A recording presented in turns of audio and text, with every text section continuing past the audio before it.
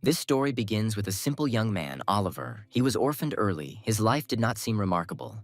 He didn't get a proper education, so he worked part-time in a convenience store, a life that didn't make him happy. The sullen and taciturn guy simply repeats his daily routine. But there is one fact that distinguishes him from the rest. Oliver has been seeing the same dream every night for 17 years. This fact might frighten anyone, but not him, because sleep was the only place where he felt truly alive. The first time this happened was when Oliver was still living in an orphanage. At first, the boy did not understand that he was dreaming. The dream was so real. In his dream, he found himself in an unknown dimension, in which there was an amazing building. The little boy entered this building without even thinking about what might await him there. He was as if possessed. At the entrance, he was met by a stranger in a fox mask, who called young Oliver a newcomer. The stranger showed him the way to the banquet hall. Ahead, he saw a stone table, at which all those present wore masks. And they were all playing a game, throwing dice and choosing their characters, when suddenly a girl in a fox mask interrupted them and announced that a new player would be joining them. In the dream, Oliver became an adult, wore a mask and clothes unfamiliar to him. One of the game's participants greeted Oliver and invited him to sit next to him. The girl in the mask sitting opposite became interested in Oliver and asked his name. The main character decided to answer her and gave his nickname.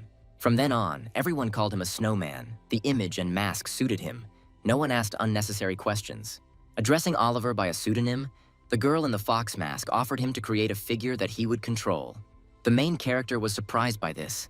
A system window appeared in front of him, which offered him to choose a profession and character attribute. The Snowman considered everything that was happening to be an ordinary dream, so he decided to try and chose a magician with the attribute, Frost. A player sitting next to him noted that this was a very bold choice for a first game, but he only liked it. So everyone made their choice. The game began. One of the participants began to throw the role-playing dice. On this day, the first Snowman game began. Everyone present clearly enjoyed what was happening, as if they had long been accustomed to it. But soon the game came to an end. It's Oliver's turn. He needs to fight off the monster's attacks by throwing the dice. The system window gives him 4 options for the development of events to choose from. Without thinking twice, the Snowman chooses the third option, to bind the monster's legs with frost magic. Other players in the game noted that despite this being Oliver's first game, he was doing a great job. As the game continued, everyone took turns throwing the dice and making their choice. They fought with their characters against the monsters and wanted to win. When the participants defeated the monsters, their adventure ended. The girl in the mask announced the end of the evening and asked if everyone was satisfied with the world of eternity. So Oliver learned that he had visited the world of eternity. He truly enjoyed the game, because in this game, the fate of the figure depended on luck and the strategy of choice. All the participants were pleased. They could not believe that they were able to enjoy just a trial game, and one of those sitting at the table was already calling the Snowman for the next game. Oliver didn't think long about the answer, because there is no point in thinking about an ordinary dream and who these people are, so he immediately agreed. Since then, the Snowman came every night to the world of eternity. The main character told the children from the shelter about his night adventures, but no one believed him. Everyone thought he was crazy. Because of this, children began to avoid Oliver. He became a loner, who was labeled as a cheater. The main character escaped to the world of eternity every night. Waiting for the next game, he has been playing for 17 years now. Having fallen asleep and once again finding himself in the world of eternity, the hero was already met, because he had proven himself to be a good player and partner. Of course, Oliver, over all these 17 years, thought about who he was playing with, and even assumed that the people in masks were gods. But he was afraid that the magic of sleep could be destroyed if he tried to find out their secrets. Snowman was a good player. Everyone wanted to get him on their team, of course. This flattered Oliver, but he didn't show it. Suddenly, a man in a mask with lightning reminded that the Snowman had not finished the sage's adventure, so he would not be able to play with anyone. The participants crowded around the Snowman were upset, but did not lose heart. They supported the main character and retreated. The goal of the game was Ascension, the road to heaven, the final adventure of the world of eternity. Over these 17 years, Oliver created several legendary characters and almost reached the top of the world, so other participants considered the Snowman their idol. But like everything in life, the world of eternity has also come to an end. The trial version of the game will be completed today, and the official release will begin soon. All the participants were aware of this, so they wanted to achieve Ascension on the last day of the game. Oliver was upset by this fact, because if he had a little more time, he would have definitely created the unique 31st figure, his final creation. But the girl in the fox mask asked everyone not to be upset, because tomorrow the official release will take place, and dreams will become reality. Listening to the conversation of his fellow players, the Snowman noticed that they often talked about divinity and insects. He did not understand what it all meant, but never asked unnecessary questions. But now he had no time to think about such things. The Snowman had one goal: to achieve Ascension.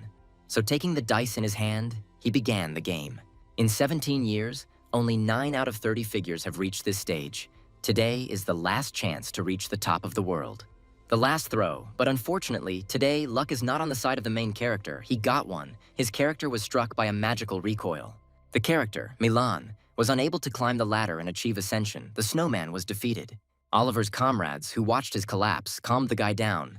They understood that this was his 10th attempt, and it ended in failure. The Snowman missed his last chance to get to heaven, and, hanging his head down, he was disappointed in himself. And so ended the world of eternity that the main character enjoyed for 17 years. But suddenly the light illuminated everything around. The game is not over yet. Everything is just beginning. The protagonist found himself face to face with his game partners, and they then learned that he was a man, an insect, who had been deceiving them all this time, posing as a god. The masked gods were shocked by this news. They did not expect such a development of events.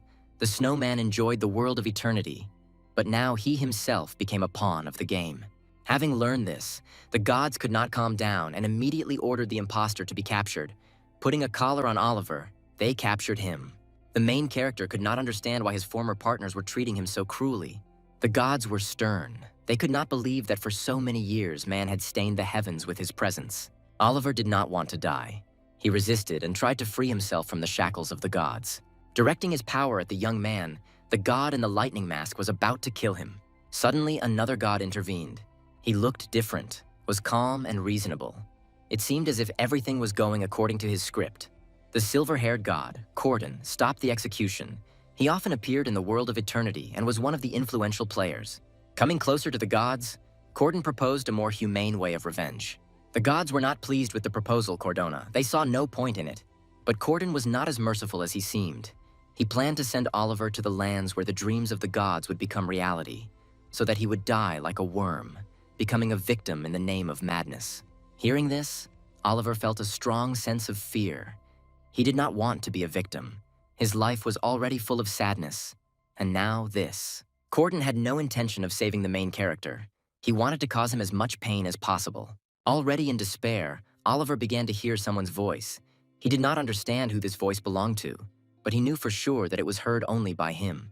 Communicating with the young man telepathically, Corden explained the whole situation, and that today Oliver's world would change, because there would be a merger of the worlds, the human and the world of eternity. Because the gods have chosen madness instead of faith to restore their powers, all the work and history of mankind will be sold for madness. It will help the gods to restore themselves. Oliver did not understand what was happening, and Corden continued his story. According to Corden, the Snowman has only one chance to save humanity, and that is to get to the final adventure, which the Snowman failed. After these words, Corden approached the prisoner and sent him to the ground. Now Oliver will have to be a pawn in the hands of the gods and try to save his world. The gods watched Oliver, their eyes never leaving his as he flew to his death.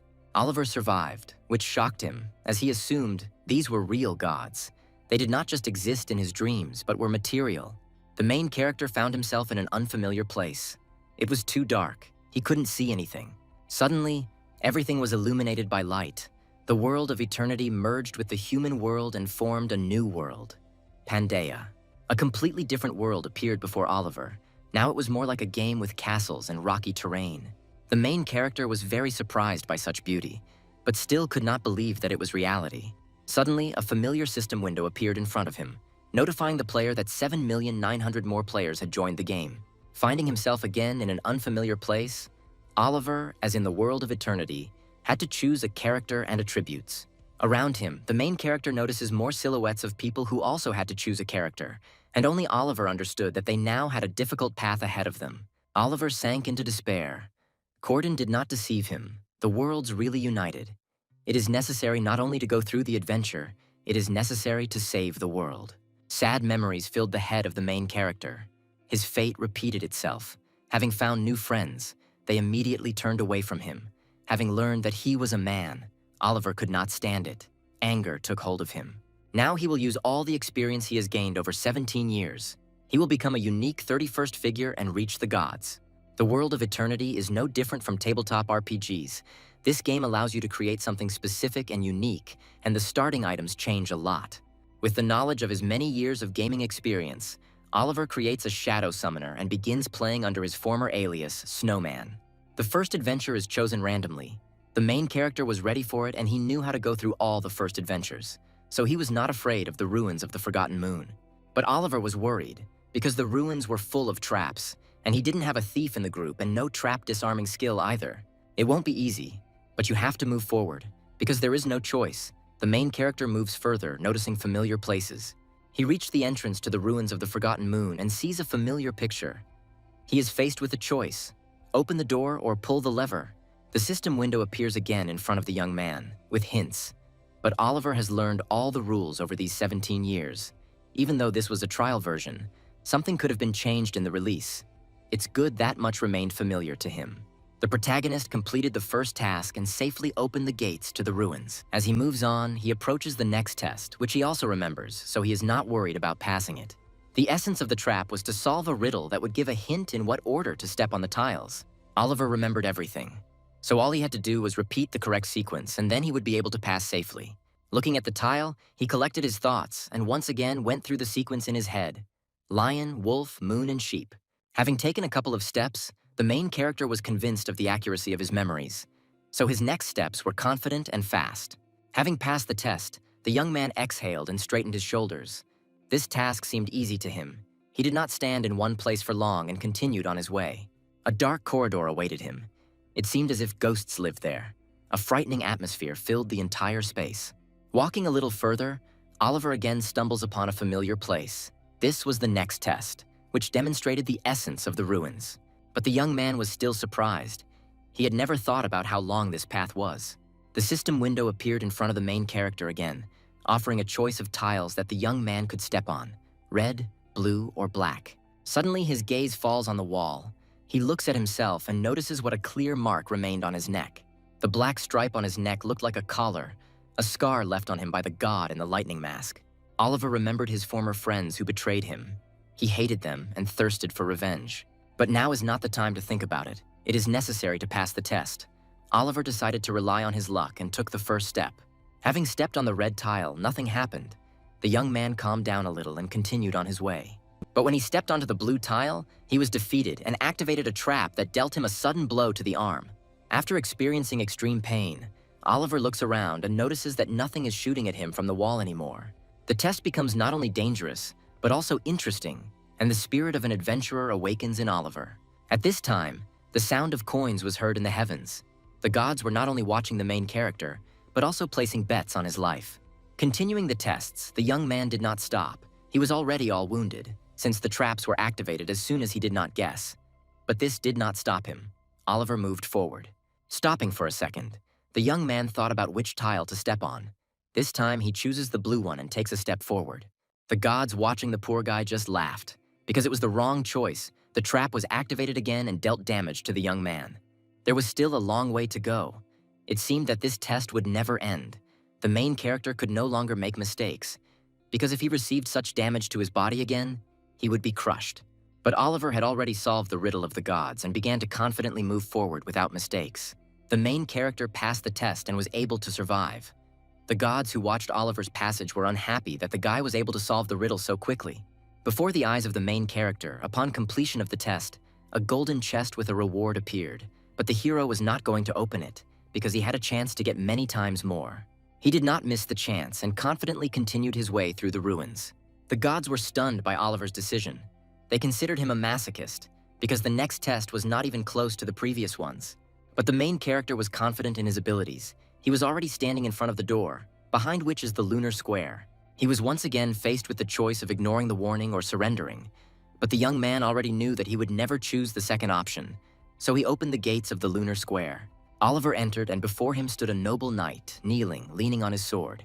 As soon as the Moon Knight noticed the young man, he immediately pointed his sword at him and prepared to attack. Moon Knight Karuna could not forgive Oliver for such arrogance. He prepares to kill the protagonist for entering. The protagonist had already met Karun when he played the trial version of the World of Eternity. Even there, many could not pass this test. The tiles on the floor of the lunar square were the only way to pass the test. The colors and order were important. Oliver remembered that the order remained the same, and the colors gave the tiles different magical effects. In this way, the main character will defeat his opponent and pass the test. As Oliver continued his way across the red tiles, he reduced the Moon Knight's aura and slowed him down. But the effect of the red tiles can be summed up to 3 times. Now it's the turn of the black tiles.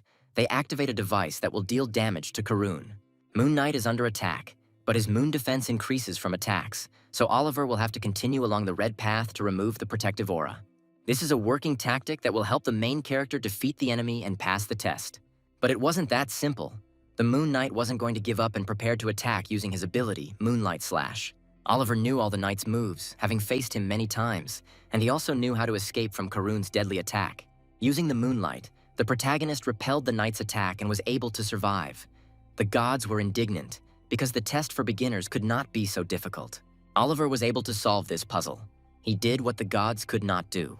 The young man was not only smart, but also lucky. So using his tactics, he was able to defeat the Moon Knight and win the test. Karun was all wounded and bleeding. The battle was over. The defeated knight asked the master for forgiveness because he was unable to fulfill his mission. After the victory, a system window appeared in front of Oliver again, notifying him of the completion of the test. Looking at the lifeless body of the defeated, the young man remembered the old days when he was still a player and was looking for a way to defeat Karun. No one believed in him then, but he was still able to find a way to defeat the Moon Knight.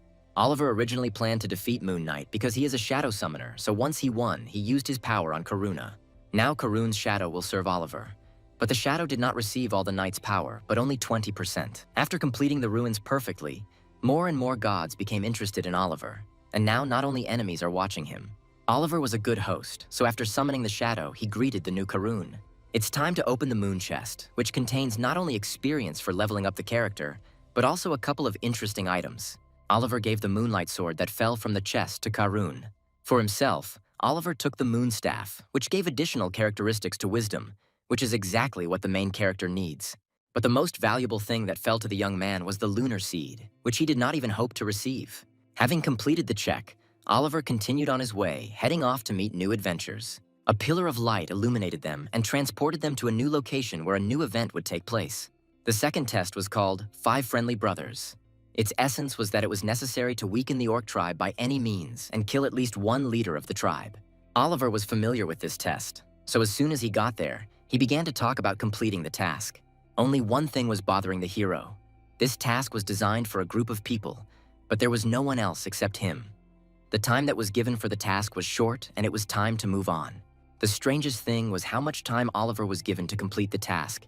Last time the time limit was 6 hours. This time, less than 30 minutes.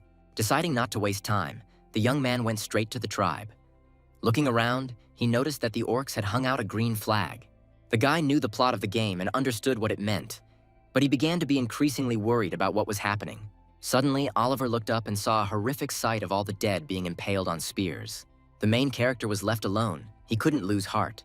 So, having collected his thoughts, he began to develop a strategy. Oliver already had a plan in his head. The world of eternity always reacts differently to the actions of people in adventures, so if his plan works, he will write a new story.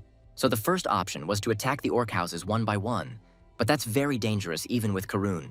The second option was to wait until night to attack the orcs, but even with a group it would be difficult to do, so the second option did not suit Oliver. Therefore, the main character chose the third option. He decided to look around and gather information. First of all, the young man is interested in the exile of the Rocky Mountains. All in these mountains there are 5 peaks. On the highest one there is a tribe, the Stonefang. To begin with, Oliver decided to find the hidden key of this adventure, the exile.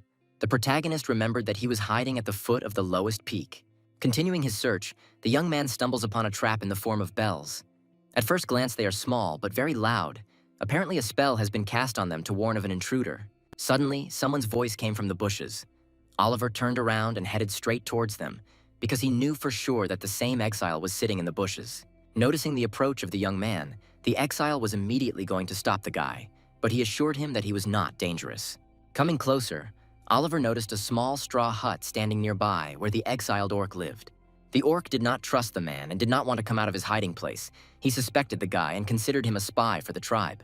Oliver was faced with a choice again, and the system window notified him of this, offering 5 options for the development of events. Justify yourself, intimidate, ask for help in extermination, learn witchcraft, or try to figure out what was wrong with the orc. Oliver decided to try to find out what was wrong with the orc. He started a dialogue with him, and finally, the exile showed up. From the dialogue, it became clear that the wounds on the orc's body were caused by illness. Since this disease is contagious, he was expelled from the tribe. Oliver was not afraid of the disease. He decided to come closer to hear the orc better. The latter was worried about the guy. He did not want to infect him. Then, the outcast invited the main character to his house. He let down his guard and gave Oliver a chance. The young man followed his plan. He needed to gain trust, and it seems he succeeded. All this time, the gods who were watching Oliver could not calmly watch as the young man approached the dirty orc. For the gods, this was terrifying. Entering the house, the guy looked around, noticed a stack of books. Everything looked interesting and unfamiliar to him. He couldn't even imagine that orcs also read. Having offered tea to the young man, the orc began to tell about himself. From the story, one can understand that the orc was exiled when he was still in his mother's mourning, because at that time, their tribe was overtaken by an epidemic, and all those who fell ill were sent into exile, including his mother. The orc's mother begged the elders to accept her unborn child, but the elders refused her. Then the mother became angry. She hated her tribe and wanted it destroyed. The orc wanted to be cured and get rid of his suffering. He studied many books and even learned that his disease could be cured if he had all the necessary ingredients for the medicine, but he could not get them himself. Then Oliver decided to help the orc and get all the necessary ingredients for him. The orc sitting in front of him was surprised by such kindness of the guy. But the main character was not going to do this out of the kindness of his heart. He decided to make a deal with the orc. Then the hidden adventure, Abandoned, was activated. The orc was not afraid of such conditions. He wanted to be cured, so he bowed low and agreed to the deal. So the main character went in search of the missing ingredient, activating the hidden task, and the timer was also activated. Oliver was not only attracted by the deal with the orc, but also by the reward of a hidden task, upon completion of which the young man could receive an NPS assistant. Time was running out, as was the day. The protagonist climbed the rock in the hope of finding the necessary ingredient. But upon climbing up, he found himself faced with only an empty rocky area. The gods did not take their eyes off the hero and were already disappointed in him, because they did not understand why the young man took on this task at all. Approaching the edge, Oliver looked around and a system window appeared in front of him again with options for the development of events. Wait, search the area, return, check if the environment is suitable for the required ingredient, and the last fifth is unknown. The young man decided not to make any hasty decisions, sat down on the ground and began to wait. He recalled how he first entered the world of eternity and his first character. Then he was interested in the hidden test of the Abandoned and wanted to quickly find the necessary ingredient, so he chose the option to search the area. But it was because of such a quick decision that his first character died. At that moment, the still very young Oliver was overcome with a feeling of sadness and melancholy. The death of the character upset the little boy so much that he remembered it for a long time. But it is precisely because of this that the current Oliver can achieve success. He was in no hurry. He just waited, because the time had almost come. Suddenly there was a loud sound. The tree began to fall and some small bush appeared from it. The young man was expecting exactly this, so as soon as he noticed what was happening, he used his ability Shadow Hand. Shadow Hand is a basic shadow summoner skill that creates hands with little physical strength. Using his skill, the main character carefully grabbed the bush and began to pull it out. At first glance, it may seem easy, but the main character had to try hard to carefully pull the bush out of the rock. The task is completed. The main character has obtained the necessary ingredient and can now go to the orc. But unexpectedly for Oliver, something started to shine on the branch. At first, the young man thought he had imagined it. But after some time, a system window appeared in front of the hero, which notified him about the beginning of another hidden task, a pocket watch without an owner. The essence of this task is to find in the city of Kungori someone who recognizes this watch. While Oliver was taking the watch from the branch with the help of his shadow ability, the gods did not stop talking. They were all discussing the main character and no longer saw him as a newbie. The gods knew nothing about the hidden pocket watch quest, so they immediately turned to the game manual. But even there was nothing written about this quest. At this time, the orc sat by the fire and waited for Oliver. He thought about whether it was possible to trust and believe a person.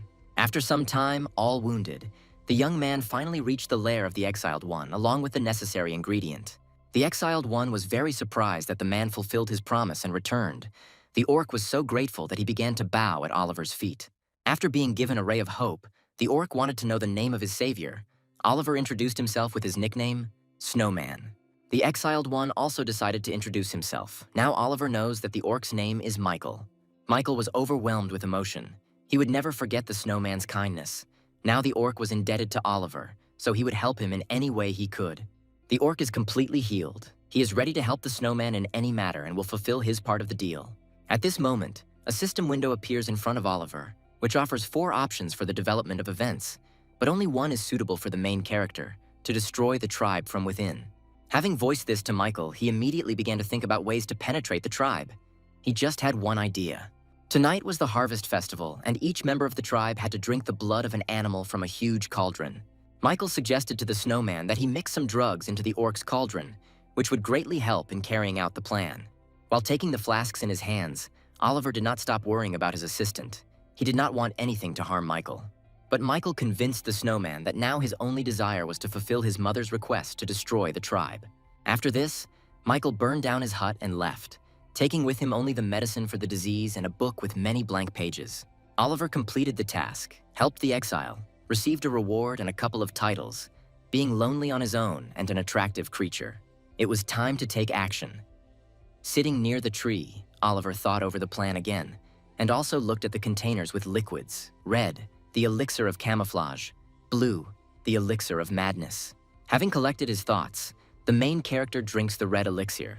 Now it will not be difficult for him to penetrate the lair of his opponents. After drinking the elixir, the snowman turned into an orc. He immediately headed towards the tribe. At the entrance, he met 2 guards who reminded him that during the festival, he cannot leave the village.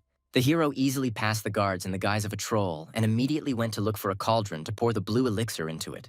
The cauldron is somewhere inside, so Oliver penetrated into its depths. Finally, he found a cauldron in which the blood of animals was already boiling. He immediately noticed that this place was the most guarded in the tribe.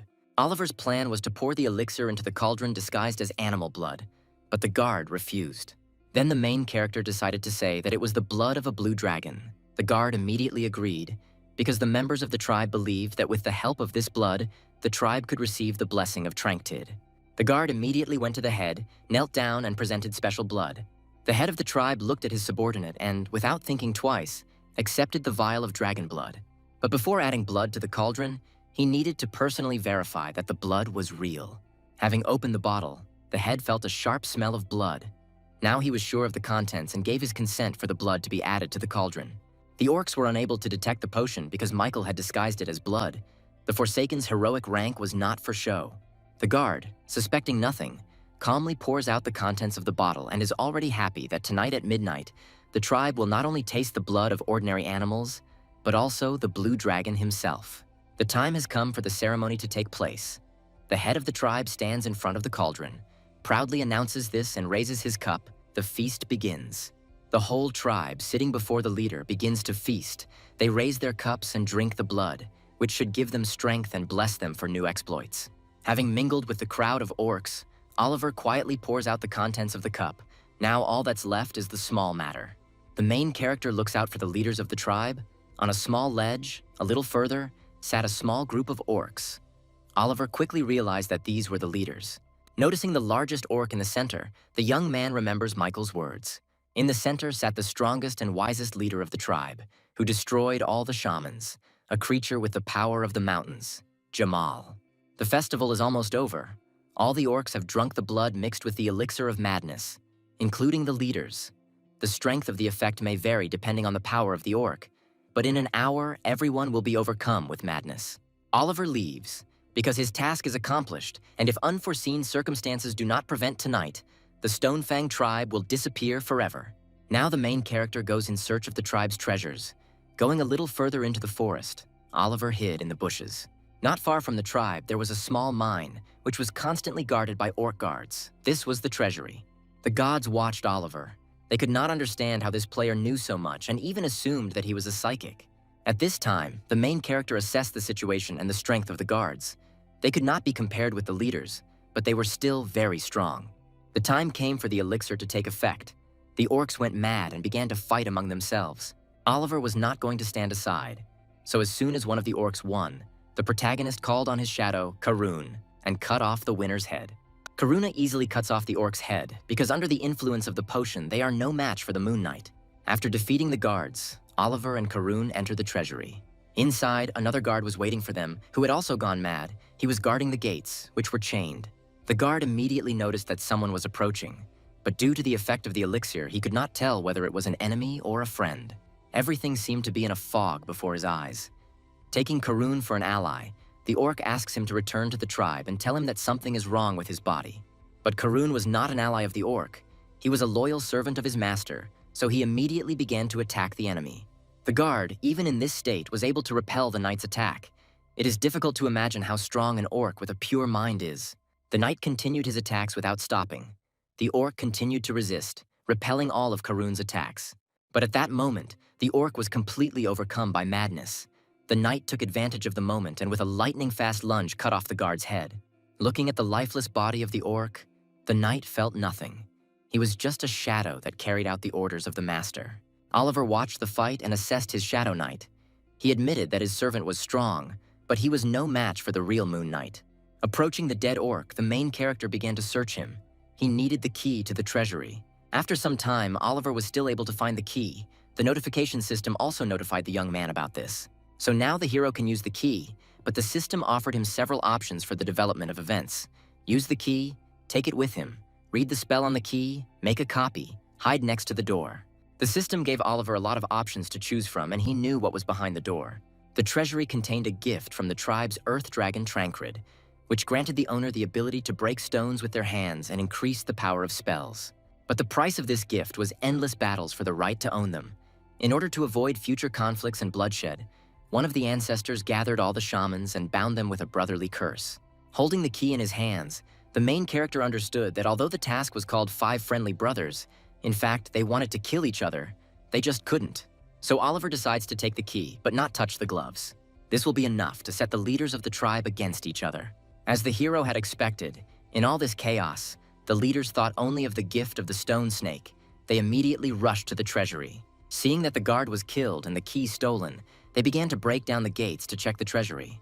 But once inside the vault, the orcs were stunned by what they saw. They couldn't believe their eyes. Their precious gift was untouched, the gloves still hovering above the sacred altar. The orcs did not understand what was happening. They began to blame each other for the chaos. But Jamal put aside their bickering and senseless accusations and reminded the leaders that they were bound by a brotherly curse. The leaders of the tribe could not calm down. Now they needed to deal with the chaos. The orcs retreated, but they still suspected Jamal of what was happening, thinking that he had set everything up to get the gloves. Jamal didn't say a word to the leaders. He just looked at the bound tribal relic. Meanwhile, the leaders were dealing with the chaos that had flooded their tribe. There was practically no strength left. The exhausted orc was filled with anger, so the effect of the elixir of madness became stronger. But suddenly, turning his gaze into the depths of the cave, the orc notices something. Oliver was hiding in this cave, and since he was recognized, the effect of the disguise ends. He turns back into a human, but he still has a permanent effect, the language of trolls.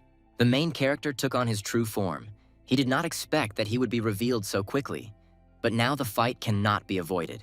The enraged orc, holding his sharp axe in his hands, immediately begins the attack. Oliver is focused and calm. He calls upon his Shadow Knight Karun and gives the order to kill the enemy. The knight rushes into a fierce fight with the orc, and after dealing countless blows, the orc falls to the ground, bleeding. Karun prepares to deliver the final, decisive blow and is already swinging his sword. The orc understood that he had lost. His last words before his death were that his brothers would definitely avenge his death. The orc holds a grudge against Oliver and casts a lethargy on him, which reduces the snowman's strength and agility. The protagonist wins and gets experience points. The young man is surprised by the duration and strength of the orc's curse. In a normal group, it would be divided among all participants. But this is a different case. But Oliver was calm, because the curse would have practically no effect on him, because he was summoning shadows.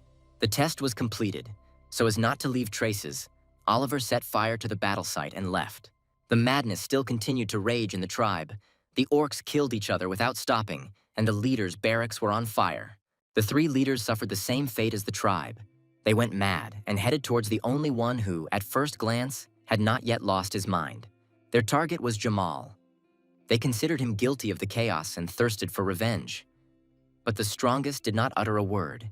He only turned around and looked at his brothers with an angry look. Oliver went to a hut that was located near the orc camp. The gods watching the young man did not appreciate the passing of the test.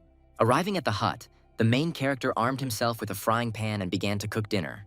The young man decided to add the moon seed he received for successfully completing the first test to his dish. He didn't know what effect the seed would have, but he decided to take a risk. After all, he remembered that the effect of the seed is divided into two types, permanent and temporary.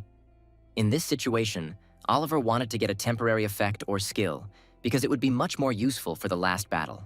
The dish is ready. Holding the plate in his hands, the main character is pleased with his culinary abilities. The cooking skill has increased. Oliver tried his dish. The taste was weak, but in such chaos, even finding a hut was a great success. The protagonist ate a hearty meal and received a temporary skill from the moon seed, the moon phase. Everything went according to plan. At this time, Jamal was talking with his brothers. He was accused of the death of the younger one, but the strongest orc was not involved. After this news, Jamal understood everything. An enemy had infiltrated the tribe, who somehow poured some elixir into the sacred cauldron, after which everyone went crazy. Jamal clearly understood that his brothers were fools. They could not have come up with such a plan. Of all the tribe, only the strongest and smartest could do this, so the brothers blamed Jamal. The brothers could not calm down. Madness was driving them crazy. They were already ready to attack their brother in a crowd, because according to them, he had planned everything in order to get the relic. Jamal did not try to convince his brothers otherwise. He confirmed their words and showed them the stone gloves. The orcs were enraged by such arrogance of their fellow tribesmen. They began to attack him all together, not giving him a chance to retreat. But the strongest one did not even think of retreating. He repelled the attacks of his fellows with one blow. The orcs were not prepared for such force. Blocks of stones flew straight at them. One of the brothers got the worst of it. He took the brunt of the stones and died, leaving Jamal with a curse, a lung disease. The surviving leaders were stunned by such power and the sudden death of their comrade. But Jamal wasn't going to stop there. He was going to kill all his competitors. After striking another one, Jamal kills him and receives a second curse.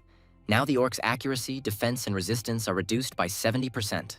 After killing his last brother, Jamal receives another curse. His stamina will constantly decrease and will not recover.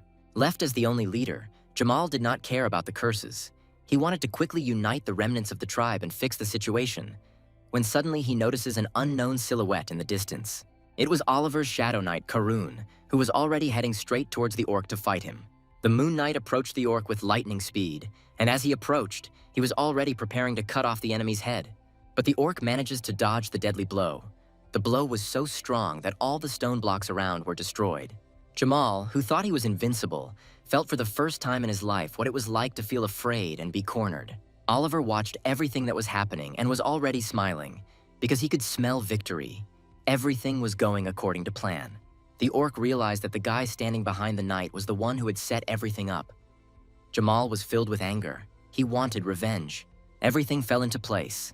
The orc understood that the brothers would not have been smart enough to come up with and implement such a complex plan, but there were still doubts about it. But not now. The enraged orc was determined to take revenge on the young man for all his actions, so he immediately got up from the ground and rushed into battle. Karun defended his master, and as soon as the orc began to attack, he accepted the fight. The fight lasted for quite a long time. The orc was undoubtedly already exhausted, but he was not going to give up. Oliver believed in his shadow. Karen had to win. Suddenly, Jamal raises his hands up. Then the system alerts Oliver that the orc is about to create an earthquake. The main character did not understand what was happening. Stone fists were an item that gave enormous power, but it also had an enormous recoil on the owner. According to Oliver's calculations, Jamal should have already been exhausted by his own power.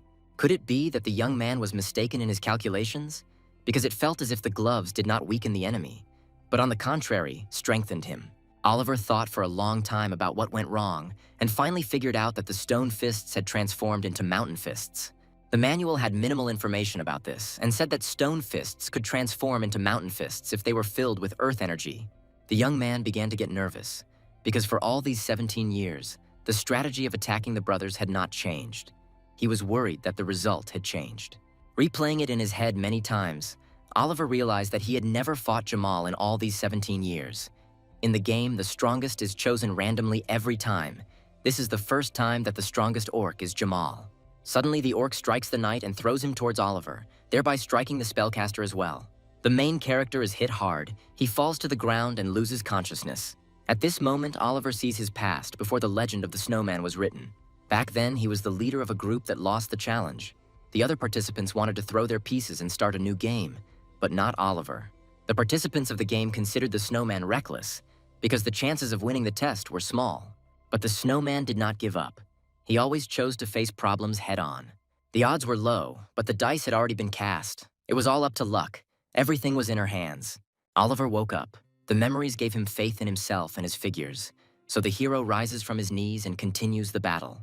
Standing directly in front of Karun, the orc gathered his strength to crush his opponent. But the Snowman was not ready to lose either. Gathering all his strength, Oliver uses the skill, Moon Phase, Full Moon. The curtain rises on the moon stage. The main character, the Moon Knight Karuna.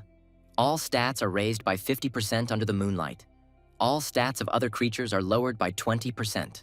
The full moon has risen. Now the stat points are enough to use the completed moonlight/skill and defeat the enemy. The moonlight illuminated the entire space, and the shockwave was so strong that it destroyed everything in its path. The orc was still breathing, but he could no longer fight. On his knees, he did not want to admit defeat, but Karun did not give any chance for salvation. He dealt the final decisive blow to the orc and sent him into eternal sleep. Snowman defeats Jamal and is cursed with a skin disease that reduces all stats by 30% for 1 week. The system also notifies that all leaders are defeated, so the Snowman is freed from all curses, and the reward is upgraded to the sacred relic of the Stonefang. The gods looked down from the heavens at the Snowman and were stunned by his passing, and it was so interesting to watch the test that many of them became fans of the Snowman. Looking at Jamal's lifeless body, Oliver decides to call upon his shadow, because this character is an unpredictable variable that destroys the initial settings of the world and exceeds expectations. The protagonist uses his skill on Jamal's body and summons his shadow, which will now have to serve the Snowman. The shadow rises and signs of its master. Jamal gains the skills, Stone Armor and Earthquake Stance. Jamal's shadow reaches out to Oliver and asks him to allow him to collect the brothers' bodies. After collecting the bodies, Jamal uses the skill, Magic Absorption, and takes the powers of his relatives, thereby becoming stronger. The Snowman brought the revolution and achieved a lot. He freed the city of Kungori from the yoke of the Stonefang. Even the merchants praise the Snowman. His name will be remembered for a long time. There are changes in the structure of the world. The player can now choose one of 2 proposed challenges. Several secret adventures have been unlocked due to increased reputation, but first they must be discovered. Oliver finally reached the reward chest, in which he found experience points, attribute points, mountain fists, stone mantle, and spirit root. Oliver was extremely surprised by such luck. He got a rare item, mountain fists, a sacred relic of the tribe. Having summoned the stone gloves from his inventory, Oliver decided to give them to Jamal. They would give him more power than anyone else. And for himself, the main character got a stone mantle, which gave additional characteristic points, and it looked not bad at all. Oliver also got a spirit root that gave an unknown effect, but he would prepare it later. The young man was pleased with his reward, and the gods who watched over him considered him lucky. Having moved from one place to another, Oliver found himself in a square where a crowd of people had gathered. People were in a panic. They did not understand where their world had gone and why they were being forced to undergo tests. The main character also did not understand what was happening. A system window appeared in front of him, which notified him about the second adventure and the player's rating. So, the scoring ended. Oliver scored 320,000 and became the leader of the adventurers. The player in second place scored 150,000 points. The people around were amazed at such a gap in points. One of those around started shouting at the top of the street and looking for the first person on the list. This person was sure that the leader knew exactly where they all ended up. Oliver walked and looked around. He observed the behavior of people and assessed the situation. From observations, the main character came to the conclusion that all these people are residents of the same country. However, Corden spoke about the unification of worlds. This clearly goes beyond national boundaries. In other words, there should be representatives of other countries here. Before the hero's eyes, a system window appeared again, which notified about the beginning of rest in a safe zone in the city of Kungori. People were surprised by the system's mercifulness, and they were also very curious about whose names were hidden in the adventurer rank sheet. As Oliver approached the castle gates, he noticed that people did not know how to use the adventurer's ID. Therefore, approaching the guard in front of everyone, he demonstrated what the ID was for and how to use it. Having checked the identity of the young man, the guard ordered the gates to be opened and allowed the young man to enter the city.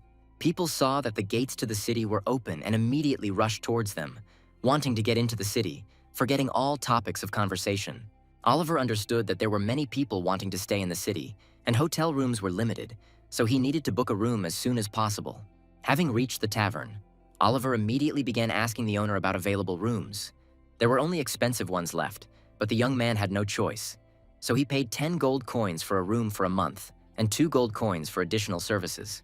Having climbed to the second floor, the main character finds himself in his room. He immediately lies down on the bed and calls on the Shadow Knight to guard him. Oliver fell asleep instantly and again dreamed of the world of eternity, which now brought him only pain and suffering. But instantly everything changed. It became dark around. The main character could not see anything, but he was reassured by the fact that this place did not look like heaven. Even in all this, the system did not leave the young man alone.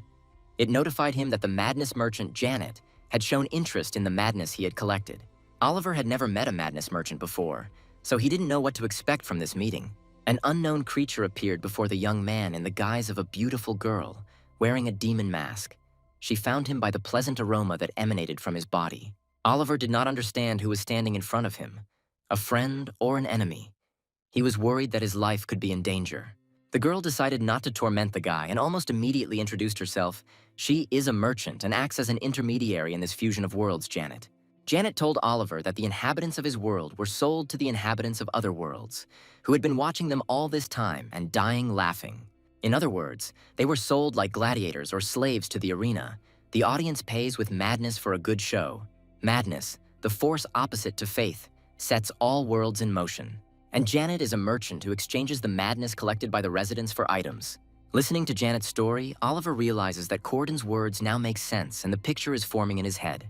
The gods gain madness by selling humanity and the inhabitants of Pangaea, and also show the spectacle to the inhabitants of other worlds in order to gain madness from them.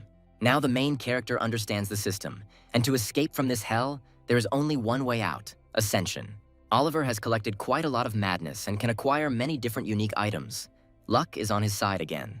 The young man asked what was available to him, and then the saleswoman opened a catalog of available items for him.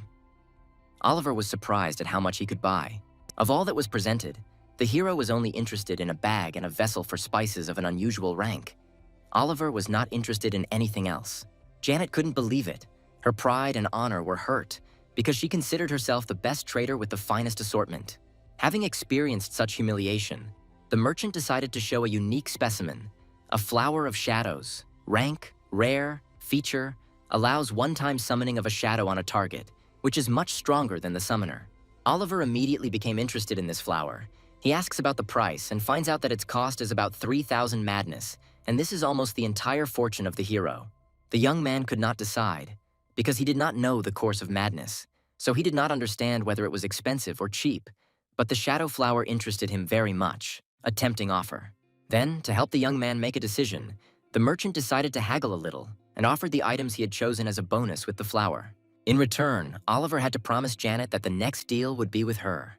The main character was not against doing business with Janet in the future, especially since the offer was really tempting, so without thinking twice, he agreed to the conditions. Janet was happy with such a profitable deal and a new regular customer. Saying goodbye to Oliver, she wished him good luck and left the young man. The morning came. The sun was shining straight into Oliver's eyes. He did not look like a man who had managed to have a good rest, but in this dream, he had acquired many new good things. Getting out of bed and looking around the room, he notices that the items he acquired in his dream are lying on the table. The gods never stopped watching the hero's actions for a second. They were interested in everything that happened to him. Although the young man was in the recreation area, he still had a lot of things to do. First, distribute the attribute points. Second, check the next adventure. Third, check the mood of other players. Fourth, complete the task related to the pocket watch. Taking the watch in his hand, Oliver didn't know where to start because he didn't remember any information about it. After waking up, his memories of the eternal world periodically disappear. He tried to concentrate and remember the essence of some tasks, but all in vain. He was scared by the disappearance of memories because he is not one of those who has a leaky memory, which means that something is happening to him. People crowded into the square. They were all worried about what was happening. They were seized by panic. Oliver was also in the city square, assessing the situation and the state of the people.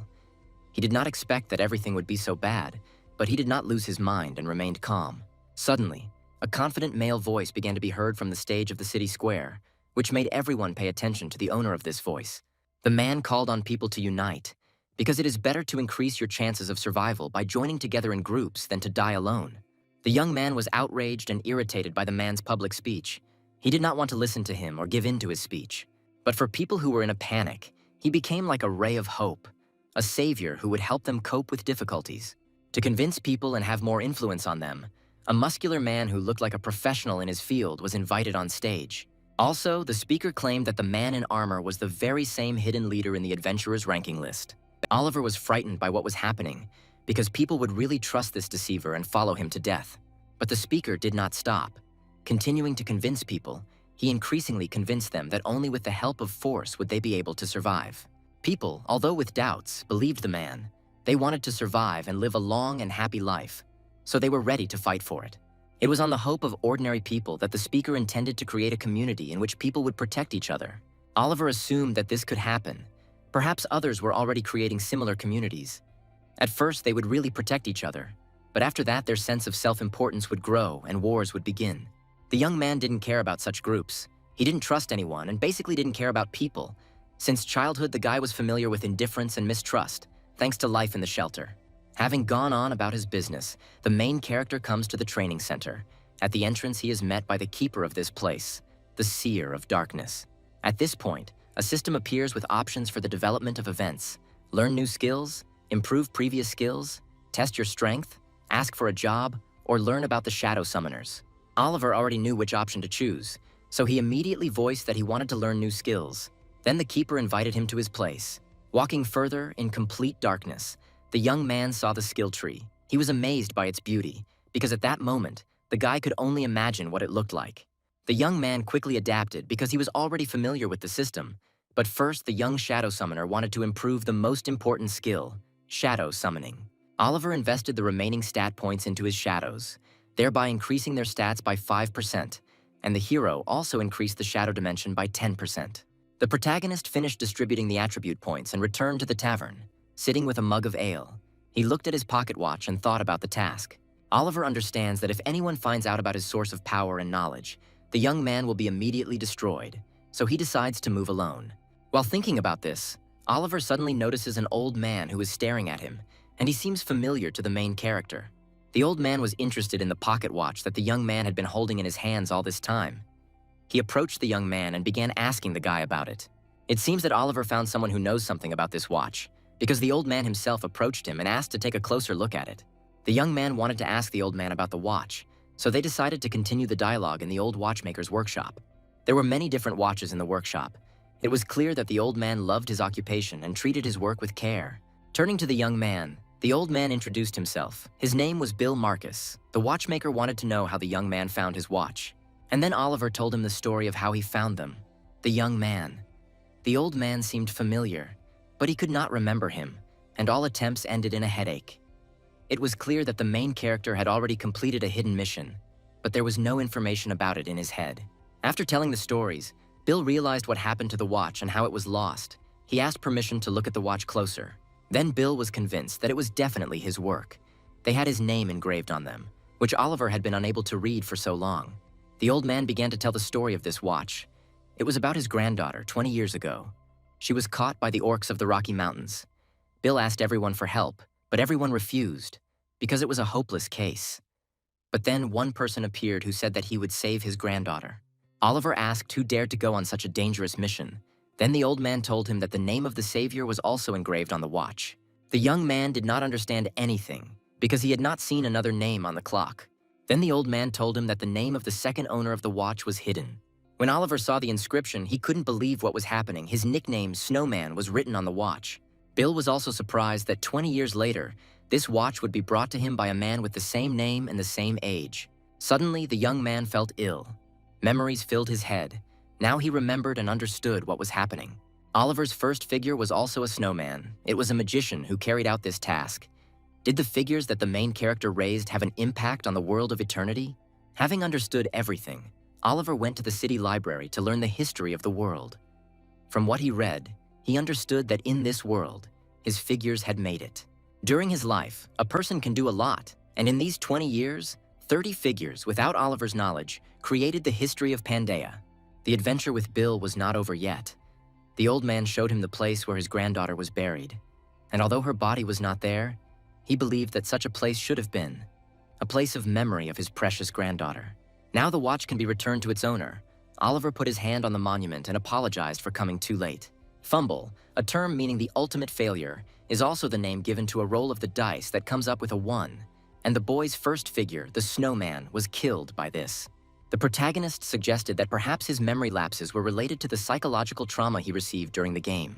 Suddenly, the young man felt very ill.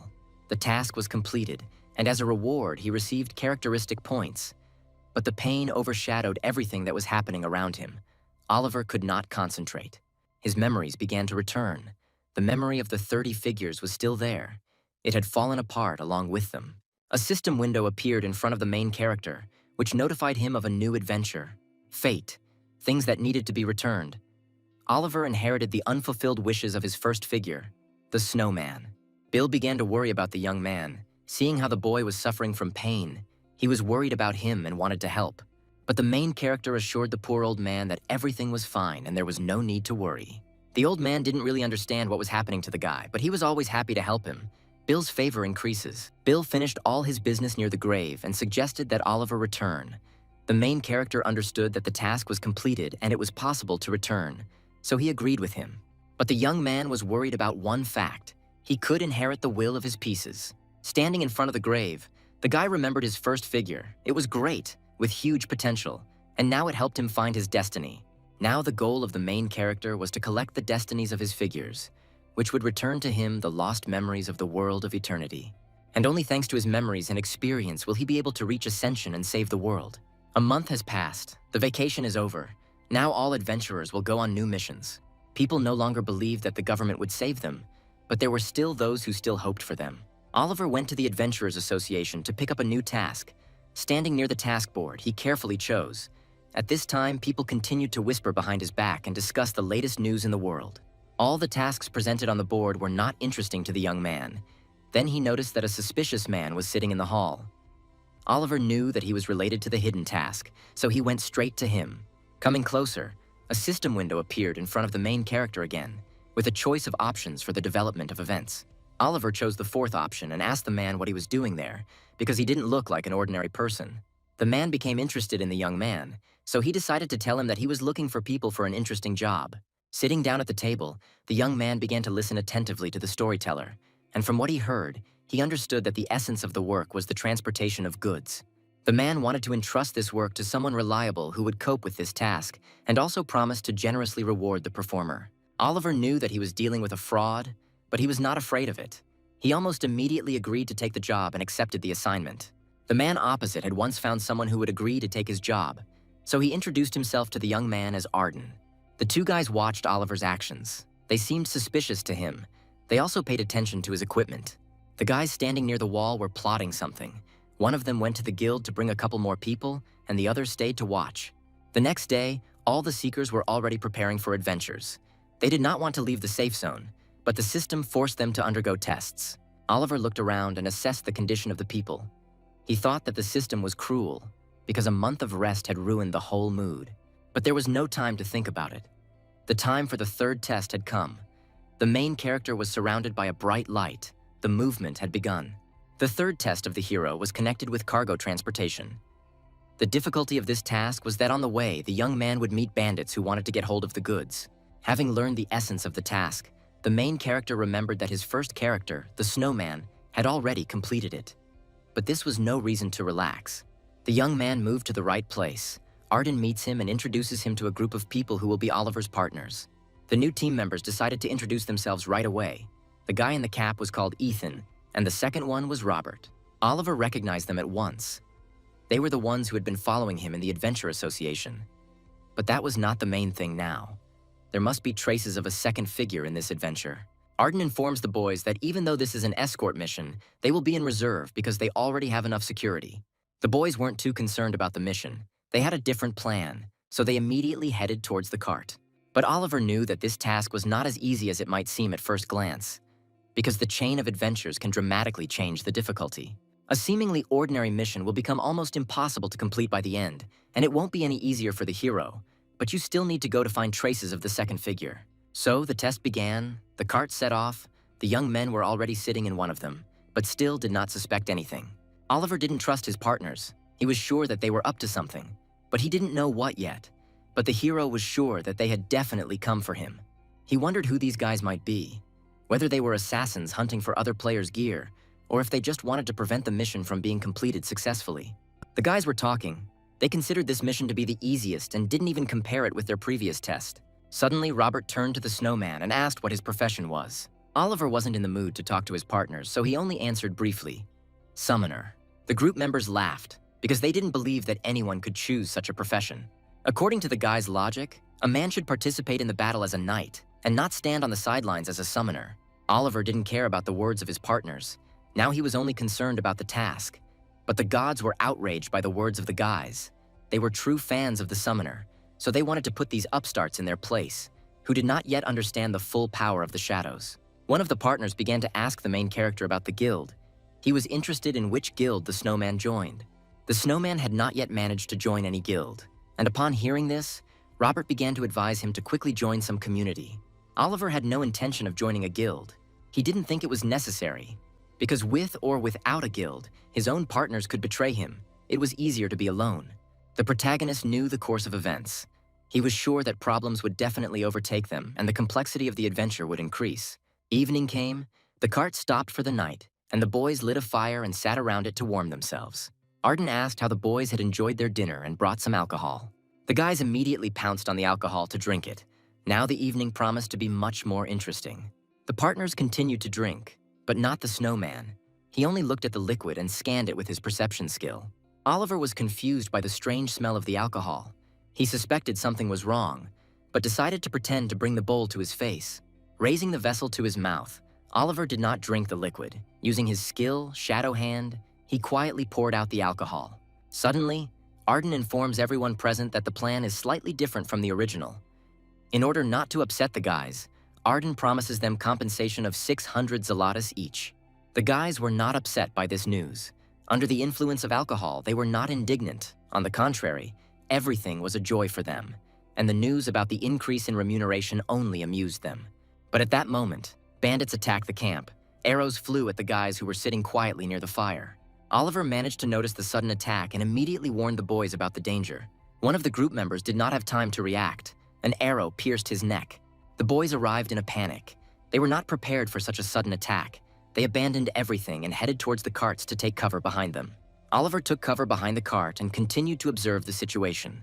The other guys also took cover behind the carts. They didn't understand what was happening and didn't believe that their partner was seriously wounded. The group members tried to find out from Arden what was going on, but the man could not answer them. Arden was annoyed. He didn't like that a bunch of guys were asking him questions like that. Putting a knife to Robert's throat, the man said that there was a canyon nearby where they could drop the tail and then return to the forest. Robert didn't believe they could handle such a task, but he couldn't refuse Arden because he was threatening his life. Arden continued to threaten Robert's life, forcing him to act according to the above plan. Robert had no choice. He knew he would have to follow Arden's plan, so he decided to get into the wagons and head towards the canyon. The bandits set off in pursuit. They were going to catch up with the carts and take all the goods. The guys drove with all their might and wanted to break away from the bandits, but it was difficult. A wounded partner was lying in one of the carts. The surviving participants tried to save him, but the guy was already losing consciousness. Oliver had no intention of simply running away, so he climbed onto the cart and prepared to attack his opponents. The guys were in a panic. They didn't understand what was happening. They wanted to run away. Robert, in a hurry, turns to Oliver and offers him to team up until they get out of this mess. But Oliver didn't need that. He could handle the bandits on his own. The guys were outraged by this answer. They had a desire to teach the upstart a lesson, so they took out their weapons. Suddenly, the boys felt ill. They fell to the floor of the cart and could not move. Oliver watched all this time. His partners blamed him. They thought that he did something to them. But the protagonist clarified the situation for the group members. They are now in this state because they drank alcohol that Arden gave them. The bandits were already catching up. They were moving very quickly and were already close. The distance between the bandits and the carts was rapidly decreasing. They had very little left. Seeing this, Oliver summons his shadow, Jamal, and goes on the attack to protect the group. The paralyzed guys lay on the floor of the cart and watched what was happening from the side. They were amazed by the summoned creature and did not believe the words. Robert knew who Oliver had summoned. In front of him stood Jamal, the strongest leader of the orcs. The bandits were so close that it was not difficult to see their faces. The situation was difficult, but it was still too early to attack the opponents. Oliver was waiting for the perfect moment. Oliver and his shadow jump off the cart. The remaining partners were worried. They did not want to be alone. The main character didn't care about the words of his partners. He didn't care about them. The carts moved forward at full speed, but a bandit trap appeared on their way. Arden noticed the trap but didn't stop, so he told everyone to hold on tight. Having fallen into the enemy's trap, the carts were overturned. Now they had nowhere to put them. They could not leave the goods and give them to the bandits. Arden was able to survive after such a crash. He rises from the ground and takes out a weapon. Holding the sword with one hand, the man calls on all survivors to stand up to protect the goods. The bandits were already preparing to attack. Now it's a war in which everyone is for himself. One of the bandits recognizes Arden and calls him by a different name. It seems the merchant was not who he claimed to be. The men continued to talk, preparing for battle. They provoked each other with harsh expressions. Arden was a former member of a gang and offered his opponent to join him on better terms. But the bandit only laughed at Arden's words. He was interested in the map and its decipherment. Arden had these two things, and he wasn't going to just give them to the bandit. There was an obvious conflict between the men, so they almost immediately began a fierce fight. Other bandits also entered the fray, and a fierce battle began, in which all the guards of the carts took part. Oliver didn't join the battle, he just watched, because he didn't want to waste his energy. Jamal didn't care much about the fate of other people. He was loyal to his master. Oliver sat near the tree and remembered how he had completed this task in the past. He already knew what was really hidden behind the adventure. A famous ruin plunderer who settled in Novira Borgo. Cujo, this is Arden, the eternally dissatisfied subordinate, in the process of exploring the ruins, found a map, which he took for himself and tried to decipher. Borgo learned of this and was about to catch him, but Cujo managed to escape to Kungori, so they had to settle in the Great Forest and wait. Judging by Cujo's actions, he was planning to make 5 blood sacrifices to open the ruins. That's why the liquor was poisoned, so that the hired adventurers would not resist. A fierce battle continues between Arden and the bandit, at the end of which Arden still manages to win. Sitting on the corpse, Arden continues to pierce his opponent's body with his sword to make sure he is dead. Oliver approaches the distraught Arden. The guy understood that the man in front of him was not long for this world, but he didn't want to die and hoped to be saved. So he prayed to the Snowman for help. Oliver had no intention of helping Arden. He just looked at him coldly. Kneeling down, getting close to the man's face, Oliver watched as Arden screamed in despair. Distraught at the realization of his imminent death, Arden offered the protagonist to listen to an interesting story. But Oliver didn't need this. He already knew everything, so he didn't listen to Arden. The main character took only the card. The man warned the young man about the imminent appearance of a monster that has long ceased to resemble a human. Now Oliver was only interested in the map he had obtained. The map itself was familiar to him, but the decoding was different from the previous one. Arden laughed. He understood that the young man was also attracted by the ruins, but his opponent, Borgo, already knew the way to them. Oliver looked down at his former partner. He didn't care about the man's words. The young man was confident in himself and his abilities. Arden laughed. He was sure that the guy would give in to his desires. But Oliver, standing right in front of Arden, proudly replied that he controlled his desires. Robert and his partner were still alive. They tried to choose, but their bodies were still paralyzed. The sound of hooves could be heard, indicating that a large group was approaching. The boys understood that they would not survive in such a situation. They were overcome with a feeling of fear because they did not want to die yet. The leader of the bandits, Borgo, arrived, sitting majestically on his horse and leading a group of people. The bandits were looking for Arden. They needed the stolen map, but they were too late. Arden's body was already cold by the time it was found. Borgo was mad. He walked up to the lifeless body, grabbed his head, and raised it straight in front of him. Holding his body in front of him like that, the captain just laughed madly. It scared his subordinates, but they couldn't say a word. Having searched the thief's body, the captain did not find what he wanted and was disappointed by this. One of the subordinates suggested that perhaps something had happened. Borgo wanted to know where everyone had their card. So once his subordinates found the survivors, he began interrogating them. The prisoners knew nothing. They had not heard anything about the map, and only fear and horror could be seen in their eyes. Borgo was not merciful, on the contrary. He was known for his cruelty, so realizing that the guy knew nothing, he immediately cut off his head. The second guy was much smarter than the first, so he immediately started telling Borgo about the Snowman. One of his subordinates had already sent a couple of his brothers in pursuit, but not far from the scene of the incident, he found their bodies. Having learned about this, Borgo became even more interested in the Snowman and began to ask the boy about him. But the young man only knew that the Snowman was a shadow summoner. The chief received all the information. Now he didn't need the guy, so with a sharp swing, he cut off the young man's head. Mounting his horse, Borgo and his subordinates set off in pursuit of the Snowman. Oliver arrived at the scene and was already standing in front of the entrance to the ruins, which were marked on the map. He couldn't go any further on horseback, so he got off and headed forward. Along the way, he begins to remember every step he took in the past. Suddenly, among a pile of leaves, the young man finds a bronze statue that needs to be turned clockwise. Having done everything according to the instructions, Oliver activates the mechanism that opens the gate. Oliver looks at the mechanism and realizes that now he needs to approach the entrance of the ruins. Suddenly, the young man's senses became heightened. The system warned him of approaching danger. With his attack, Borgo showed that he had caught up with the young man. Jamal barely managed to stop the enemy's rapid attack, thereby saving his master. Holding the enemy's arrow in his hands, Jamal advises his master to go forward, because the enemies are very close. Oliver is determined to continue the test, so he sets off ahead. The gods were watching Oliver. His loyal fans were sincerely worried and wished him luck in the test. The main character approached the gate, but in order to open it, he needed 5 bloody sacrifices. Suddenly, the young man began to tear up the map he had obtained with such difficulty. The gods did not understand his actions. Oliver understood the translation differently. In his interpretation, 5 bloody sacrifices meant to sacrifice 5 drops of blood. The protagonist turned out to be right, and the ruins opened up before him. Now the young man could continue the test and enter the ruins. The gods were delighted with Oliver. Many of them sacrificed madness to him. Borgo is already standing in front of the gates of the ruins, but he was too late. The Snowman was already inside. Borgo ordered one of his subordinates to decipher the trap, but the bandit was not sure that he could handle this task. Coming closer, the bandit realized that the Snowman knew that Arden's decryption was incorrect. He immediately reported this to Borgo. This Snowman became even more interesting to Borgo. Now he wanted to catch up with the guy and meet him face to face. A system window appeared in front of Oliver, alerting him that a group of Borgo ruin plunderers had entered the restraint room.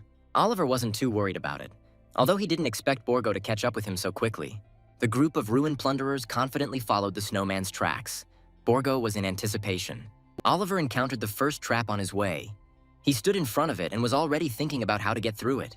On both sides of the room, there are arrow traps, and in front there is a sign with inscriptions in an unknown ancient language.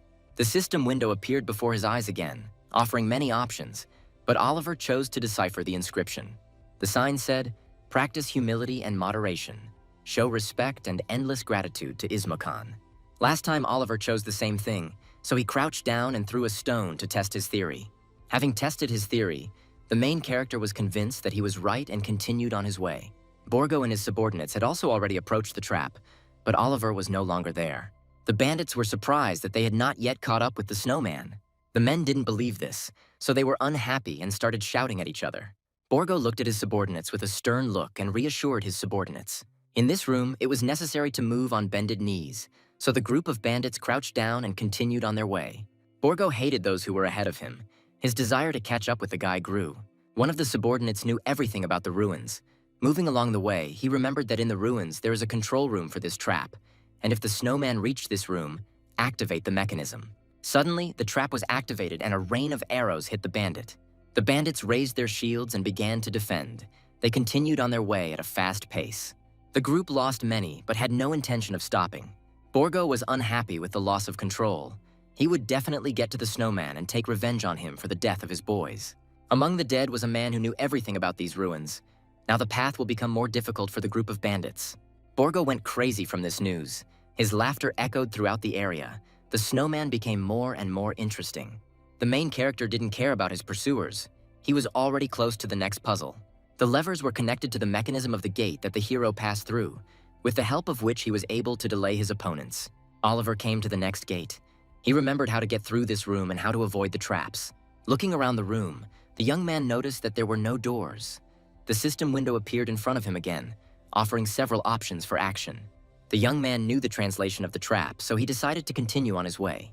Oliver closed his eyes and headed straight for the gate because the translation was, "Close your eyes and walk the path from your heart to Ismokan."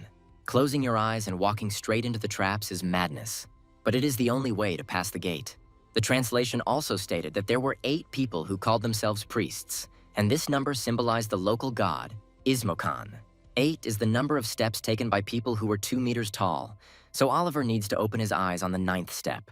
The light illuminated the room. The hidden door opened before Oliver. He was confident in his abilities and continued on his way. Oliver quickly passed through all the subsequent gates, and the gods watching his passage could not take their eyes off him. The main character was already walking along the dark corridor and approaching the last gate. Oliver followed the tracks of his figure. He had to find her fragment of fate and return her memories. The ruin raider, Gilius, Oliver's second figure, lived a short life. Continuing on his way, Oliver finds himself near the 10th gate, which is called the Hall of Light. At this time, Borgo continued to follow the Snowman, and along the way he lost many followers. He sacrificed them in order to go further. The bandits did not want to die so easily, but they could not resist the captain's will. Borgo used their lives as a resource to help him catch the Snowman. Oliver looked around and searched for Gilius' body to get a piece of his destiny. In the corner of the room, Oliver notices a skeleton dressed in clothes that he recognizes. It was Gilius. The main character approached the skeleton and looked at it with regret. He was sorry that he could not extend the life of his figure then. Oliver again felt pain. His head was spinning. At that moment, the transfer of memories from Gilius to the main character began. The young man's head was filled with fragments of the figure's life. He experienced them together with him and felt all the feelings and emotions of the character. Tears streamed down Oliver's face. Gilius' will was transferred to the young man, as well as his skill as a ruin plunderer. Oliver was determined to test Gilius' theory and headed straight for the gate. The protagonist directed the light from the mirrors upward, directly onto the portrait of the goddess. Standing right in front of the Hall of Light, the main character said, "Ismokan, who gives light to all living things, show me the way." Suddenly a path opened up before the young man, a staircase leading straight to the sky. Oliver climbed the stairs that led to the top of the ruins. The gods watched the hero and sacrificed madness to him, with which the young man could later acquire unique items. As Oliver climbed the stairs, he saw another gate that was closed. Having opened the gate, a long corridor appeared before the young man, at the end of which stood a statue of the goddess. Suddenly, the statue began to speak, greeting the stranger. Oliver looked straight at the statue. He thanked the statue of the goddess for such a warm greeting. The goddess wanted to reward the hero for successfully passing through the ruins. Gold and rare items poured out of the wall. Oliver could only choose one item from the entire reward presented. The young man faced a difficult choice, because he did not know what might be useful to him in the future. The protagonist uses the skill, perception, and looks closely at all the objects presented. After looking at the objects for a long time, Oliver chooses the Bandage of Insight. In Panday, there were clans, unions, and tribes with special eyes, and each had different abilities that allowed them to see something specific. Oliver believed that this bandage would allow him to get such eyes, and the penetrating gaze would definitely suit him. The goddess asked if the hero would like to choose something else, but the young man refused. Ismokan always gives wealth to humble people, so Oliver gets an extra reward. Oliver was pleased with the extra reward, because even without looking, you could tell that there was something rare there. To begin with, the young man wanted to activate his insight, so he immediately put on the bandage. The ability was activated, and the boy's pupils began to glow with a golden light. During the activation of the ability, Oliver experienced indescribable pain. He did not expect that the activation would be accompanied by such torment. Insight is activated. Now the hero sees the world with new eyes. At this moment, Borgo and his followers caught up with Oliver. They were already in the goddess's hall. The young man knew that sooner or later his pursuers would get him, so he was ready for the meeting. Borgo had a certain interest in the enemy, so he began asking the young man questions. But suddenly he was overcome by madness. Borgo was not going to talk to the enemy anymore. He wanted to tear him to pieces. Oliver was not frightened by the sinister image of Borgo. He was confident in his abilities, so he watched calmly. Suddenly, the last surviving supporter of Borgo noticed the gold lying nearby. The captain did not like this behavior of his follower, so he swung his axe and killed the last bandit. Borgo's follower did not understand why the leader treated him like that, and after saying his last words, he dies. Borgo did not want to share the reward, because he believed that everything in this world belonged to him. Oliver watched what was happening, wondering how someone like Borgo could get to the very top. The hero continued to provoke the enemy. Nothing scared him. The leader of the bandits, seeing the treasure, immediately rushed towards it and forgot about his enemy. Borgo noticed a bloody suit of armor in all this gold, which he immediately put on. The leader was completely covered in armor, ready to fight the enemy. The young man was not bothered by the madness of his enemy. He watched what was happening from afar. Borgo did not know the name of the place where he was, and the statue of the goddess that was behind the young man turned into a demon. A miser who is unable to resist temptation must pay for it. The statue's words made Borgo laugh, because greed is what he lives by. Without it, he would not have reached such heights. The statue punished the miser, Borgo, who experienced the power of the goddess Ismokan. Borgo has been cursed by Ismokan, and can now use all items in the restraint room without restrictions. Now the physical strength of the bandit leader has increased significantly. Borgo has become the ghost of Ismokan and is now under her control. The distraught captain suddenly began to attack Oliver, throwing a spear at him, hoping to kill his opponent with one blow. Using his new skill of insight, the young man manages to react and dodge the blow. Borgo is not going to stop there. He continues the attack and approaches the young man with lightning speed. Oliver calls on his guard, the shadow of Jamal, to protect him, and a battle between two giants begins. The first thing Jamal does is assess his enemy. He is disappointed that his opponent does not even have control over his own body. Borgo blamed the Snowman for what was happening. He was angry and wanted to feel his blood on his hands. Jamal couldn't allow this to happen, so he held back his opponent's impulse. The shadow was larger than the ghost of Ismokan, and it seemed as if Jamal had no difficulty in repelling the enemy's blows. Jamal strikes Borgo and sends him flying straight into the wall, dealing heavy damage to his opponent. It seemed that Borgo could no longer fight, but the statue ordered him to defend the hall. Therefore, Borgo, already completely wounded, rises to his feet and prepares for a new attack. Oliver didn't like what was happening. He didn't expect such a protracted fight. Jamal continued to attack his opponent. He wanted to tear him to shreds so that the enemy could no longer get up. The fight between the two giants continued. They attacked each other and each of them tried to tear apart his enemy. Borgo uses treasure control, connection to restraint hall activated. Oliver noticed Borgo's actions, so he warned his shadow of the danger. Borgo's attack damage was doubled as his ability, Mortal Strike, was activated. The blow was so strong that Jamal was sent flying straight into the wall. Having defeated Oliver's servant, the enemy approached him. Now the Shadow Summoner was left alone. Oliver looked straight into the face of his opponent. He did not think that he had already lost. Borgo had already struck at Oliver, but the young man did not move from his place. He had a clear plan that he followed. Jamal was not yet defeated, and as soon as he saw that his master was being attacked, he rose up and repelled the enemy's attack. Jamal not only fought his opponent, he also morally humiliated his opponent with his harsh expressions. The orc is going to show his enemy what fear is and causes an earthquake. Although the body was not entirely his, the anger was real. He thirsted for the blood of the enemy. Jamal beat Borgo with such force that his opponent was bleeding and could no longer fight. This was not enough for the orc. He forced his opponent to stand up to continue the fight. Borgo didn't want to lose the fight. He wanted to destroy the orc, so he kept getting up. The orc was surprised by such a desire of the enemy. Usually people begged for mercy when they saw him. Their fight continued for some time. They were both already dead, but they fought as if they were putting their lives on the line. Jamal eventually lands a punch on Borg and sends him straight into a wall, leaving the defeated opponent unable to rise again. The wild orc stands firmly on his feet and declares his victory. The bandit leader did not understand how he could be defeated. He did not believe in his defeat, but he could no longer get up. Oliver looks at his shadow and feels a sense of pride. He's glad that he made Jamal his own. Jamal grabbed his opponent by the head and began to squeeze it, at which point Borgo began to beg for mercy. But the orc was not merciful. He made his enemy feel fear, and at one point crushed his head with one hand. The task is completed. Oliver received the achievement, Anger Slayer, and the title Ghost Slayer, as well as an additional reward. Looking at Jamal, Oliver understood all his strength. It was not for nothing that he was considered the strongest of the Stonefang leaders. The gods who watched the orcs fight were delighted with him. Now they are not only fans of Oliver, but also fans of the orc. Having completed the task, the young man is going to open the chest with an additional reward. After opening the chest, the snowman receives the highest reward, Ismokan's gift. Suddenly, the goddess statue activated because the snowman did not succumb to the temptation to possess the treasure, which is an indicator of a strong will. Ismokan gives the hero another additional reward. Standing right in front of the statue, Oliver, along with his shadow, delved into the words of the goddess. A system window appeared in front of the main character, notifying him that he had received the title of Ruin Robber. The statue of the goddess blessed the young hero. He who is like strong steel, possessing a heart of icy fire, is worthy to continue his path. After these words, the statue began to shine brightly, and Oliver's shadow gained certain skills thanks to the victory. Jamal's fists began to change. They glowed with the blessing, but things weren't going as smoothly as they could. Oliver also received the broken helmet of a defeated enemy, which did not interest him much. But the armor that Borgo wore was not even damaged.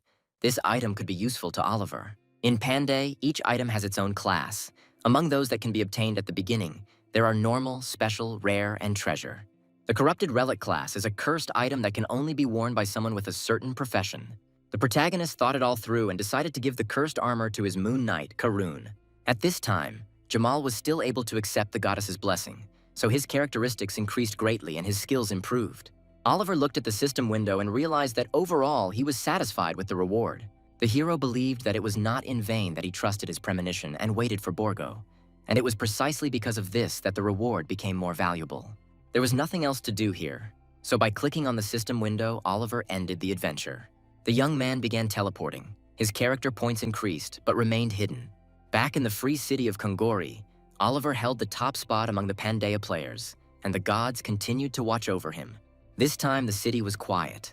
Perhaps the other players had finished their adventures earlier, so Oliver needed to quickly go to the inn to find a place to stay for the night. The hero walked through the streets of Kungori calmly and confidently. He knew that no one could harm him. As he passed the alley, he noticed someone watching him closely, but he didn't show it. Oliver decided to continue on his way to see what would happen next. The hero didn't know who was following him, so he assumed that perhaps it was someone from the guild. 4 guys from the guild died on a mission. Perhaps the news of their deaths has already become known. It was not a fact that the stranger was from the guild, so Oliver began to run to hide. The pursuer did not lose his composure and set off in pursuit of his target in order to catch up with her. The boy was overwhelmed with excitement. He didn't know how best to approach the main character, how to address him. Suddenly, the pursuer felt a cold and sharp sword near his neck, his eyes filled with fear. Moon Knight Karun stood right in front of him, pointing his sharp blade. Oliver was there at that very moment and began asking questions. He was interested in why the young man was following him.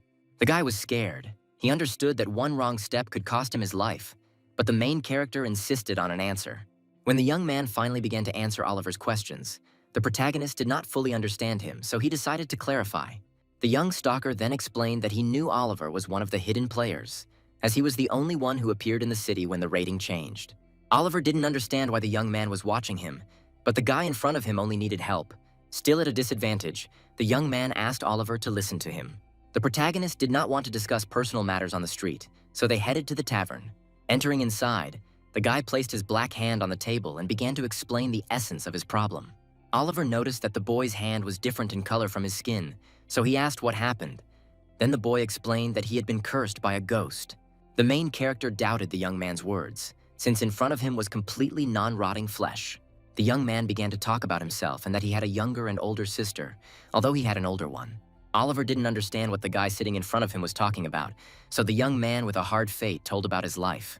His older sister was a strong and confident girl, but she died during the second adventure. She fell off a cliff during the second adventure of the 5 friendly brothers, which Oliver also went through. The sister tried very hard, but there were too many orcs, and she slipped and fell off the cliff. The young man tried to hold her back, but he didn't have enough strength, which is why his sister died that day. The girl knew that her brother did not have enough strength, and no matter how hard he tried, he would not be able to save her. She was ready to die. The guy tried to hold his sister back and convince her otherwise. With all his might, he held her, trying to save her. But the sister had already resigned herself. She understood everything and knew what awaited her, so she closed her eyes and prepared for the fall. As she let go of his hand, she spoke words of love and asked him to take care of the youngest, Noel. The young man could not believe that his sister was about to die. Her voice and last words still sounded in his head. At that moment, a system window appeared, notifying the young man that an unexpected incident had occurred, due to which a spirit had entered his hand. Since then, his sister comes to him in his dreams every night and asks him to save her. From the boy's story, Oliver realized that the guy sitting in front of him was not cursed. He had received a rare feature, a transparent hand. However, without solving the ghost's problem or performing the purification image, it is impossible to use it. Roughly speaking, now his hand belongs to the ghost. But if this influence is suppressed, John will gain an incredible ability. The main character didn't quite understand what John wanted from him, so he decided to clarify. John didn't want to get rid of his guilt and heal his hand. He wanted Oliver to take care of his little sister, Noelle. From John's story, the protagonist understood that his sister was in a guild, so he was interested in which one. Then the young man told about the Justice Guild, but it did not give Oliver anything since he was not informed. The Justice Guild was created during the first rest and lured people by saying that they had a player in the top place in their ranks. But this guild did not live up to its name, and anyone who spoke out against it would be killed. Oliver didn't believe the boy's words. He thought it was all a bluff. But John claimed that this secret information was confirmed by his sister. That's why Noel is in danger and asks to be saved and protected from this terrible guild. The protagonist admitted that this was possible, but he did not understand the point of helping a stranger. These words caught John by surprise. He was not prepared for the fact that the man could refuse him. Oliver is not a judge, and he didn't have time to solve other people's problems.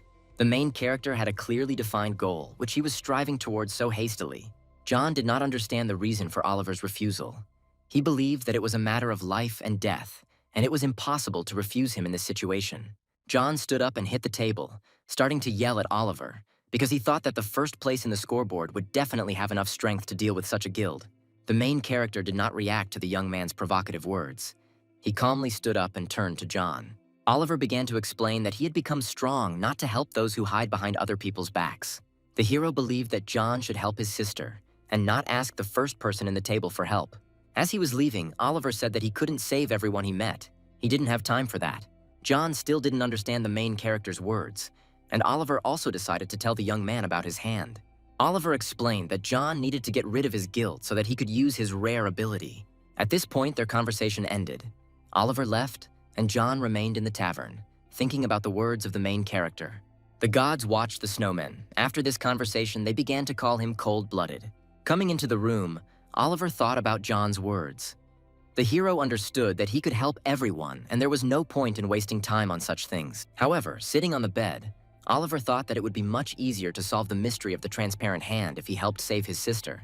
Besides, she can definitely help in the future. All these thoughts made the main character think for a long time. And yet, he decided to intervene in this event in order to have a loyal and strong comrade.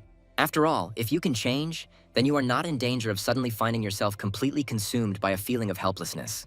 Arriving at the Information Guild, Oliver began to search for information about the Justice Guild. The protagonist knew that he only needed negative information about this guild.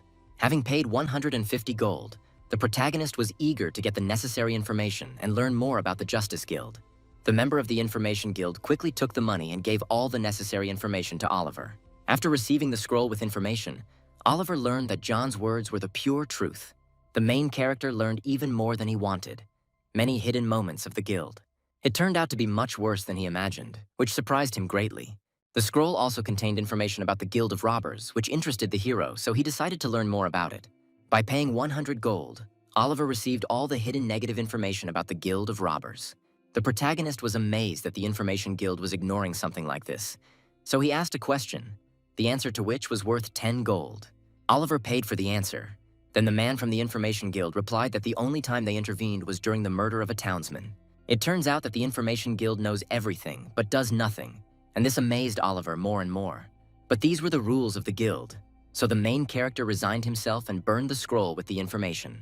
Oliver also decided to request a week of surveillance on one person who was much weaker than him. After paying for this work, Oliver left a note telling him where to deliver the information. At that moment, someone very familiar ran quickly, not looking where he was going. John was in a serious mood to take matters into his own hands, although Oliver had already begun to keep an eye on him. Before us, once again, is the Seer of Darkness, the center of training in black magic, in which Oliver developed his abilities. Coming closer to her, the Seer of Darkness asked what business Oliver had come for this time. The protagonist was looking for a shadow summoner, but the Seer replied that he was away and was not currently at the training center. Oliver considered which task he should take on and how to allocate his time. Suddenly, one thought came to Oliver's mind.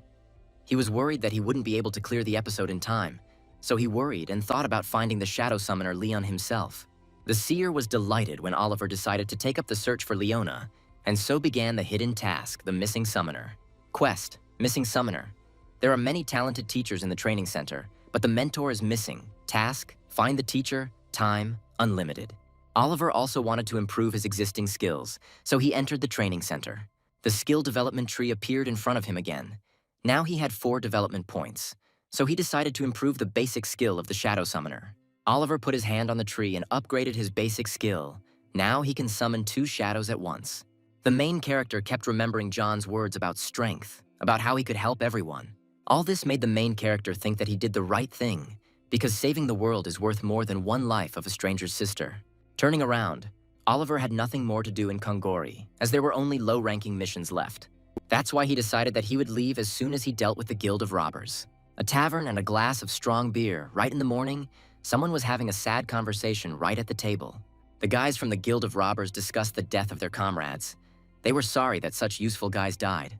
Even though they had recruited new members, the men were not prepared to lose so many talented guild members to a snowman.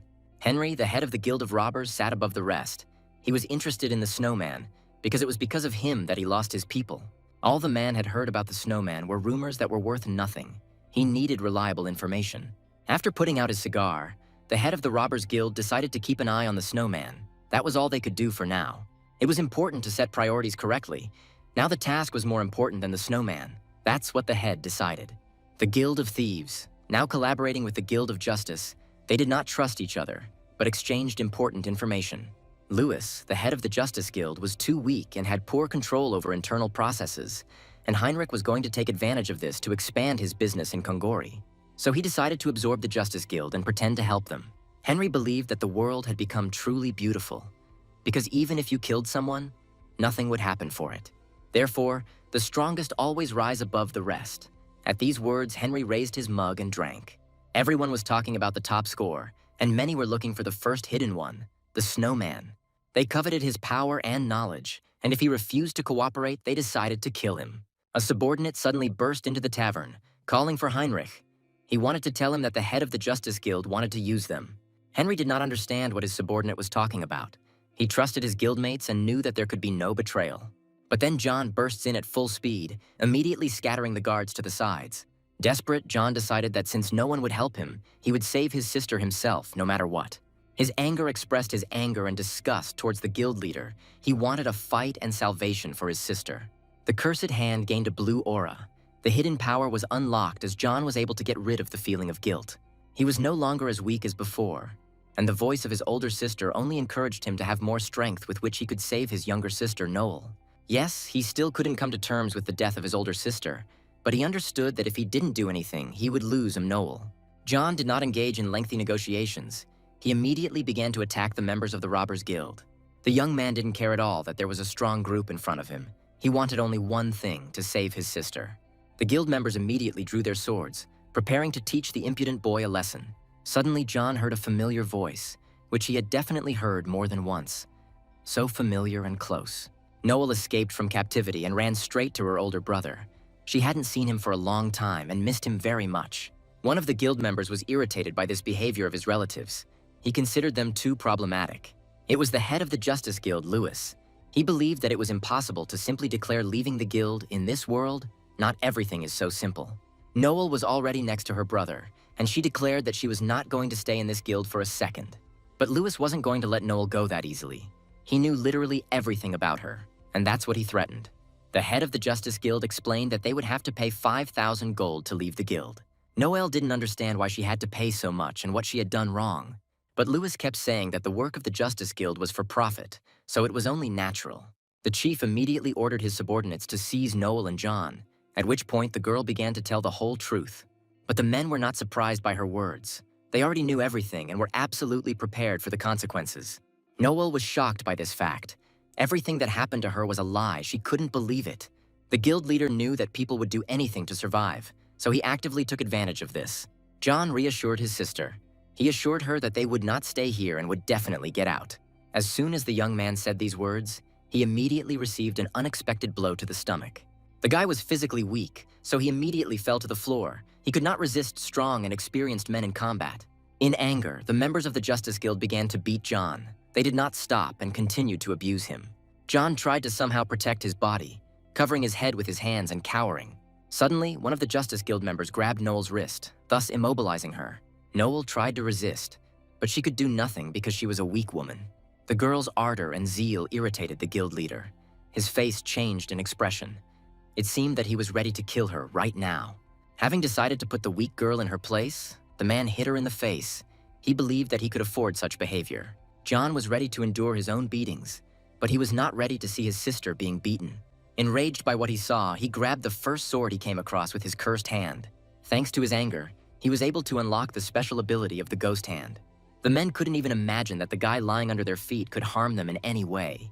But thanks to his ability, John was able to easily damage his opponents and defeat them. Everyone around began to worry. They were not prepared for such a development of events, and the leader immediately ordered to inform the Guild of Robbers. Noelle didn't understand what was happening to her brother. She had never seen him so strong. The girl immediately decided to run to her brother to calm him down and bring him to his senses. John was breathing heavily, and in his head he could hear the voice of his dead older sister who was crying for salvation. Her image appeared before him, and he saw nothing around him except her. The young man remembered his sister's last look, her tears and requests before her death. He couldn't come to terms with it so easily, but suddenly he heard someone speaking to him. The ghost of his dead sister stood before him in tears, asking him to take care of Noel. John was filled with anger, because all this time he had been an egoist who thought only of himself. And when he realized that his sister had been asking him to take care of the younger one all this time, the young man firmly grabbed the sword. Now there were no doubts or regrets left in his head. He was ready to fight in order to protect Noel. The head of the Justice Guild turned around. He heard a familiar voice, the voice of the head of the Thieves Guild. Henry stood proudly right behind Lewis, looking down at him, showing everyone his superiority. John was stunned. He was not ready to fight such a strong opponent. Fear filled him. Henry was only amused by the sight of the boy who stood in front of him. He did not consider him an opponent, but he knew that John had a connection with the Snowman. In a matter of minutes, the tavern was completely disbanded. So strong was the head of the Guild of Robbers. The young man tried to resist Henry, but he only defended himself, covering himself with his sword and dodging direct blows. Henry was interested in the boy's abilities, but most of all, he was interested in the Snowman and information about him. The leader was strong. The difference between them was colossal. It seemed as if Henry was playing with him, not fighting. John was already weakened. He had practically no strength left. He understood that if he missed even one blow, he would die. So he held on with all his might. But then, suddenly, Henry attacked the young man, his palm literally over John's head. Grabbing the guy by the head of the Robbers Guild immediately slammed the guy into the wall.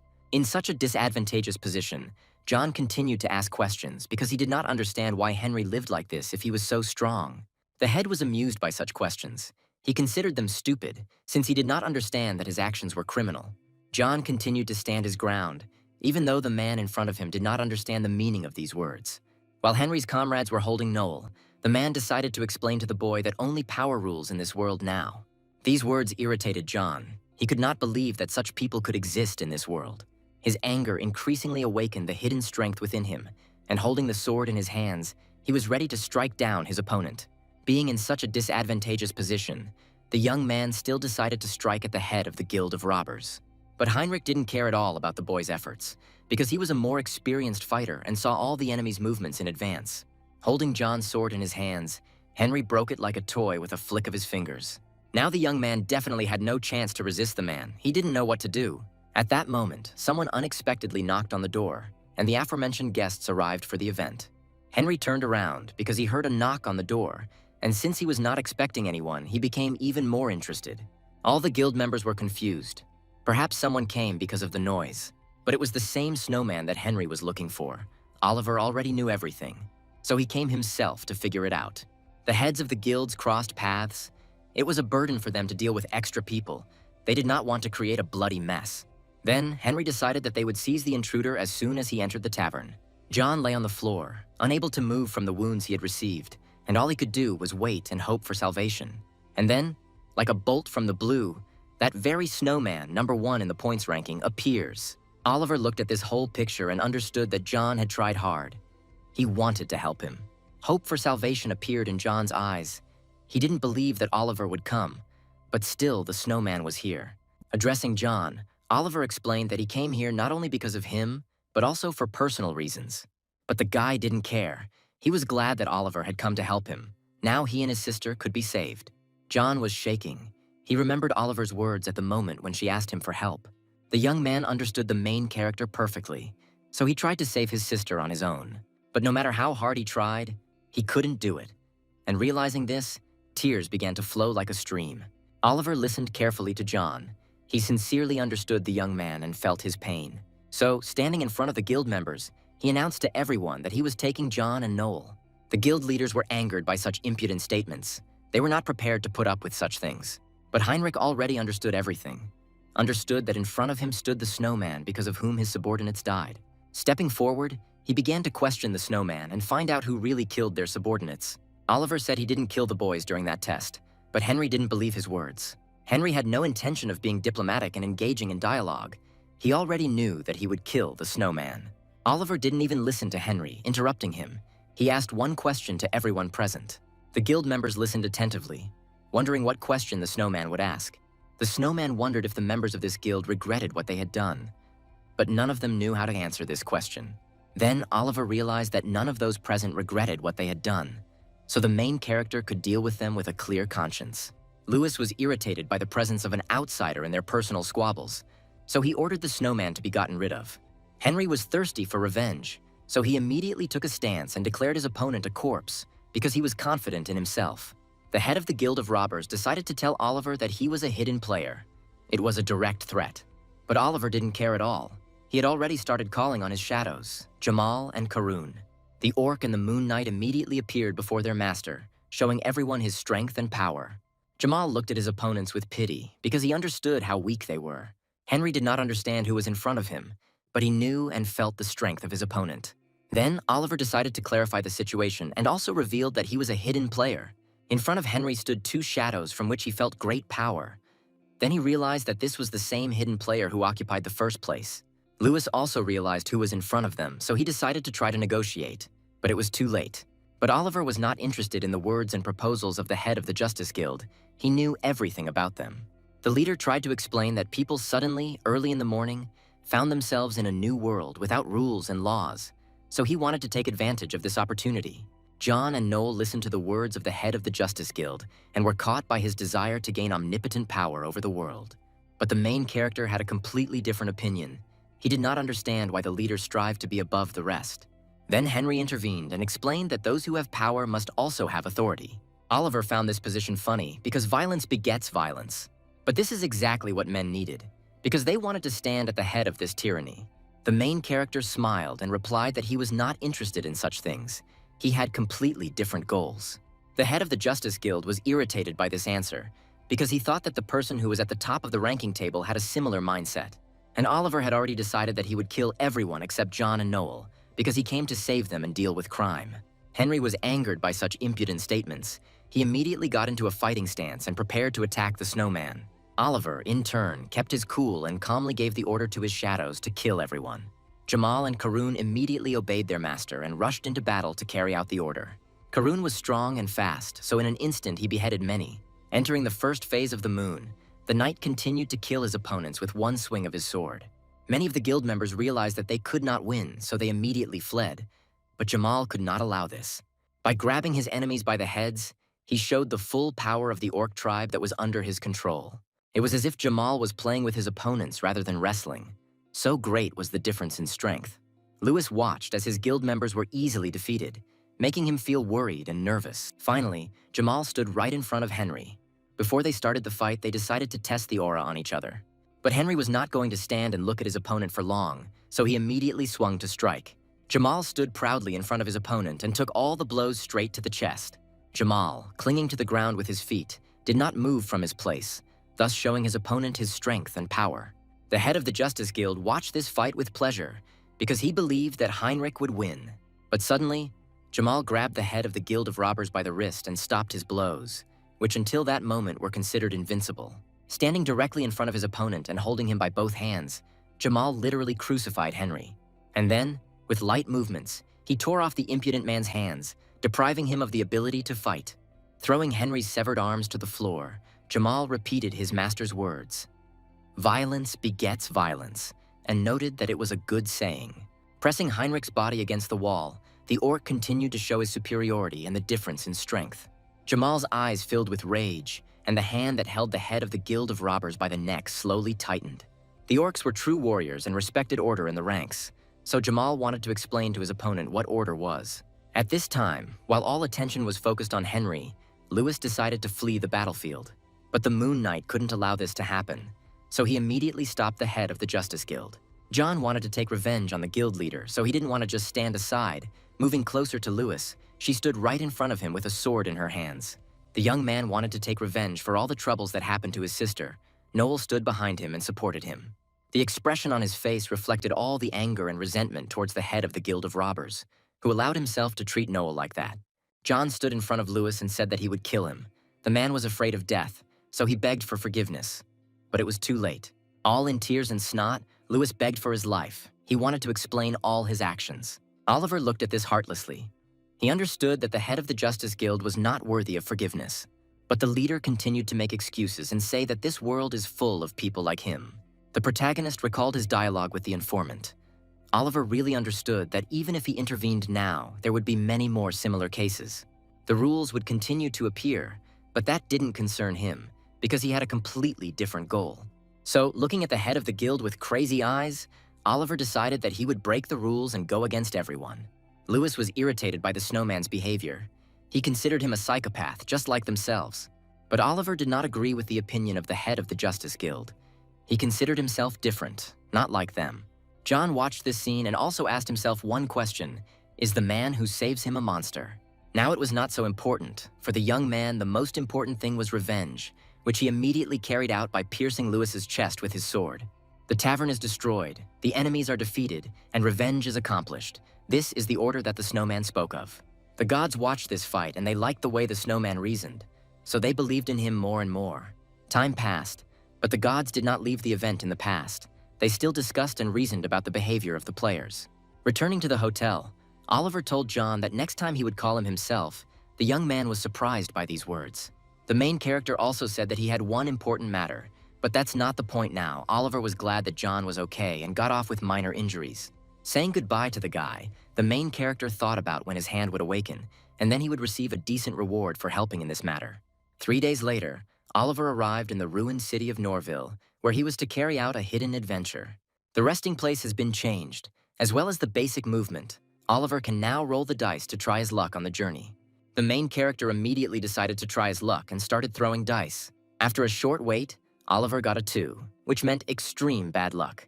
The 2 also meant that Oliver's adventure would become more dangerous, but if he overcame all the difficulties, a special reward awaited him. For the first time, the main character was so unhappy and excited, he did not know that he could be set on fire in the vicinity of Norvilla. Experienced travelers are always prepared for failures. If there is nothing, it is worth moving the base, because you can lose your life with one roll of the dice of luck. Oliver looked at the city and thought about how he could overcome his failure and change his destiny. Standing right in front of the city of ruins, he tried to cope with his thoughts and fear because there was no way back. The protagonist understood that he did not yet have enough strength to easily complete difficult tasks, so he hoped that the test would not change. In the city of ruins, everything was as it was everywhere else. Ordinary traders and people lived at their own pace. Oliver was walking around the city and looking around, when suddenly he heard someone's voice, which made him turn around. A group of travelers were discussing their past ordeal, which was quite dangerous. The girl tried to convince her friends to stop being ruin plunderers, but the guys didn't listen to her at all. Oliver watched them, realizing that Norville's economy was based on ruin scavengers, a profession considered prestigious here. The main character liked the mood of the travelers. Looking at them, he remembered his adventures. But the task did not wait. So first it was necessary to scout out the situation and find out rumors about Leon. So Oliver immediately headed to the Adventurers Association to find out everything. The main character went to question local travelers. Perhaps one of them had seen Leona. But no matter how hard Oliver tried to get information, it was all in vain. No one knew the Summoner of Shadows. And yet, the main character was able to find traces of Leona. One merchant saw her a month ago. Just at that time, the Shadow Summoner disappeared.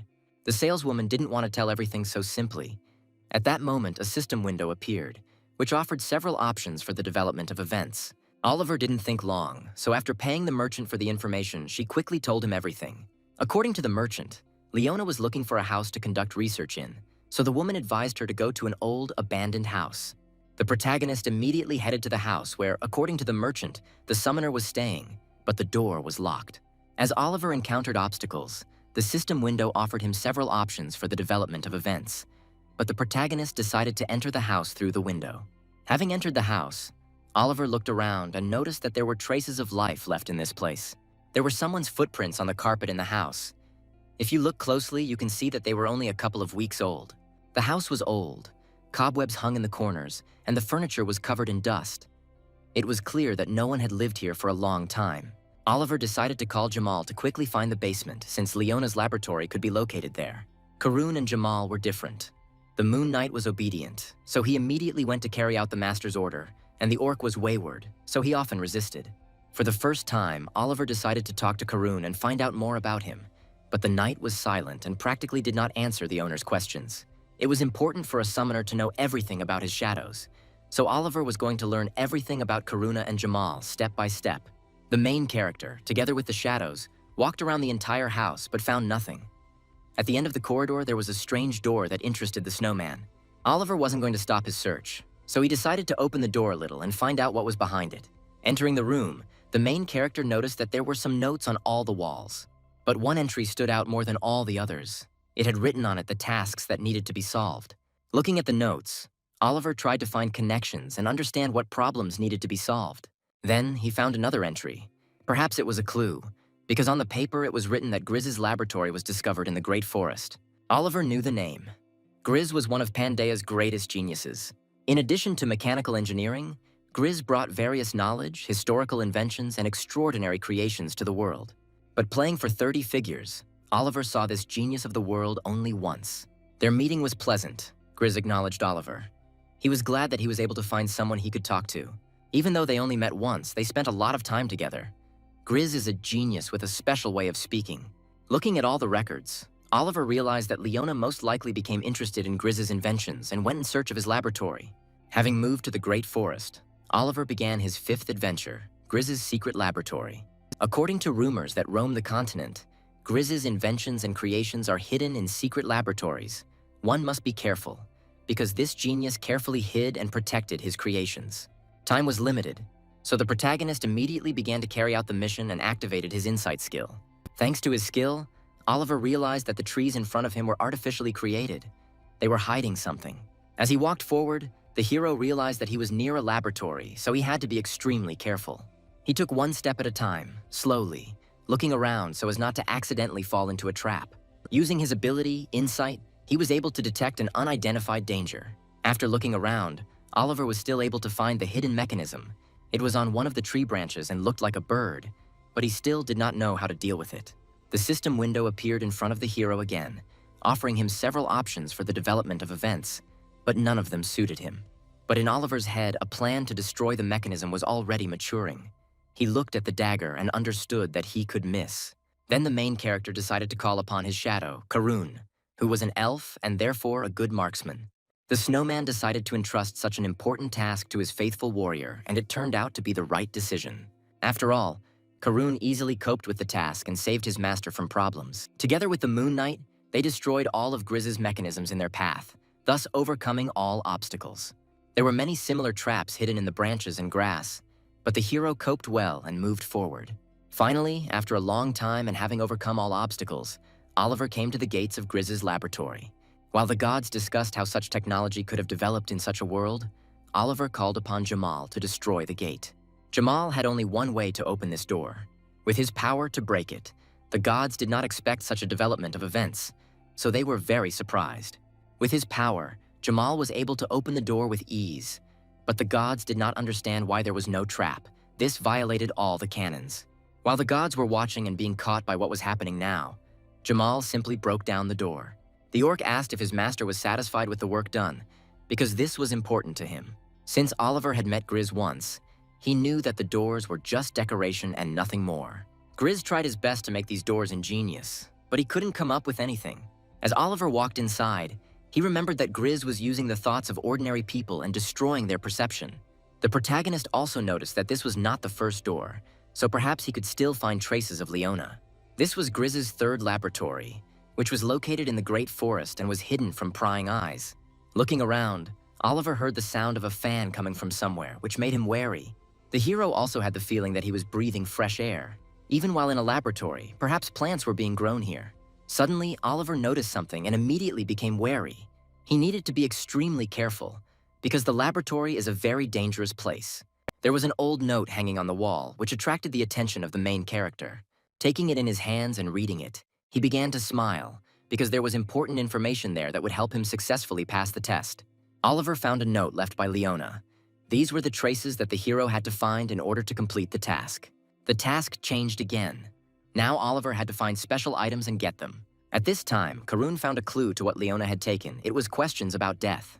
After reading the questions, Oliver realized that it was definitely related to Grizz's research, but he doubted that Leona would be interested in such a thing.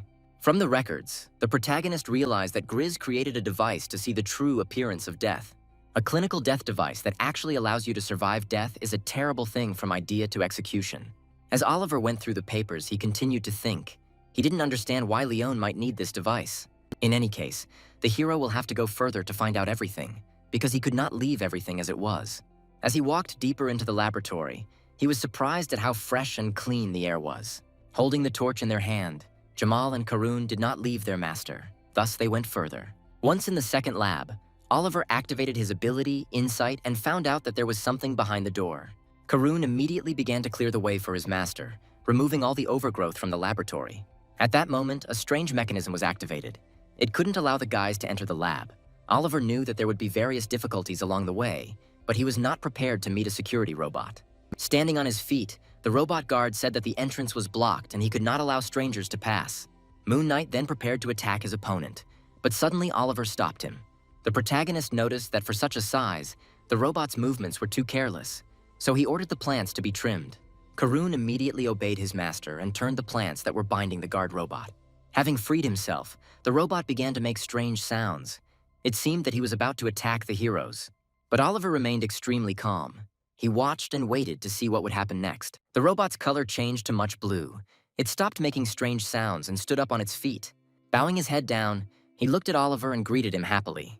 The robot introduced himself and said that this was Grizz's 81st laboratory, created not so long ago, and that he himself was the guard of this building.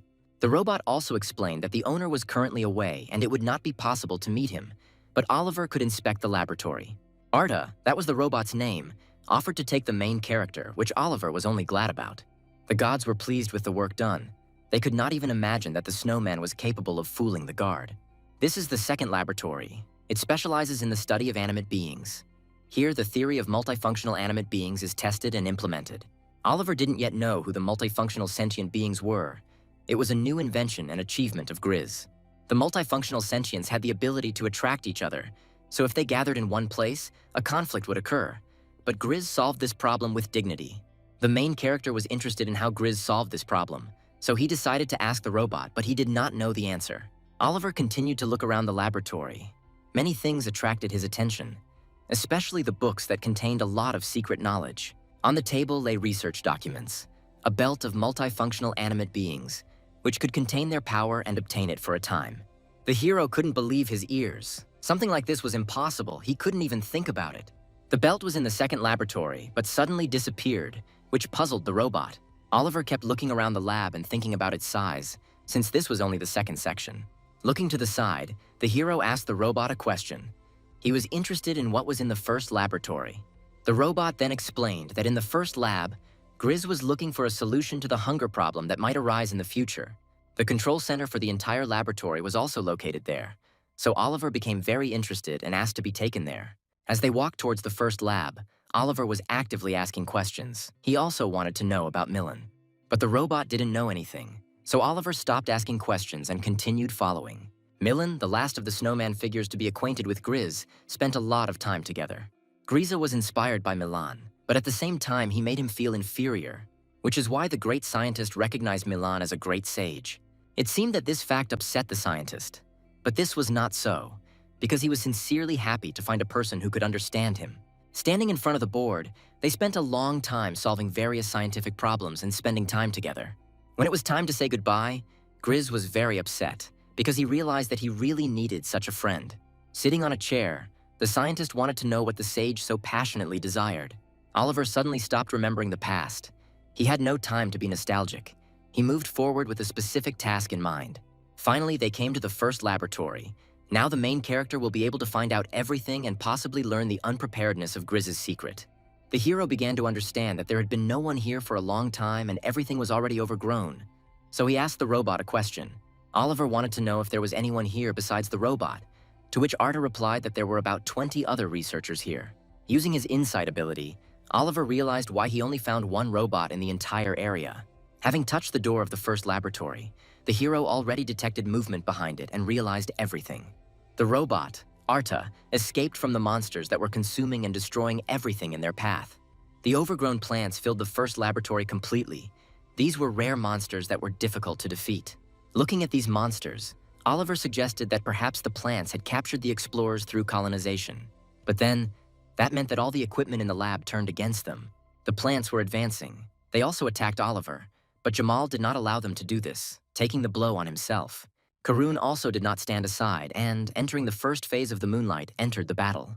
But no matter how the shadows destroyed the plants, they regenerated very quickly, not giving them a chance to win. Oliver noticed this rapid growth of plants. He needed a plan with which he could win. The robot assumed that there was an error in the memory compartment, so he tried to restore it in order to remember everything. Oliver hurried the robot. He needed at least some information about the mutant plants. Looking at this test, Oliver had no idea how he could handle something like this alone at the beginner level. And only when the main character thought about the team, he realized that he was truly all alone. At this time, Arta too finished restoring his memory.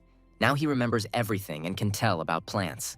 Arta told the story of the plant takeover of the laboratory to Oliver. Everything happened unexpectedly. But at that moment, the main character realized who was in front of him. It was not just a robot, but the manager of this center, a mechanical golem. The golem told how in one moment the researchers were captured and absorbed by the plants, and he disappeared into the laboratory.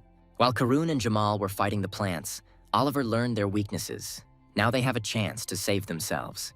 But Oliver understood that setting fire was not their option, since they themselves could suffer from it. There were no other options, but if they could get to the central control, they could activate the fire suppression system. Now Oliver knew what he would do, so he asked Arta to add oil to light the fire. The mechanical golem immediately obeyed Oliver and opened its tank to pour out the oil. Karun doused his sword with oil and set it on fire. Now he could stop the plants from regenerating. The Moon Knight boldly cut through the plants and set fire to everything around him to stop their rapid growth. At that moment, he looked magnificent, a brave and unperturbed knight who fights for his master. The plants were burning and could no longer recover as quickly. It seemed like the perfect plan for victory. At this point, the test changed from Grizzly's lab to a sleeping golem in the forest. The fight continued. Jamal noticed that the plants were weakened, but they couldn't relax because they still had to get to the control center.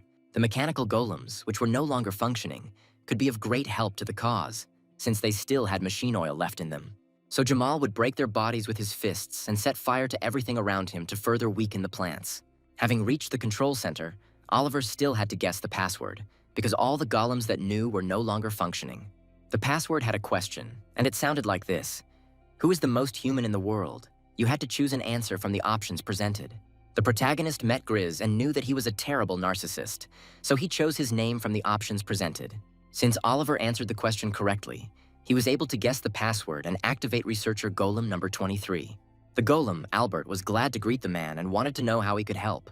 While Jamal cleared the way, Oliver realized that he needed to save as many of the Explorer golems as possible and get to the control center. The protagonist continued to find golems and answer questions to activate them, and so far he was successful. One by one, the sleeping golems awakened. The hero was already able to activate 9 of the 20 researchers. With the help of his trusty shadows, Oliver was not going to stop and was quickly awakening the robots.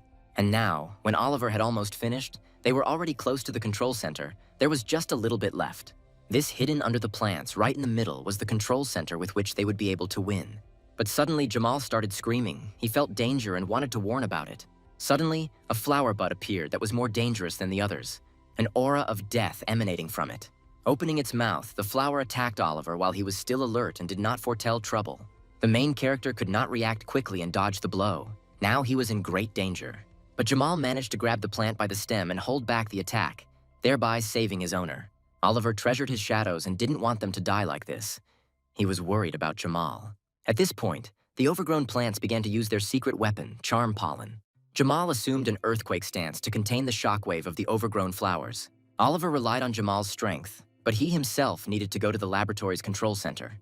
The main character was concerned that the control center was located right in the center and was difficult to reach. Having reached the control center, something unexpected happened. In order to connect, Grizz's permission was needed. Oliver tried to convince the golem to let them through, as it was the only chance to survive. The overgrown plants once again attacked the research golems that Oliver had just awakened. They were all captured by the plants and immobilized. The color of the indicator changed from blue to red. And yet, the Snowman managed to gain access to the laboratory's control center with the help of the golem. The plants sensed that they were in danger, so they tried to harm the golem, R22, to stop the destruction. But it was already too late. The connection was completed. The order was given to all working research golems. And the order was to delete all research records, after which all the robots caught fire and began to delete the records. Everything around caught fire. The incineration protocol was initiated, and the plants were destroyed. And yet, the bud tried to save and avoid the fire, moving further and further away. But Jamal wasn't about to let his opponent go, rushing after him, his fists burning. He knew that he would destroy his opponent completely and not allow him to escape from the battlefield. The overgrown plants used colonization and tried to control Oliver's shadow. The orc couldn't allow this. He was eager to destroy his enemy and knew that he wouldn't allow something like this to happen to himself. His fists were burning. He himself became like a red-hot mountain that stands above everyone else. Jamal held the plant in his hands, signaling to Karun that now was the time for the decisive attack. Karun understood the orc, and entering the third phase of the moonlight, he swung his sharp sword to defeat the enemy. The Moon Knight's blows were like a beautiful dance with which he punished his enemies. This time the shadows fought together. They coped with the task and completed the task. The overgrown plant received a colossal number of blows and was no longer able to regenerate. Having shattered into many pieces, the enemy was defeated and the mission accomplished. The fight was over. Karun and Jamal stood next to each other and looked at their master. Oliver was finally able to breathe a sigh of relief because it was all over and the enemy was defeated. Overgrown plants were destroyed, the level was increased, and skill points were gained. The research golems had already begun cleaning and were collecting all the trash into boxes. As a reward for this task, Oliver received the Belt of the Animate, which was lost. It wasn't just a rare reward, it had a special status and gave not only a plus to the usual characteristics, but also a +2 to strength. As Oliver looked over all the rewards he had received, the gods watched and marveled at his composure. The drawings of the Belt of the Animate were presented in the form of a book and had no value, but the hero still examined them. While leafing through the book, he discovered and began a hidden adventure called To the Best of His Ability. This adventure was connected to the current one, so the hero could not choose another or refuse. Oliver also received whole life force pollen. He knew how to use it, so he considered it a good reward. Having finished checking the rewards, the protagonist approached the last golem, which he had not awakened. It was necessary to awaken the last one in order to fully complete the test that began during the fight with the plants. As Oliver got closer, he wondered what question Grizz had come up with this time. But when he saw it, he was stunned, because he didn't think that Grizz could prepare such a question. And the question sounded like this: the most desirable person for Grizz. One of the options was Milan, and Oliver knew that it was him. The main character experienced a huge range of feelings and emotions at that moment. It seemed as if the whole world had turned upside down. Oliver remembered the time when he was a sage and how he said goodbye to Grizz, the man who understood him so well. By pressing the button, Oliver already knew the answer, because the person Grizz so longed for was him. The gods watched him and believed that Oliver was wrong, but only Oliver himself knew that he was right. The golem came to life. Now we can consider the mission accomplished. Years have passed, and Grizz remained the same. None of the gods ever understood how the main character was able to correctly guess the password from the last golem. They didn't understand who Milan was, and Oliver was able to get an additional reward for awakening the golems. For the first time, this creepy narcissist chose someone other than himself. Apparently, he really needed a sage. Oliver had no idea that Grizz attached such great importance to Milan. Suddenly, the last revived golem turned to the main character and thanked him for his help. As a reward, Oliver received the Life Risk Boots, a rare item that was Grizz's latest invention. Having taken them, the main character was unable to figure out their essence on his own. Then the golem explained that this specimen could instantly accelerate. Once activated, sparks will appear and incredible speed can be achieved. However, the exact duration is unknown, but it is short. Oliver decided to take advantage of the reward, as they could prove useful in dangerous situations. The golem continued to talk about Grizz's inventions and how he strives to study new materials and mechanical engineering. The golem also asked the traveler to state his name, which made Oliver wary. But the researcher explained that they had to report all visitors to Grizu. But Oliver refused to do such a favor to the golem and immediately began to teleport, heading off to his next adventure. The golem thanked the stranger for his help and salvation, and then went off to sort out his own affairs. The researcher had a more important mission. Now he had to report everything to Grizz and tell him about the problem. Although the connection was unstable, Arta 2 was able to contact headquarters and tell them about everything that had happened. Also, Arta 2 reported that all the problems have been repaired and the golems have been awakened. Grizz couldn't believe the golem's words, so he asked for a full report with all the details. Then Arta told how he met a stranger who fixed all the problems and awakened the golems. But Grizz believed that this was impossible, since only one attempt was given to activate the golems. This meant that the said guest knew about his connection with Milan. All this made the genius think that his friend could not return. This stranger was even able to answer that very question, which greatly surprised the scientist. Grizz also decided that he would soon visit the 81st laboratory together with investors. It's time for adventure number 6, the inhabitants of the world of eternity. The pandas know that the world does not exist in only one form. A clear example of this is the spirit world. Spirits, intelligent beings created by Mother Nature and possessing energy, Cute little mischief makers are actually great wizards. However, problems arise when these mischievous boys choose not the spirit world but Pangaea for their games, which causes various natural disasters. The main character carefully studied the sixth journey. The only thing that surprised him was the time in which he had to complete the task. After reading the terms again, Oliver realized that he had gotten himself into a boring task that did not appeal to him in any way. The title of the task worried the hero, because the annoying spirits were nowhere to be seen. Everything seemed very strange. Suddenly, through the trees, Oliver noticed two men walking past. The men were not going to stop and help Oliver, because they considered him a competitor and rival. Hearing these words, the main character concluded that players who were also completing this task had passed by. Players not only cooperate with each other, but depending on the adventures, they can become both allies and enemies. Oliver watched the players who passed him for a while. Judging by their direction, they were going in a certain direction. Perhaps there was something there. Everything was correct. The players really were going to a certain place, to the reception room of the Aquarius Magic Tower. A girl with huge bags under her eyes asked everyone the same questions and found out where the player came from. Oliver confirmed that he was a traveler from Norvila, which disappointed the girl. During this time, she had met too many adventurers from this city. Taking the ID card, the girl carefully examined it and checked it, because it was an important thing in their world. When she paid all her attention to the name, she was very surprised, because she didn't know that she would meet a snowman. After the incident with the guilds of plunder and justice, rumors quickly spread and the name Snowman became popular. Also, many found out that it was the Snowman who dealt with the second task and the orcs and liberated the city of Kungori. The guy and girl sitting at the counter were panicking. They were not prepared to meet the first one on the adventurer's scoreboard. One of the magicians decided to give the device for catching spirits to the Snowman. This item was especially rare and he could only give it to someone he trusted. The main character was defeated by such an attitude towards himself. It turned out that a big name gives many privileges. However, Oliver decided to refuse the offered device since he had everything with him. The Snowman showed the belts of the living, which he had received in the last test. No one had ever seen anything like it. The only thing was that the guy was confused by something, so he asked the girl to take a closer look at the device. The girl was stunned. She didn't know how to say it, because she herself didn't fully understand it.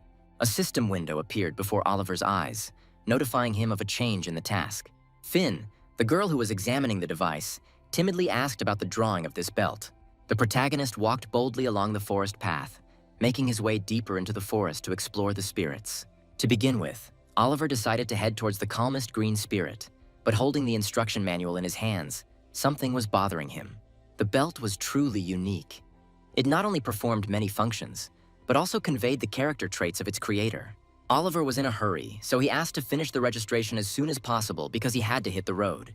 The guys from the tower have already finished registering the belt of the animate and allowed the main character to place living or dead spirits into it. Oliver was also warned to be careful, as there were those who started hunting without registration. All this made the hero wary, because it meant that if he went missing, no one would look for him. He would have to survive on his own. And since the magic tower has no time, it means that the influence of the spirits is much stronger than expected. Oliver looked around the area and realized that at first glance you wouldn't know it was a great forest. If the spirits remained in this place, the forest would soon perish. No, it was already on the verge of life and death. Oliver had to hurry. 3 days later, Oliver, exhausted, still could not find the spirits that were destroying the forest. Even while the protagonist was sleeping, his shadows, Karun and Jamal, patrolled the area, but were unable to find any traces of anyone. It must be because of the indescribable huge forest. At least the boundary stone is outside of it. Oliver understood that the area was huge, and at this rate, even a month would not be enough for him to complete the task. But suddenly, a strange greenish wind appeared before his eyes, which immediately attracted his attention. A strange wind, the smell of wet trees, and a strange light. All signs pointed to the green spirits that the main character was looking for. There they were, the little greenish men hiding behind the trees, looking cautiously at Oliver. A system window appeared before the young man's eyes, offering several options for how events could develop. Oliver didn't know the language of spirits, so talking to them was useless. There was only one option left: to follow them. The main character continued to follow the spirits through the great forest for some time, observing their behavior. After some time, the young man noticed that the spirits were hugging the tree. This puzzled him, because he did not understand why the spirits were behaving this way. One of the spirits came up to Oliver and hugged him by the leg. Perhaps he mistook him for a tree because of the similarity of color. The protagonist looked down at these creatures and compared them to his nieces, who were about the same height. As evening approached, Oliver lit a fire and settled in while Karun and Jamal went out on patrol. This continued for several days. The hero traveled with the green spirits to get closer to them. He studied their behavior, watched what and how they did during the day. All this was so that the spirits would get used to him. Watching the spirits, Oliver realized that they were greening the space. With the help of their power, the plants grew faster than usual. It was damp in the great forest, and the fact that such droughts arose here was certainly the work of another spirit. After the spirit used its nature power, it felt a little weak, so it looked at Oliver. During this time, the spirits were able to get used to him and accepted him easily, starting to hold his hand. Although this shocked the protagonist, he did not push away the friendly spirits, but on the contrary, he accepted their kindness with gratitude. One of the spirits, holding his hands above his head, carried a small wreath of white peonies, a gift for Oliver. The main character understood what the spirits wanted from him, so he bent down so that the little people could bestow such beauty upon him. This feeling brought back pleasant memories in the young man. A smile appeared on his face, and his eyes became a little kinder.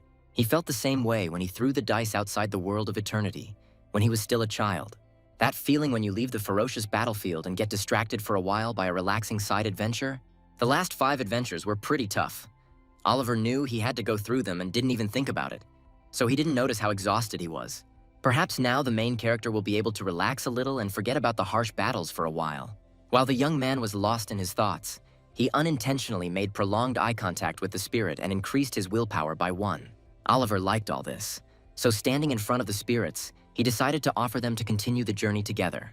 The spirits shook their heads and decided to agree. They liked Oliver and wanted to stay with him. Turning their attention to the belt of the animate, the spirits prepared to move into it. Taking a form without a body, the spirits entered the belt, occupying one of the cells in it. After this, a system window appeared, which notified the hero that he had managed to capture the green spirit. Oliver was pleased with the work done, and he also knew that Grizz's belt was set stronger after the 3rd capture. All this time, a couple of other adventurers were still continuing their journey. The young seekers were upset that even today they could not find the spirits they so needed. But suddenly, a black aura appeared out of nowhere, and it seemed to be not at all friendly. The seekers did not notice this dark aura. They talked about their problems, which were very important to them. Suddenly, the men noticed something dangerous approaching, so they took out their swords. Having drawn their swords, they lost sight of what could harm them, so the men began to speculate about what it was. But the dark aura did not go away.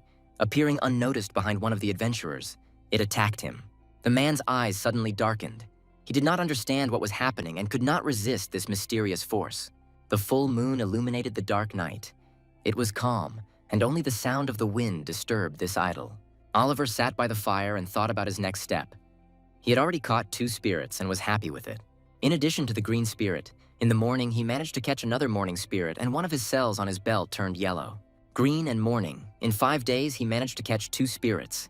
He needed to speed up in order to reach his goal faster. Looking at the beautiful moon, the main character thought about the spirit of the night, which is visible only after sunset. Hearing a loud sound from the bushes behind him, Oliver turned around to see who was approaching him.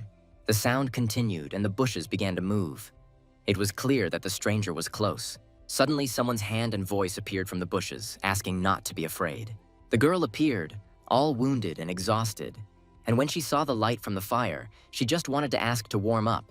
Oliver did not resist and allowed the girl to sit down next to her. Perhaps she got lost, so the young man politely asked. Looking at the fire, the girl obediently answered all the questions of the main character, and it turned out that she was lost, and there was no group to begin with. Sitting down, the girl introduced herself as Julia and also inquired and asked the name of the man who saved her from the cold. Oliver didn't expect to be called uncle, and the gods watching laughed at the snowman's new nickname. Suddenly, Julia heard some strange sounds, so she immediately tensed up and concentrated. Turning her head toward the forest, she assumed that perhaps these were spirits that appeared at night. Julia began to panic. She didn't know where to start, but Oliver quickly calmed the girl down and took everything into his own hands. Standing before the spirits of fire, Oliver was amazed that they had come, apparently attracted by the light from the fire. The spark spirits, although they look bigger than Karun, are innocent lambs inside and do not attack first or harm people. One of them approached Julia and sat down next to her. Apparently the spirits were tired and wanted to rest. Surrounding the fire, the spirits of the sparks sat quietly and calmly. They did not want to harm anyone. The main character decided to turn to the spirits and ask a question.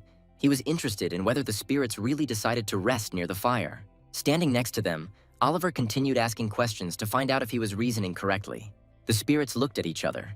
They had not yet answered the man's question, so they looked at each other.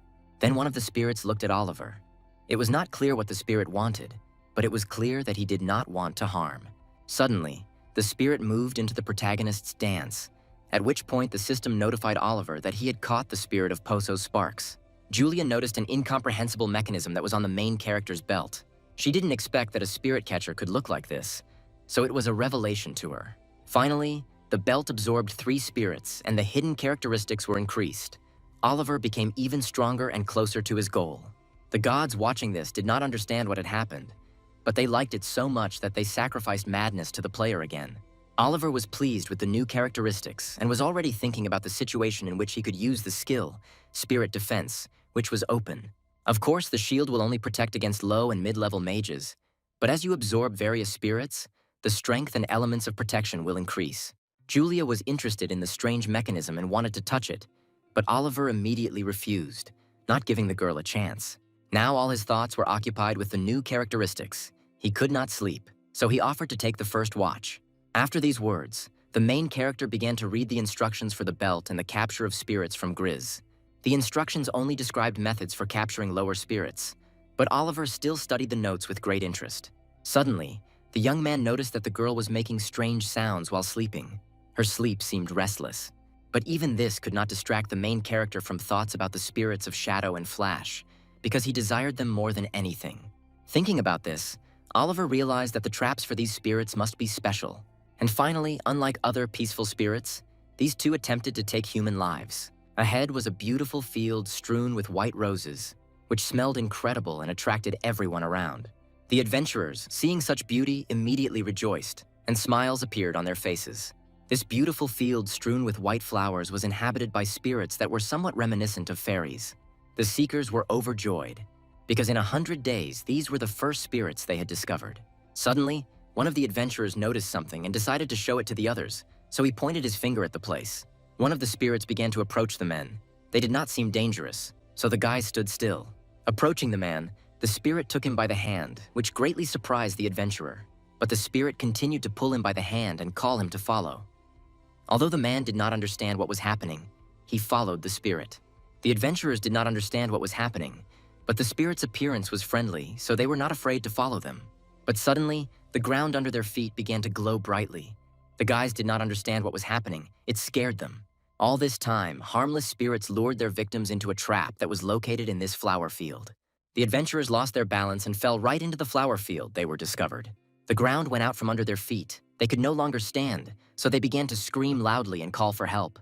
Turning around, the young man asked his partner to help him stand up. The strange smile on the guy's face meant that there was no help to be expected. Seeing his partner's face, the adventurer was stunned, because he was definitely not prepared for this. Before him stood no longer his partner, but a monster, consumed by spirits that at first glance were completely harmless.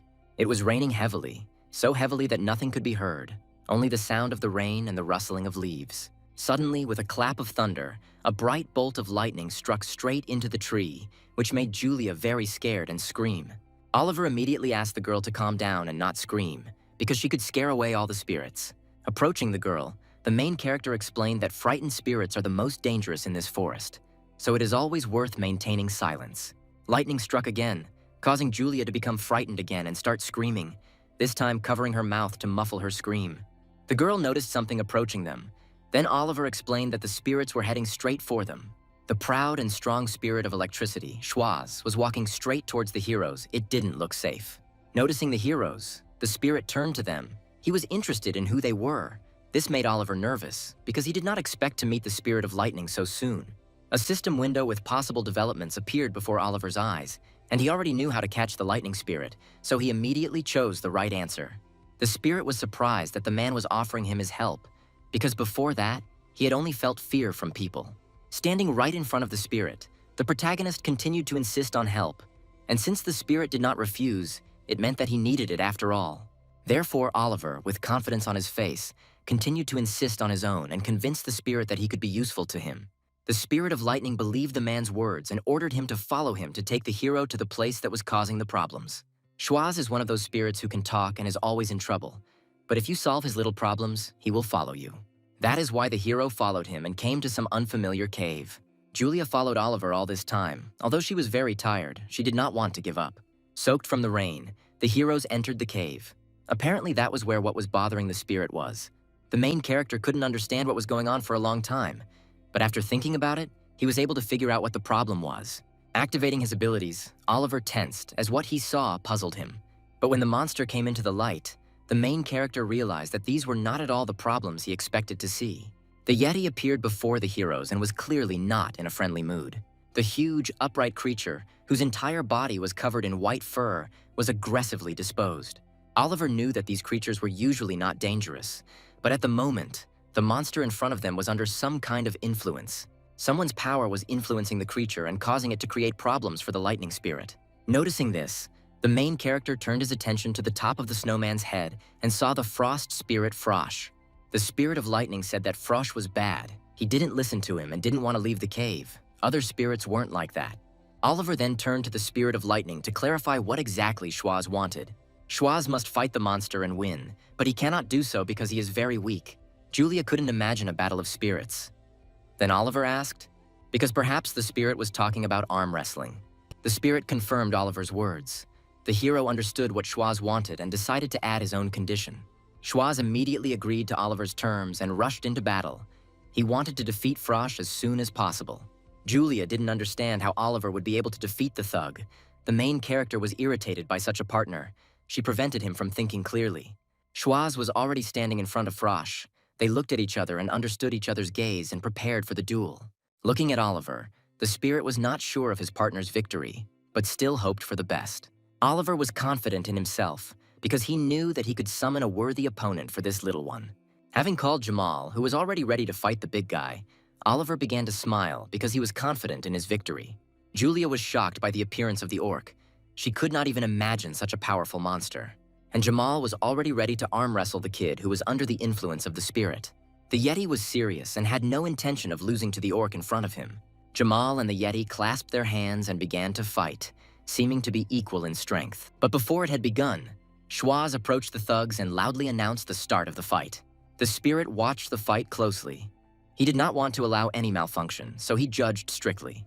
The monsters were well developed physically. Their palms were huge, and it was impossible to predict which of them would win. The Yeti began to roar loudly and put more effort into defeating his opponent. Jamal was not going to lag behind either, and strained himself so much that the stone on which they were fighting cracked.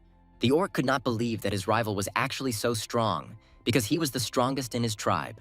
Oliver already clearly imagined his victory, because he knew the true power of his shadow. So he watched this fight with pleasure. Jamal tensed up a little, and with one movement of his hand, he defeated the Yeti in arm wrestling. The little frost spirit didn't even realize how he lost. It was so unexpected for him. The orc continued to show off his power and slammed the Yeti's hand into the floor. Oliver thought it didn't take that much effort to defeat the Yeti, but the orc thought differently. The spirit of lightning, Schwaz, immediately flew up to the protagonist to thank him for solving the problem. As previously agreed, Schwaz was ready to fulfill any request from Oliver. The main character invited the spirit to go with him, which puzzled Schwaz a little and caught him off guard. After exchanging glances, the spirit finally made a decision, because he could not break his word. Such was their law. And as the spirit had promised, he agreed to follow Oliver, just like the defeated frost spirit. The protagonist was able to obtain 5 spirits, which meant that the characteristics of Grizz's belt increased. The special feature of this belt was that with each spirit caught, the unique ability, Spirit Protection, was strengthened. The sound of stones was heard in the distance. The Yeti was coming to his senses after a stunning defeat. As soon as he came to his senses, he realized that he needed to run away from these monsters. Julia turned to her uncle because his belt began to howl again, and Oliver was also surprised by this. Turning to Julia, the protagonist asked if she had been catching spirits, but as it turned out, her trap broke as soon as she entered the forest. Leaving the forest is very dangerous, so on the way back, people form groups. As he left the cave, Oliver was already thinking about his next goal. He couldn't stop there. Seeing a waterfall off to the side, the protagonist thought that perhaps his goal was there. Therefore, I immediately headed down the stream straight to the waterfall. After all, it was there that the very same perfume drops that Oliver wanted to get could be located. Arriving at the place, rolling up his sleeves, Oliver already knew that these spirits were friendly and did not pose a danger, so he was going to catch them himself. Coming closer to the spirits, the main character aroused their great interest, so they began to come closer. Splashing with water, they flirted with the man and tried to frolic with him. The spirits of the drops decided to play with Oliver, so a system window with options for the development of events appeared in front of him again. But the hero didn't need this. With a smile on his face, he already knew what he would do. So he immediately started playing with the spirits of the drops, splashing water down and making them laugh.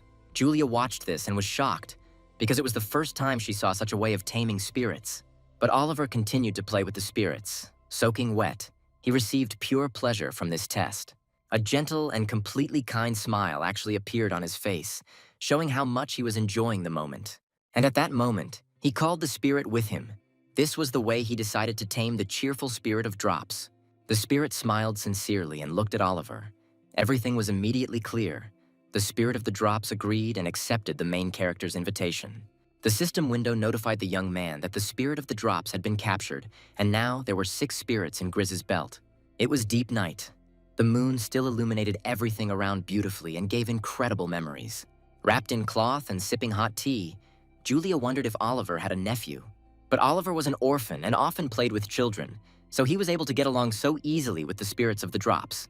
The girl enjoyed watching the hero, who spoke so sincerely and tenderly about his past. The gods watched this. It seemed to them that there was something to be found between these two, and the atmosphere was so relaxed.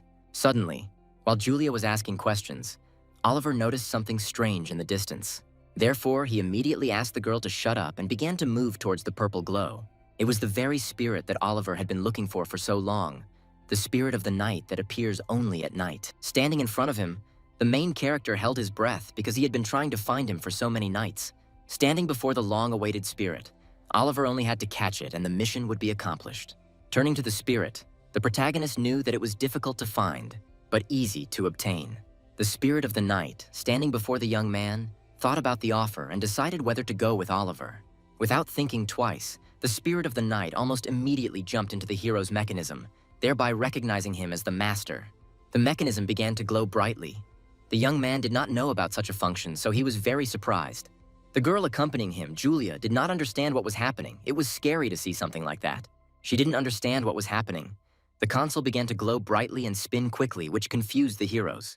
Oliver himself did not understand the mechanism's operation, but he knew that Grizz, the creator, was not so simple.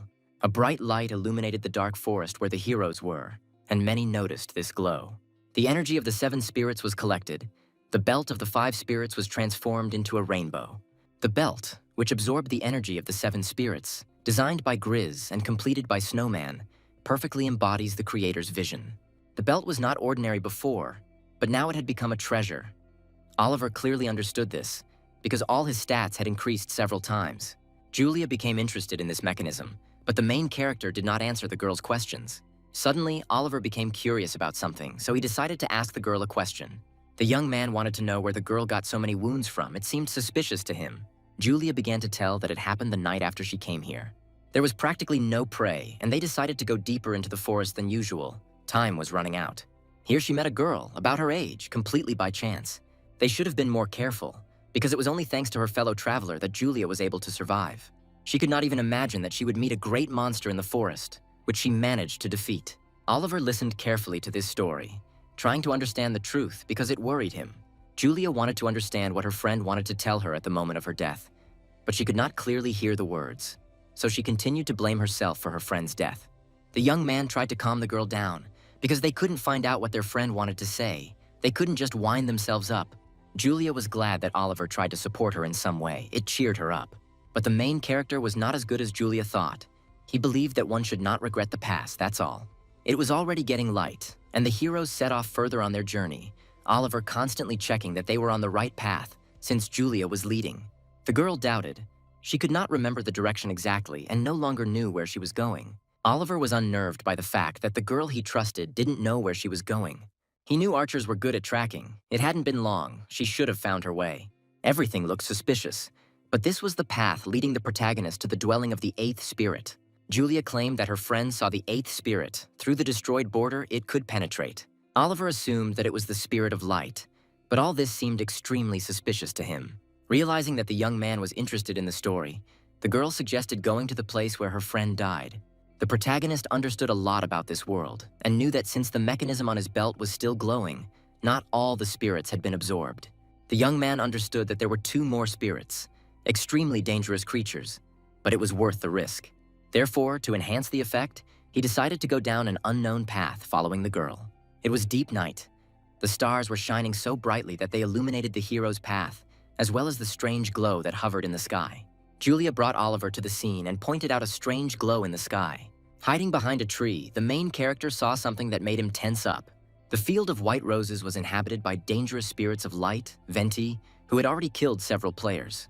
Venti and Shays are special spirits that cannot hunt other spirits, so they feed on humans. Suddenly, Oliver noticed something in the distance that made him worry. His face became sharply serious, and his fears intensified. In the distance, in a field, sat a trio of adventurers who had already become victims of dangerous spirits.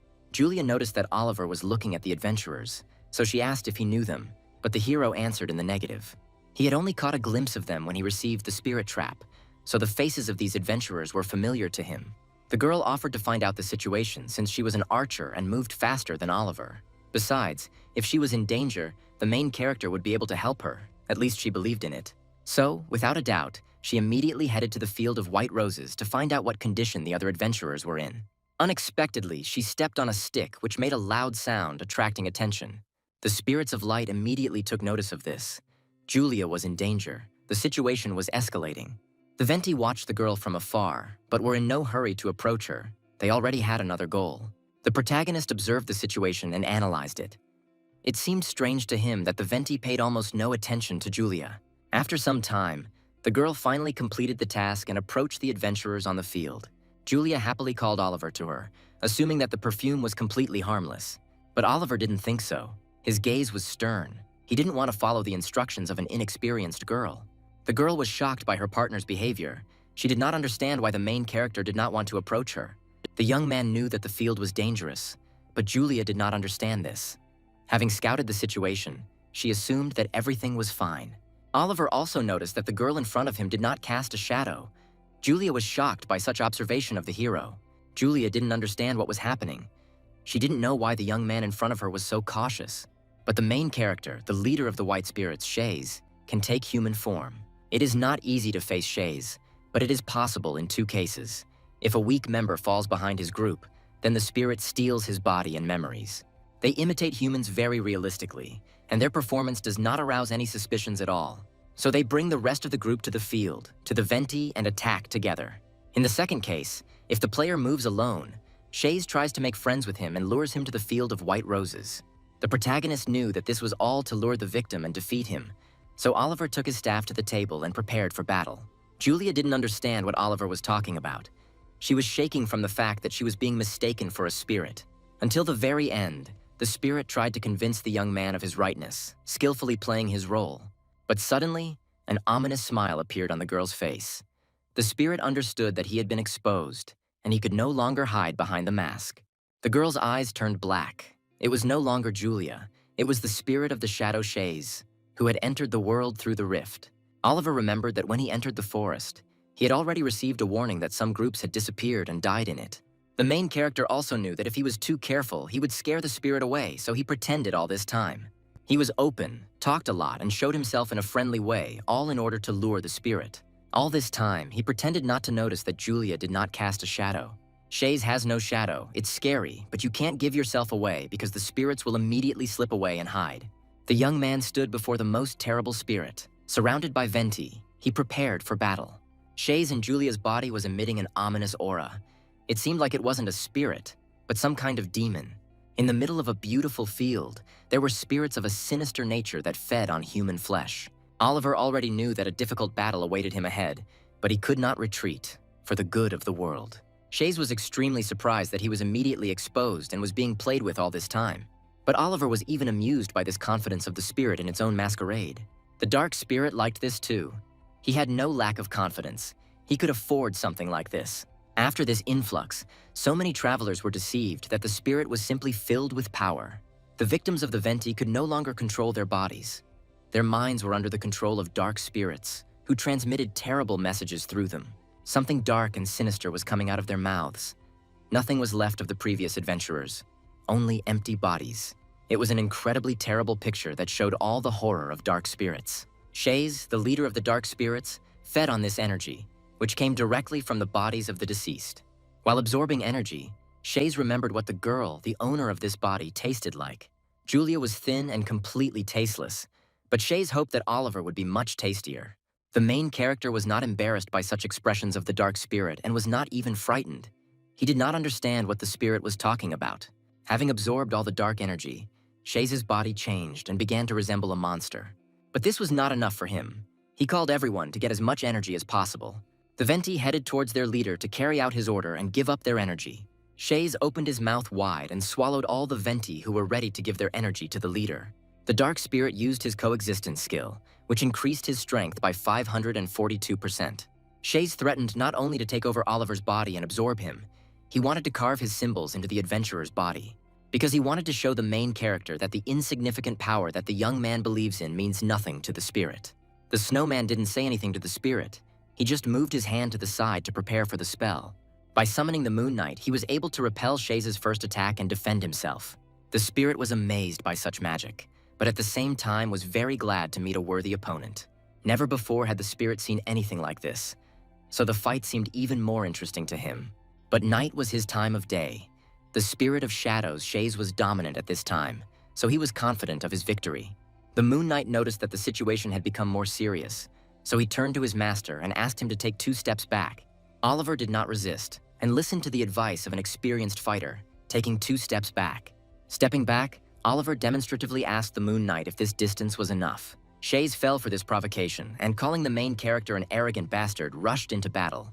The Moon Knight's face showed how hard it was to repel the enemy's strong attacks, but he dealt with all of Shays' attacks. Continuing to hold back the enemy's onslaught, the Moon Knight increasingly attracted the dark spirit's interest. But Karun wasn't going to just repel the attacks.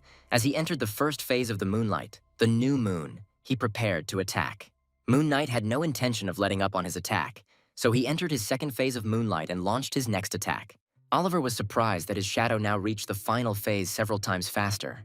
Continuing to attack, Karun entered the third phase of the moonlight. The full moon, the final phase reached.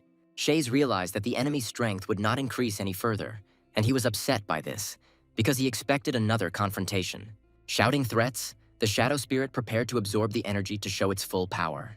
The Venti were not ready for this. Not everyone wanted to be absorbed by the leader. But this did not stop Shays. He forcibly grabbed the Venti and began to absorb them, increasing his strength. Growing in size, Shays proudly raised his head up and growled, his strength now at its peak. Looking at his opponent, Shays laughed because he now considered himself invincible. Oliver was amused by this situation because he had not yet revealed his full potential to the enemy. Suddenly, dark forces began to burst out of the spirit, causing him to grab his mouth. But the spirit of shadows failed to absorb all the dark energy. Its power became unstable, which Shays could not understand. Oliver looked confidently at Shays and decided to ask him if he liked the drink they were drinking by the fire. Keeping his mouth closed, Shays couldn't answer Oliver's question, but he was amazed by the situation. Oliver knew everything from the very beginning, and after reading the notes of the brilliant scientist Grizz, he gave Shays a special drink. Shays couldn't absorb all the energy, so a stream of energy burst out straight from his mouth.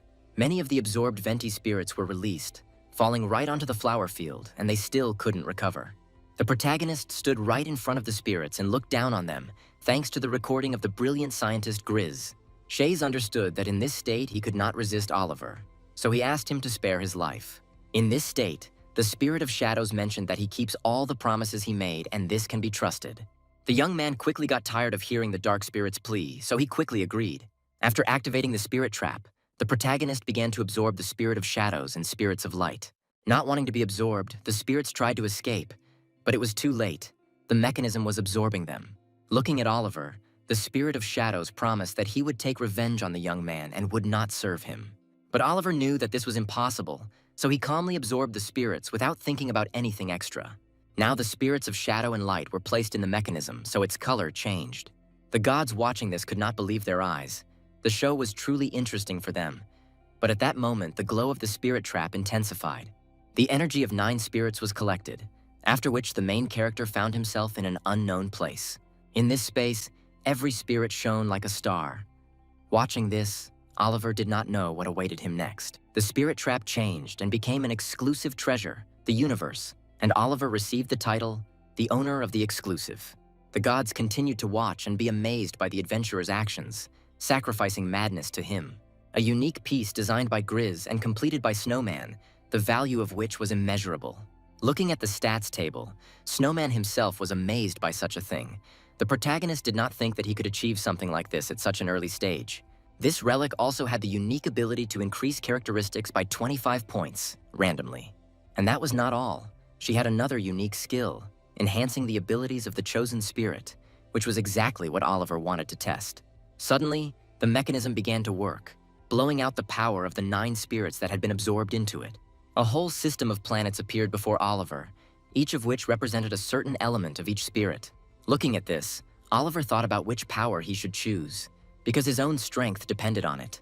Without thinking twice, the main character finally decided to choose the black element, the power of shadows. In this way, Oliver was able to expand his own shadow space by 15%.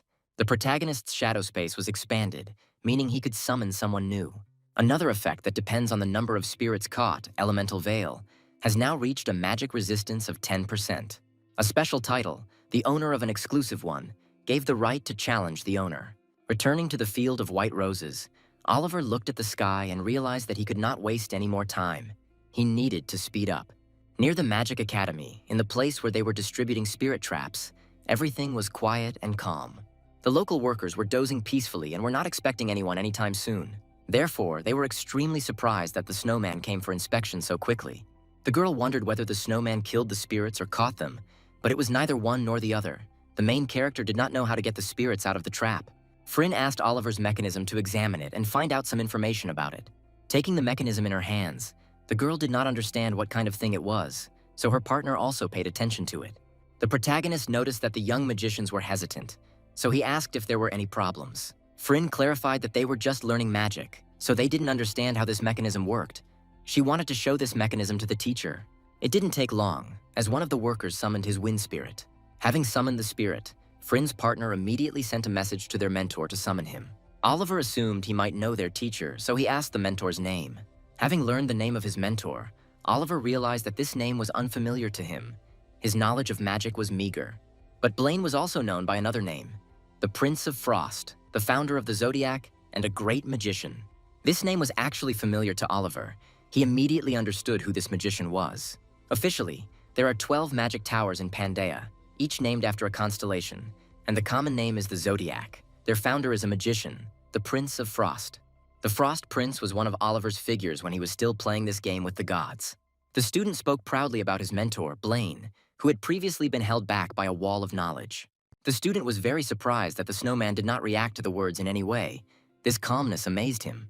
But the guy didn't dwell on this and continued to talk about the teacher as a hero. Looking at the Magic Academy, Oliver began to slowly remember and understand who Blaine was. At that time, the main character was the Prince of Frost. He met Blaine, whose soul was frozen. Blaine felt nothing, no loneliness, no sadness. He didn't understand if this was normal. Hail magic is related to frost magic and repeats all its features, as well as side effects. So the magician faces a wall of losses and loss of emotions. In the distance, Oliver noticed the strong aura of the mage. Blaine was walking straight towards him. Having returned the little spirit to the students, the great magician noted that the young people lacked dexterity. Such statements did not please Phryne. Upon meeting, Blaine immediately introduced himself and shook hands with the Snowman, whose fame had already reached the manager of the Aquarius Tower. Blaine knew about the Snowman and that he had used his own spirit trap that the mage had been dying to see. The magician warned that a detailed study of the mechanism would require the use of magic. When Blaine touched the mechanism, he noticed something unusual, so he asked where the Snowman got this thing. Oliver did not tell the truth, and only said that he received this mechanism from a loved one. The magician understood that this information was top secret, so he snapped his fingers and cast a spell. After using the Mind Freeze spell, the students were no longer able to follow the dialogue. Oliver didn't understand why such a spell would be used on students. The situation seemed strange to him. Blaine apologized to the Snowman. He explained that no one should eavesdrop on their conversation. Looking at the spirit trap, Blaine warned the Snowman of the danger, because this mechanism connects the power of the 9 spirits and uses them harmoniously. But spirits like Shays and Venti cannot coexist peacefully. When the balance is disturbed, individual forces can slowly merge into one. In that case, control was impossible, but Blaine assumed that the Snowman would cope with this task. Blaine also suggested that the Snowman sell this item to the Aquarius Tower. Oliver didn't think long about the answer and immediately refused. This was the answer Blaine expected. The magician asked not to take his words lightly, because he believed that the trap could cause problems. Blaine also gave the snowman a frosty flask, which was a pass to the magic tower. Oliver couldn't imagine that he would ever have a need for magic, but he didn't refuse just in case. The main character heard that the Zodiac pays double to both friends and enemies. Blaine confirmed the hero's words and was looking forward to his appeal, because he believed that in the future they would have many joint achievements. Using a mind-defrosting spell, Blaine brought Phryne back to her senses, but she didn't understand what had happened. Turning to the student, Blaine asked her to write down that the snowman had caught all kinds of spirits, which greatly surprised Phryne. The guy standing next to Oliver was also very surprised and asked the mentor to give the adventurer a reward. The main character was immediately given a reward, which contained a lot of gold, various potions, gloves, and a cloak of the elements. Oliver was extremely surprised by such a reward, as if it was prepared especially for the Shadow Summoner. All the jewels in the world passed through the magic towers. Blaine wanted the snowman to accept this gift in honor of their first meeting. The main character was grateful for this gift, and as he said goodbye to the magicians, the smile never left his face. When the protagonist left, Phryne suggested that the snowman was special, to which the experienced mage agreed. Even though it was just her premonition, Blaine also felt that the snowman was special. As he left, Blaine asked to be informed when the snowman would next arrive at Aquarius Tower. At first, the young student did not understand what the mentor was talking about, but when she realized everything, she shouted throughout the forest that she asked not to use freezing on her. Moving on, the player's rating was updated again, in which Snowman was in first place. Information about him was also hidden. The gods looked at these numbers in amazement, because the gap from second place was unimaginably large. After such a long journey, a rest is required in the city of Norville, a ruined city located in the south of Pangaea. It had been about 20 days since his last rest, so Oliver decided to check his adventure reward first. Cloak, curtain of the vent, the spirit of light, imitating his abilities no matter how dark it was. With the help of this cloak, one could see everything. The gods were amused by the function of this cloak, but on the other hand, the hero only went to solitary trials. Oliver thought that the ability to glow in the dark was not bad. Now there was no need to carry a torch with you. Elemental protection gloves that were poorly suited for defense but had strong properties. The gods were delighted with these features. They suited the snowman well, who was a summoner of shadows. The protagonist was pleased with the treasures he had received in the adventure. But that was not all. There was another treasure, Shaze's Grace, a crystal ball that imitated the abilities of a shadow spirit. The 15-point increase in wisdom was indeed a great gift, but there was still something that worried Oliver. Shadow summoning is divided into two categories. The first is used by a small group of powerful summoners. The second one was used by countless low-level summoners and was worse than the first category. The main character certainly belonged to the first category, and for such people, increasing the power of shadows is a priority. And this item had the effect of reducing the shadow's ability, so Oliver didn't know what to do. There was nothing to be done. The skills were useful, but it was necessary to think about how best to apply them. So the first thing Oliver decided to do was go to auction, looking for something interesting. The auction house was always crowded. So many different problems arose. Norville's auctions are the largest in the south, so you could always find whatever your heart desires there. The ruined city of Norvilla is a real treasure trove, so you can use the item search function here, just like in the Adventurers Association. To begin with, Oliver decided to sell small, useless items obtained from past adventures. Without talent or negotiations, it would have been more profitable for the protagonist to sell this product at auction than at a regular market. The displayed goods were quickly taken away, which made Oliver happy. Now it was time to get acquainted with the assortment for summoners. While looking at the goods, the main character saw something he didn't expect at all, so he was very surprised. Galota's tongue, a treasure made from the tongue of the jet-black snake Galota, is imbued with the snake's power to spew shadows. However, due to containing shadow poison, it can be addictive to the user. Galota, a common name for the black snakes that live in the ruins near the Great Forest. They are known for their shadow venom, which is difficult to remove due to its incredibly strong effect. Every summoner would want something like this, and Oliver was going to get it no matter how much it cost. But after seeing the price, the main character realized that he wouldn't have enough money even for the minimum bet. Then, Oliver decided that he would contact whoever put this year up for auction and take Gallet's tongue personally. Approaching the check-in window, Oliver was greeted by Rita, the manager, who immediately asked what the adventurer wanted. Oliver wanted to put his goods up for auction, so Rita immediately pointed to the place where the goods needed to be placed. The young man immediately put the Grace of Shaze, which he did not know what to do with in the indicated place. Manager Rita was very surprised by such a product. She had never seen such a product. But when she heard the minimum bid, 200 platinum coins, she was even more shocked, because with such a price, there might not be a buyer. Oliver also wished to use the services of an agency, which required him to attend the auction house every day. The circumstances could not have been better, because Oliver knew that the owner of Galata would understand the main character's intentions and find him himself. Rita, meanwhile, looked around and approached some door. It all seemed very suspicious. Behind the door was a dark room that was not illuminated in any way, which looked very strange. Walking further, she extended her hand with a small note, passing on an unknown message to another person. Looking at the note, the unknown man in the dark room accepted it without saying a word. Oliver assumed that if someone had managed to put Galota's tongue up for auction, he was most likely a famous and influential person in these parts. And also the main character believed that the faction of the Ruin Plunderers was the most influential. So first of all, it was necessary to assess the situation in the Association of Travelers of Norvila. The protagonist read the posts on the bulletin board, each of which was written about the chaos that was happening in Norval. While looking through the posts, Oliver noticed a familiar name and began to remember where he had heard it. Heka, the name Oliver heard when he learned about Chao. There were 5 factions of Ruin Plunderers in Norval. After the death of the Borgo faction, the balance was upset and the situation became more acute. Oliver also saw a post about himself, which said that the hidden top in the ranking had arrived in Norvila. The couple standing behind Oliver discussed the publication and assumed that the hidden one would deal with Hek. Oliver wasn't interested in much. He needed to find a place to live for the next month, so he immediately went to the hotel. Money was not a problem, so the main character managed to rent a decent house with a kitchen. The next thing the young man did was go to the Information Guild, which could provide him with information about who had gotten the treasure. After receiving information about the Galot language that was put up for auction, Oliver realized that it had previously belonged to one of the factions that had been in the ruins. Rumor has it that a certain Kaibo, a member of the faction of Ruin Plunderers and Shadow Summoners, had a hand in this. It was discovered that Cyborg was desperately searching for some item using the internal information network. As Oliver burned the piece of information, he knew that it was worth paying for such information, because it was valuable. Kibo, the leader of a large faction of Ruin Plunderers in Norville, is also a Shadow Summoner. Oliver also speculated that Kibo was addicted to the shadow poison, although it was a treasure that had a terrible side effect. From this, Oliver could understand that Kibo was most likely looking for an antidote to the shadow poison.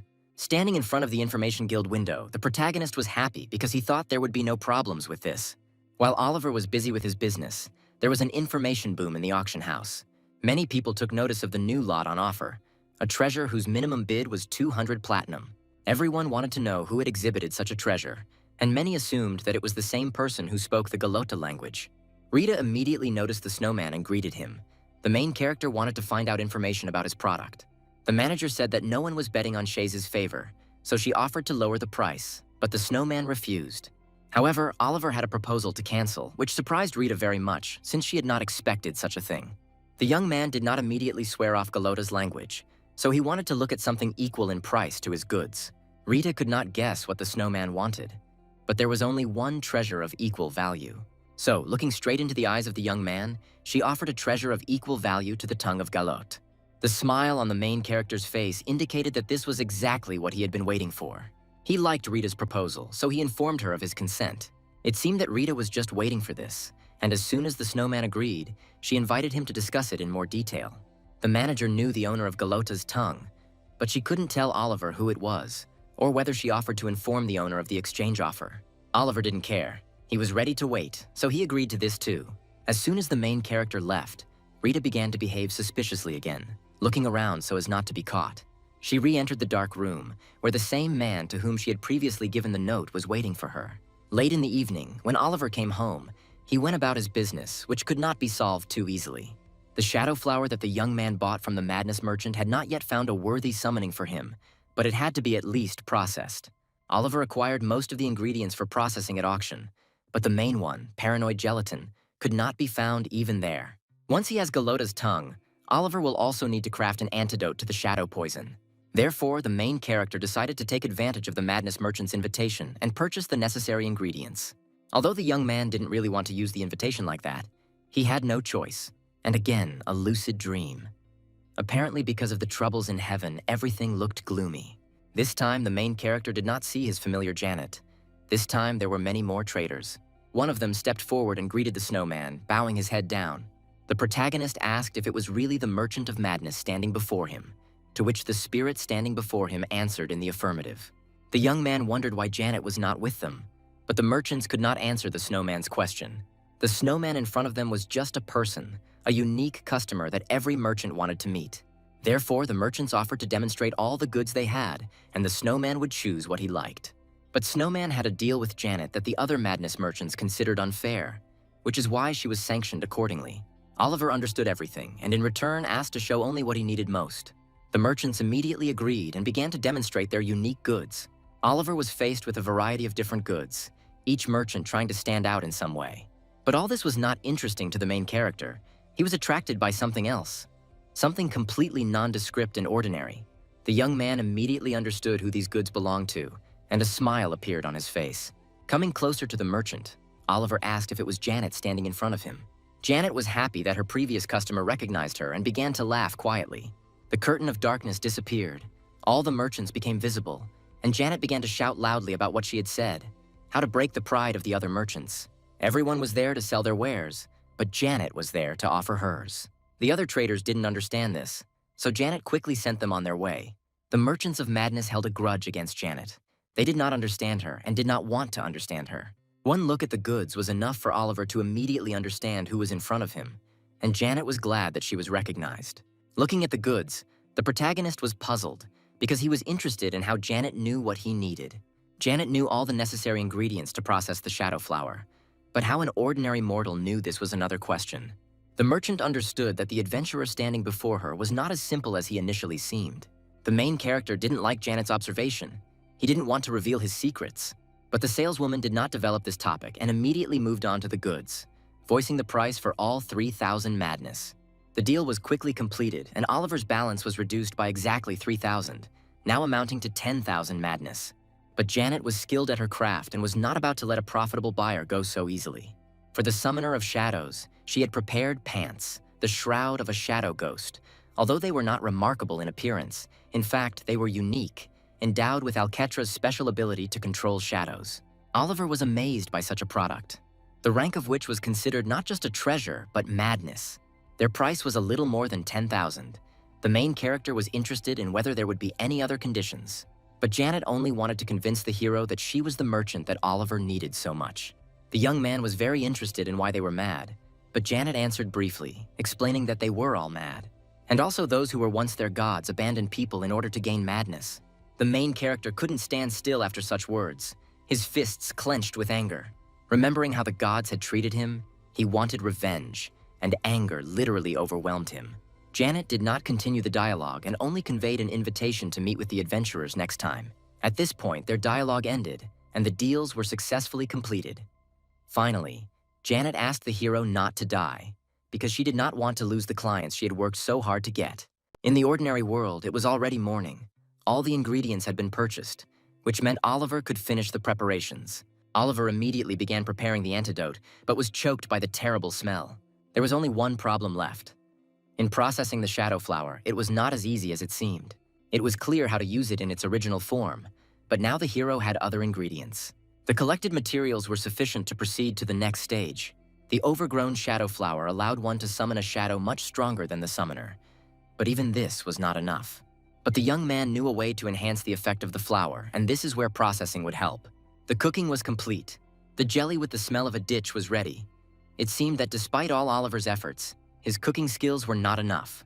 The next time the young man kept the jelly too long and got a burnt dish, this time he failed again. But the main character did not give up, and the third time he got completely raw jelly. The fourth time the cooking was completed, and this time Oliver got a jelly that was hard to call jelly. Time passed. Oliver continued to try to cook. It was already dark, and the stars were shining brightly in the sky. And after many failures, the main character was finally able to achieve the desired result. The cloudy day jelly is ready. The young man was so tired that he wasn't particularly happy with the reward, although it was worth it. Because now, if used, Oliver could get up to 30 stat points and summon a shadow much stronger than the summoner once. The gods were stunned by the young man's persistence and did not understand the point of preparing this dish, since it could only be used once. It was still impossible to summon a shadow with a certain level gap. Oliver could only become stronger by defeating stronger opponents and making them his shadows. The higher the difficulty of the adventure, the higher the level of the opponents, as a result of which the difference will become noticeable. While Oliver was pondering the best time to use the jelly, there was a knock at his door. The owner of the house said that a man was looking for Oliver, so he asked him to come out. The young man already guessed who it could be and was very happy about it. He liked that everything was going exactly according to his calculations. Oliver was expecting to meet the owner of the item from the auction, so he immediately asked where he needed to go. But there was no need to go anywhere. The owner of the treasure could not resist and came to the main character himself. The man did not come alone, but with many of his comrades, he already knew that the owner of the relic lived in this house, so he introduced himself immediately. Kibo stood at the threshold of Oliver's house, waiting to be invited into the house so that they could quickly discuss all the details. The main character was in no hurry to let Kibo in, playfully brushing off his desire to enter as quickly as possible. Many of Kibo's supporters surrounded Oliver's house, exchanging glances as they watched the surroundings. Entering the house, Kibo informed the young man that he had nothing to fear, as he was now just a toothless predator. The man immediately noticed the disgusting smell, but the young man explained that there were reasons for this. Kibo understood that he had come to the house completely unexpectedly, but Oliver did not pay attention to this. He only invited the man to sit down. While Kibo was sitting down, someone started knocking loudly at the door, demanding to be let into the house. The girl asked to be let into the house, wanting to protect her uncle since she was suspicious of every stranger. Kibo felt ashamed of his niece's behavior, and Oliver didn't understand the reason for the girl's excitement. The main character didn't want any extra problems, so he allowed the girl to enter the house. The man opened the door and let his niece, Mira, into the house, who was not very happy that she had not been let in for so long. Mira also immediately noticed the disgusting smell in the house and began waving her hand in front of her face. Kibo did not get distracted and decided to immediately move on to negotiations, wanting to gain Shaze's mercy. The leader of the ruin plunderers also noted that Oliver most likely already knew who the owner of the Galota language was. But Oliver was expecting a guest, as he also wanted to get the goods he was interested in. Mira didn't like negotiations. She rushed the men because she understood that they both wanted to get what they wanted. But Kibo stopped his impulsive niece, as everything needed to be carefully studied. Realizing that Kibo was in dire need of Shaze's mercy, Oliver wanted to know why the man was so eager for this treasure. Even though Mira didn't like it, she still stood by and waited while Kibo talked about the situation in Norville. Norvilla is divided into 4 factions of ruin plunderers. Heka and Doju were strong, while Shur and Kibo remained neutral. Looking at the map and listening to Kibo's story, Oliver wondered how a full-scale war hadn't started yet. This balance was maintained by Borgo, who sniffed out the weak points of the factions, so everyone secretly avoided him. From these words, the young man understood that the factions were afraid that in the event of bloodshed, Borgo would come for them. Surprisingly, this kept the peace among the ruin plunderers. Violence can also be a means of deterring war. Kibo explained that in the current situation, he and Shur were in the minority. They had neither the people nor the strength to fight back against the other factions. This amazed Oliver, because he thought that things were different. But Kibo explained that now he was a predator without teeth. Mira couldn't resist. She didn't understand how her uncle could tell something like that to a person who didn't even believe him. But Kibo believed that trust does not form out of thin air, so he decided to reveal his secret. Since the one who is in a greater hurry needs to create conditions for this, unfortunately, this is how the world works. Looking at Kibo's coal-black hand, the young man realized that it was most likely poisoned with shadow poison. Oliver wanted to know why Kibo had sacrificed his arm for Galota's tongue. That was what interested him most now. Kibo explained that this was the price of his hasty actions. As after Borgo's disappearance, Heka and Doju formed an alliance and began to put pressure on others. But then the young man wondered why Shur did not participate in this faction war. Shur was a common coward, and if something happened, he could switch sides to other factions, in which case Norville would be finished. Since other factions treat players like slaves, they sell labor, money, and even the players themselves.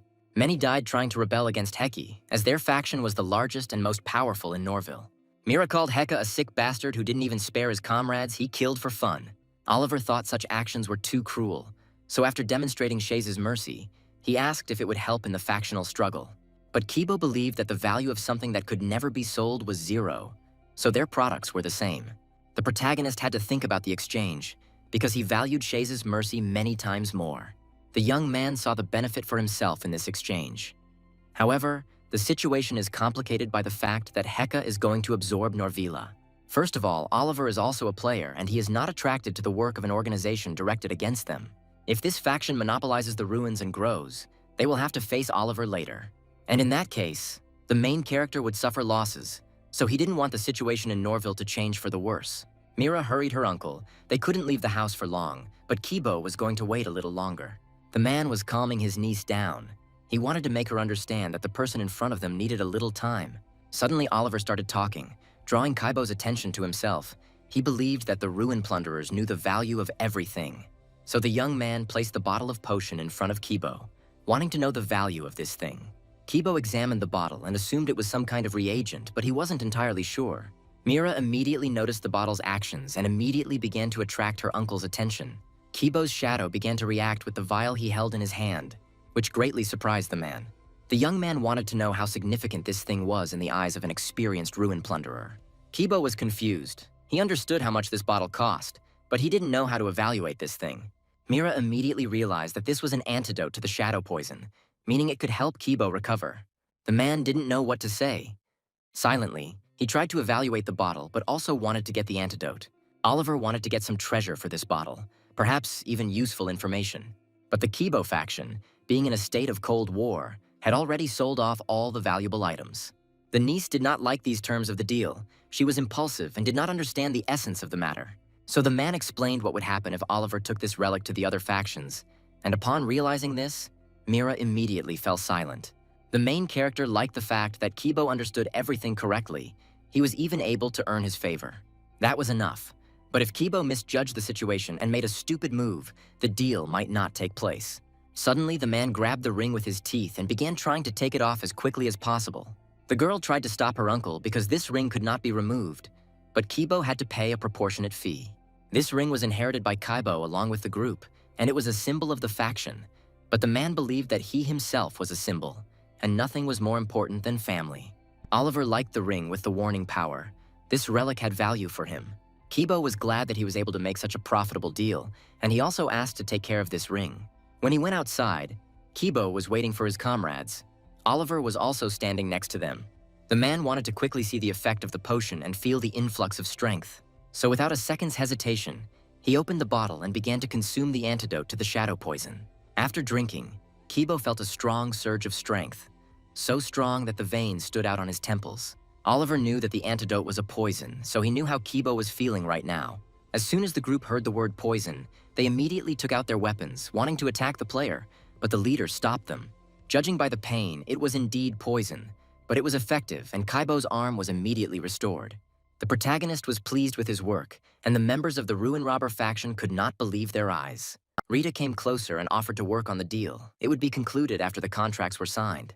So the deal was done. Oliver got the Galota tongue he had been craving, but he was confused by Kibo's behavior. Oliver did not understand what the man was doing with Shaze's mercy. Kibo was just playing. He was disappointed because Oliver wasn't even surprised. The deal was done, but Kibo had one request left for Oliver that he hadn't yet had time to voice. Surrounding the protagonist, Kibo wanted to ask the young man to fight with them against Heki. Oliver immediately refused, as he hated to interfere in other people's affairs and did not want to participate in the factional war. But Kibo believed that no one would be able to avoid it, since it was the biggest event in Norville. Overall, Kibo was satisfied with the deal. After all, he finally wanted to know the name of the owner of Shaze's favor. Oliver finally decided to give his game name, Snowman, and that was where they said goodbye. Returning, Mira wondered why Kibo was groveling so much before the Snowman, because according to her, he was the strongest. But Kibo believed that the absence of power was even more terrible than its presence. Covered in sweat after the deal, he still could not recover from this meeting. Once the man calmed down, he suggested that they sit down and discuss everything calmly. Sitting down, he asked his niece how the ruin plunderers differed from others. The girl answered her uncle's question correctly. The ruin plunderers differed from the others in their gaze. The moment Mira entered Pandea's world, she was filled with anger, and Kibo immediately saw this in her. Mira recalled that everyone who surrounded her at that moment resembled animals. She thought only about how to save herself. The girl was very grateful to Kibo, because only thanks to him she was able to survive in this world. But that wasn't the point. People said that he and Heka were like a wolf and a lion. Heka had great strength, and Kibo was the leader of a small group. Mira agreed with Kibo because she considered Hek to be a psychopath who wanted to have more power. But Kibo spoke of this for another reason. He felt fear of the Snowman. Before leaving, he showed him his power not just for fun, Kibo did it to better understand the boy. However, at that moment, the man saw something that horrified him, something he had never seen before. His foresight, which had enabled him to achieve what he had, warned him that the man in front of him was very dangerous. Kibo thought it was strange. A person who had no power in Norville but had an antidote to the shadow poison. Snowman definitely had a lot of treasure. The belt on his pants alone seemed more valuable than the ball he held in his hands. At this moment, Kibo's face became more serious, because the man warned Mira not to approach the snowman. Mira didn't ask any unnecessary questions, but she was interested in how Kibo assessed the snowman. After Rita's story, Kibo used all his information connections to find out about the mysterious man. And in the end, the day that the Hidden One appeared in Norville coincided with the day that the snowman appeared in it. Mira doubted these words, because it could only be an accident that meant nothing. But now, Kibo was convinced of the truth of the rumors, as he saw the full power of the snowman. The man was sure that the snowman was the hidden player, and perhaps Heka had already guessed too. Kibo didn't know what to do if Snowman sided with the other faction. It scared him. First, he needed to prepare for a clash with Heka. One thing he was sure of was that Snowman would become an important figure in this war, and they hoped that this figure would turn against the lion. They did not want to believe otherwise. 2 days later, something was still being prepared in the snowman's house, special preparations for the upcoming tests. Galota's tongue was ready, everything was dry, and now it could be used freely. Galota's poison, previously dangerous to the owner, became a weapon in his hands, and his basic characteristics also increased. The gods were amazed by the snowman's resourcefulness. He was able not only to neutralize the poison, but also to use it to his advantage. The preparations were complete, which meant that Oliver could now check what he had been putting off for a long time. With the advent of the storage skill, nothing much has changed. Shadow summoning has risen to level 3, and shadow enhancement to level 2. But the skills, compared to the past, are like heaven and earth. The wisdom is at a ridiculously high level, and the endurance is like that of warriors. Thanks to the universe, which gives plus 15 points to all characteristics, even those skills that the main character did not invest in are elevated. Due to the Shadow Owner's great growth, Karun's level increased by 8, and the level of the Tyrant Jamal increased by 6 units. The shadows grew at an incredible speed. All the dangerous adventures Oliver went on turned out to be very useful, and madness an important currency. Now Oliver understood what Corden had been talking about, sending him into this world and hoping for exactly this outcome. Leaving the house satisfied, Oliver decided that he would work even harder now. Oliver continued on his way, suspecting nothing. He followed his plan precisely, but a small group from another faction was already watching his actions, as they wanted to get their hands on such a strong player. After that, Oliver went to the lab again to look for traces of Chow, but there was nothing there, not even traces of the window that was broken last time. If nothing is found tomorrow, all that remains is to rely on the remaining information in the lab. Norville, 3rd Avenue, which was always bustling with life and full of people. In this tavern, people exchanged information and looked for companions for adventures. Oliver also went into the tavern to have a snack, and while ordering, he was suddenly interrupted. The smell was so sharp and strong that it immediately distracted the waitress from her order. The main character also smelled the scent of blood that scared the waitress so much, so he turned around. A big boss entered the tavern, who immediately struck fear into everyone in the tavern. This is Heka, the leader of the largest and most powerful faction of the Ruin Plunderers, who was greatly feared by everyone. While all the tavern patrons were leaving the establishment in a hurry, Oliver sat calmly. He immediately realized that it was their faction that was watching him. Oliver also wondered how many people Heku had to kill to become so blood-soaked. Heka did not try to be polite and immediately turned to the snowman, because he knew that it was he who sold the antidote to the wolf. Heka slammed his weapon down on the table and introduced himself, wanting to get to know his strong opponent better. The main character did not want to answer the faction leader. He playfully avoided answering. But Heka insisted on his question, so he forced a smile and repeated his question. Hek was also interested in where the weakling in front of him got such a treasure that he sold to the wolf. The young man was confident in himself. Even though he looked weak, he knew that he would defeat everyone, so he continued to play with his future opponent. To convince the young man of his words, Heka ordered the informer to be brought in. The comrade finally brought a girl who told him everything about the snowman. It was the auction manager, Rita. The main character was shocked by Rita's condition. It seemed that she was holding on with all her might. She stood in front of the snowman, completely disfigured, and it was clear how badly she had been tortured. The young man was not prepared to see the girl like this. Now he realized how terrible the Hek faction was. At this time, the light was on in the wolf's shelter. Everything was calm at first glance. But this was the calm before the storm, because the wolf was gathering his people to bring Rita back. Kibo was preparing to stop Heka and Doju's atrocities. Even with such a small number, he couldn't wait any longer. The leader of the wolves knew that his group was much stronger, even though its numbers were small. To counter Heki's evil deeds, other players joined the wolves, and Shur did not betray them. Because of this, Norvila was divided in two, and it was decided to launch a full-scale war to determine the true master that night. Suddenly, a girl burst into the meeting of wolves. She wanted to tell Kibo important news. News that Heka had started a conflict in a tavern on 3rd Avenue.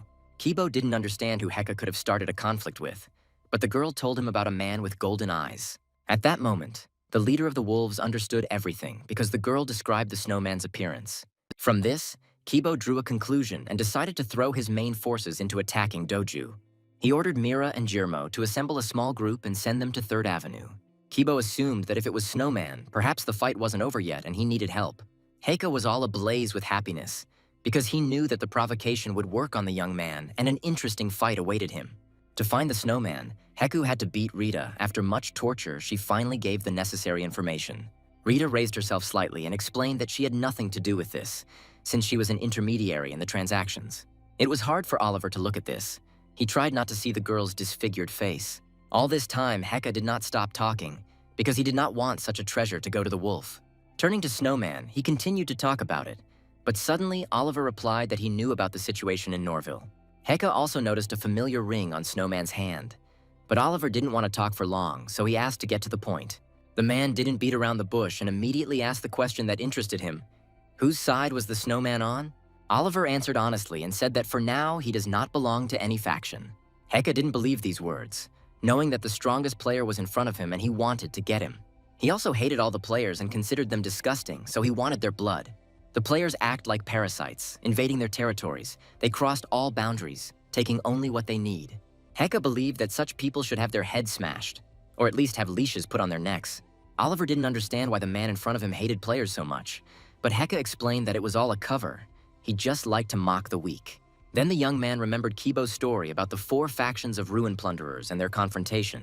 The protagonist realized that Kibo hadn't told him all this in order to win him over to his side. Everything turned out to be the pure truth. With his feet up on the table, Heka announced that the player in front of him had 2 options to choose from. First, kill the wolf, and then Heka will calm his anger towards the young man and change his anger to mercy. But Oliver was also interested in what would happen if he refused, so Heka decided to demonstrate this on Rita. The young man was not impressed. He wanted to know what would happen after Heka killed him. After all, the main character was interested in the content of the novel written by such a blockhead as Heka. Heku was so excited by these words that he was so easily provoked that all the veins on his face immediately appeared. The man was strong and wasn't going to let this go, so he swung his axe and cut through the air. Because Oliver managed to use his skill, the Hand of Shadow, and save Rita from certain death. Heku found this game amusing because he believed that the prey was already in his mouth and would not be able to escape. But Oliver wasn't going to leave without a fight, so he immediately activated his shadow summoning skill. And behind him appeared the tyrant Jamal and the Moon Knight Karun, who were always ready for battle. Heka had fought a shadow summoner before, so he wasn't afraid of the shadows. He didn't yet know how wrong he was when he compared Snowman with Kibo, because they were on completely different levels. And as soon as Heka realized this, he had already flown away from the blow of Karun, the Moon Knight, who dealt with him with ease. Barely containing the force of the blow, Heka stood on his feet with difficulty. Now he realized that this was not an equal fight. Who would have thought that the enemy would be so strong, and Heka would be able to barely hold back the blow? The snowman sat proudly on a chair. Behind someone stood Jamal. This time, the young man decided to answer Hek's question, since it was at that moment that he decided that he would be on the wolf's side. At this time, Karun did not let up his onslaught and continued to attack the leader of the ruin plunderers, Heka. 3rd Avenue was ablaze with furious flames, with many trapped in the fire and begging for rescue. Nearby on the next street, the wolves were fighting the Doju faction, trying to free the city from the hard people. Having found Doju, they immediately reported this to all their comrades and were going to attack him. Doju was not prepared for such an attack. Screaming, he cursed the wolf that had so brazenly attacked him at night. The man shouted that Heka would find out about this and that none of them should expect mercy. But the wolf knew that Heka was very busy right now. That's why Kibo was in a hurry, because even if Doju disappeared, the night would be long, so it was worth hurrying. Doju hated Kibo. He was literally sickened by him, because he turned his dead comrades into shadows. The army of shadows walked behind Kibo. They had no face, but they were preparing for battle. Kibo did not want to talk for long, so he immediately went into action, wanting to end this war as quickly as possible. Doju didn't know how to counter the shadows, so he simply swung his sword around randomly. The buildings belonging to the Doju Ruins plundering faction were burning, as was he. The wolf defeated Doju, killing him, and gave the order to inform all supporters of the warring faction of their leader's defeat. One of the informants approached Kibo and reported that Heka was still alive, and that they needed to meet him as soon as possible. But first, it was necessary to unite with the Shuro faction, which was already on the doorstep. Shuro immediately approached Kibo. He was glad to see him alive, and he was even more glad to hear the news of Doju's defeat. While Kibo was busy with his army, one of his supporters approached him and wanted to tell him some news. Mira returned. This news shocked Kibo. He did not understand what had happened there, that his niece had already returned. The girl walked straight towards the leader. Her face was blank, but she walked firmly towards her master. Raising her head and turning to Kibo, she didn't know how to explain the current situation. The leader came closer and asked how his niece was feeling, but she was preparing to tell the news. But what Kibo saw in Mira's hands shocked the man. He was not prepared for something like this. Blood dripped onto the stone road. Everything became clearer. The situation became clearer. When Mira came to the tavern where Heka had been arranging the showdown, she was shocked by what she saw. At that moment, she realized what Kibo was talking about. The lion had encountered a storm that he could not survive. The snowman was already waiting for them in the tavern, calmly sitting on a chair and tapping his finger on the table. On the table where Snowman sat lay the head of the largest and most powerful faction of ruin plunderers, Hek. After this bloody and brutal war, everything went smoothly. There were no more problems in the city of Norville. Shur and Kibo took away the lives and hopes of their opponents, and then Shur gave up most of the merits to Kibo and left. That night marked the beginning of the birth of a new leader among the ruin plunderers in Norville. Afterwards, the inhabitants will call this day the Night of the Wolf and will celebrate it annually. The snowman was invited to Kibo's house and was honored by many in that house as a respected guest. Kibo was glad to welcome such a respected player into his home. The whole wolf family came to thank Snowman for his help. The world was very interested in why the snowman killed Hek, what the reason was. But the snowman replied that it was because of the deal. Kibo knew this and believed that even then it was necessary to take their side. The leader of the wolves did not dwell on this and got to the point, because he wanted to know what the snowman wanted. Oliver didn't need anything special, as long as it could be useful to him in the future. Then Kibo decided to tell something that might interest the snowman. Valuable information was always useful. In his youth, Kibo wandered the deserts and took on any money-making job. Then one night he saw someone chasing someone desperately trying to escape from their pursuers. It was so obvious that Kibo couldn't help but notice it. The man was young and hot-blooded, so he immediately rushed there without thinking. The pursuers quickly got exhausted from the long chase, and Kibo quickly buried them in the sands. Then the one whom Kibo saved said that he was now his debtor and would pay in full one day. This connection that began in the desert is maintained to this day, which was very significant. And Kibo decided to transfer the right to save the snowman. The young man was not impressed by such a fee. But the man said that this man, then Ergo, meant a lot to Oliver. Kibo knew that Snowman knew the name, but the name meant much more to Oliver. Since he was Ergo, Oliver had been creating a lot and trying out different concepts, and this was a figure he remembered well. Even though he was just a blacksmith, he created things with his own hands that were more effective than the rewards of adventures. If he had continued to dedicate himself to his work, he would have become a unique figure like the 10 others. But the things created by Ergo fell into the wrong hands and became stained with the blood of the entire continent. It was for this reason that the blacksmith was nicknamed Soaked in Blood, which said a lot. In the end, his weak heart couldn't take it anymore. Ergo couldn't bear the fact that his creations were killing innocent people. It is for this reason that Oliver allowed this figure to live as it wants. The main character thought it was better than watching the tragic ending. The young man did not expect to hear the name of his figure again, and if this is his heir, it means that he also creates unique items. Kibo said that the debtor's name was Hamun, and that he was no longer involved in blacksmithing, but he promised to repay the debt. The snowman was interested in where Hamun was now, but Kibo was telling this story for a reason. Oliver understood everything, and from Kibo's words concluded that Hamun was now in Norville and could repay the debt. Opening the map, Kibo confirmed the snowman's words. Now everything fell into place. Ergo, a figure that Oliver created when he had already adapted to some extent to the world of eternity, and if he had found traces of it, it would have helped him a lot. The young man had already arrived at the meeting place and personally saw Hamun, the successor to his figure Ergo. Hamun was finally able to meet the one Kibo had spoken of, the young man with the mole under his eye. When talking to Hamun, Oliver used his old phrases that he used when he was Ergo. On the way to the house, Hamun told the story of his salvation, how Kibo once helped him. Hamun turned out to be very hospitable and immediately offered his dear guest tea. But Oliver refused, as he preferred not to drink or eat anything from other people's hands. The young man noticed Oliver's resemblance to his mentor. He spoke exactly like Ergo. The blacksmith suggested that perhaps Oliver was acquainted with his mentor, to which the protagonist responded positively. Hamuna was also surprised that Oliver knew his mentor's other nickname, Ergo Golden Hands. Everything Ergo created was endowed with amazing abilities. It is logical that he was given such an extravagant nickname. The young blacksmith told the story of Ergo and how his mentor left this world after the terrible use of his tools. Now it became clear why Hamun was pursued in the desert. Many people wanted to possess such treasures. Hamun confirmed Oliver's words. He was indeed being persecuted because of the rare items created by the mentor. Meeting Kibo was a great fortune. If it weren't for him, Hamun would no longer be alive. The guy has long forgotten about the hammer and anvil. Now he is engaged in tea and owns a tea house. But debt is debt, and it had to be repaid somehow by Kibo, even if he had to take up the hammer again. The player was once again presented with a system window with a choice of creating weapons, armor, transmitting a vision, or repairing all equipment.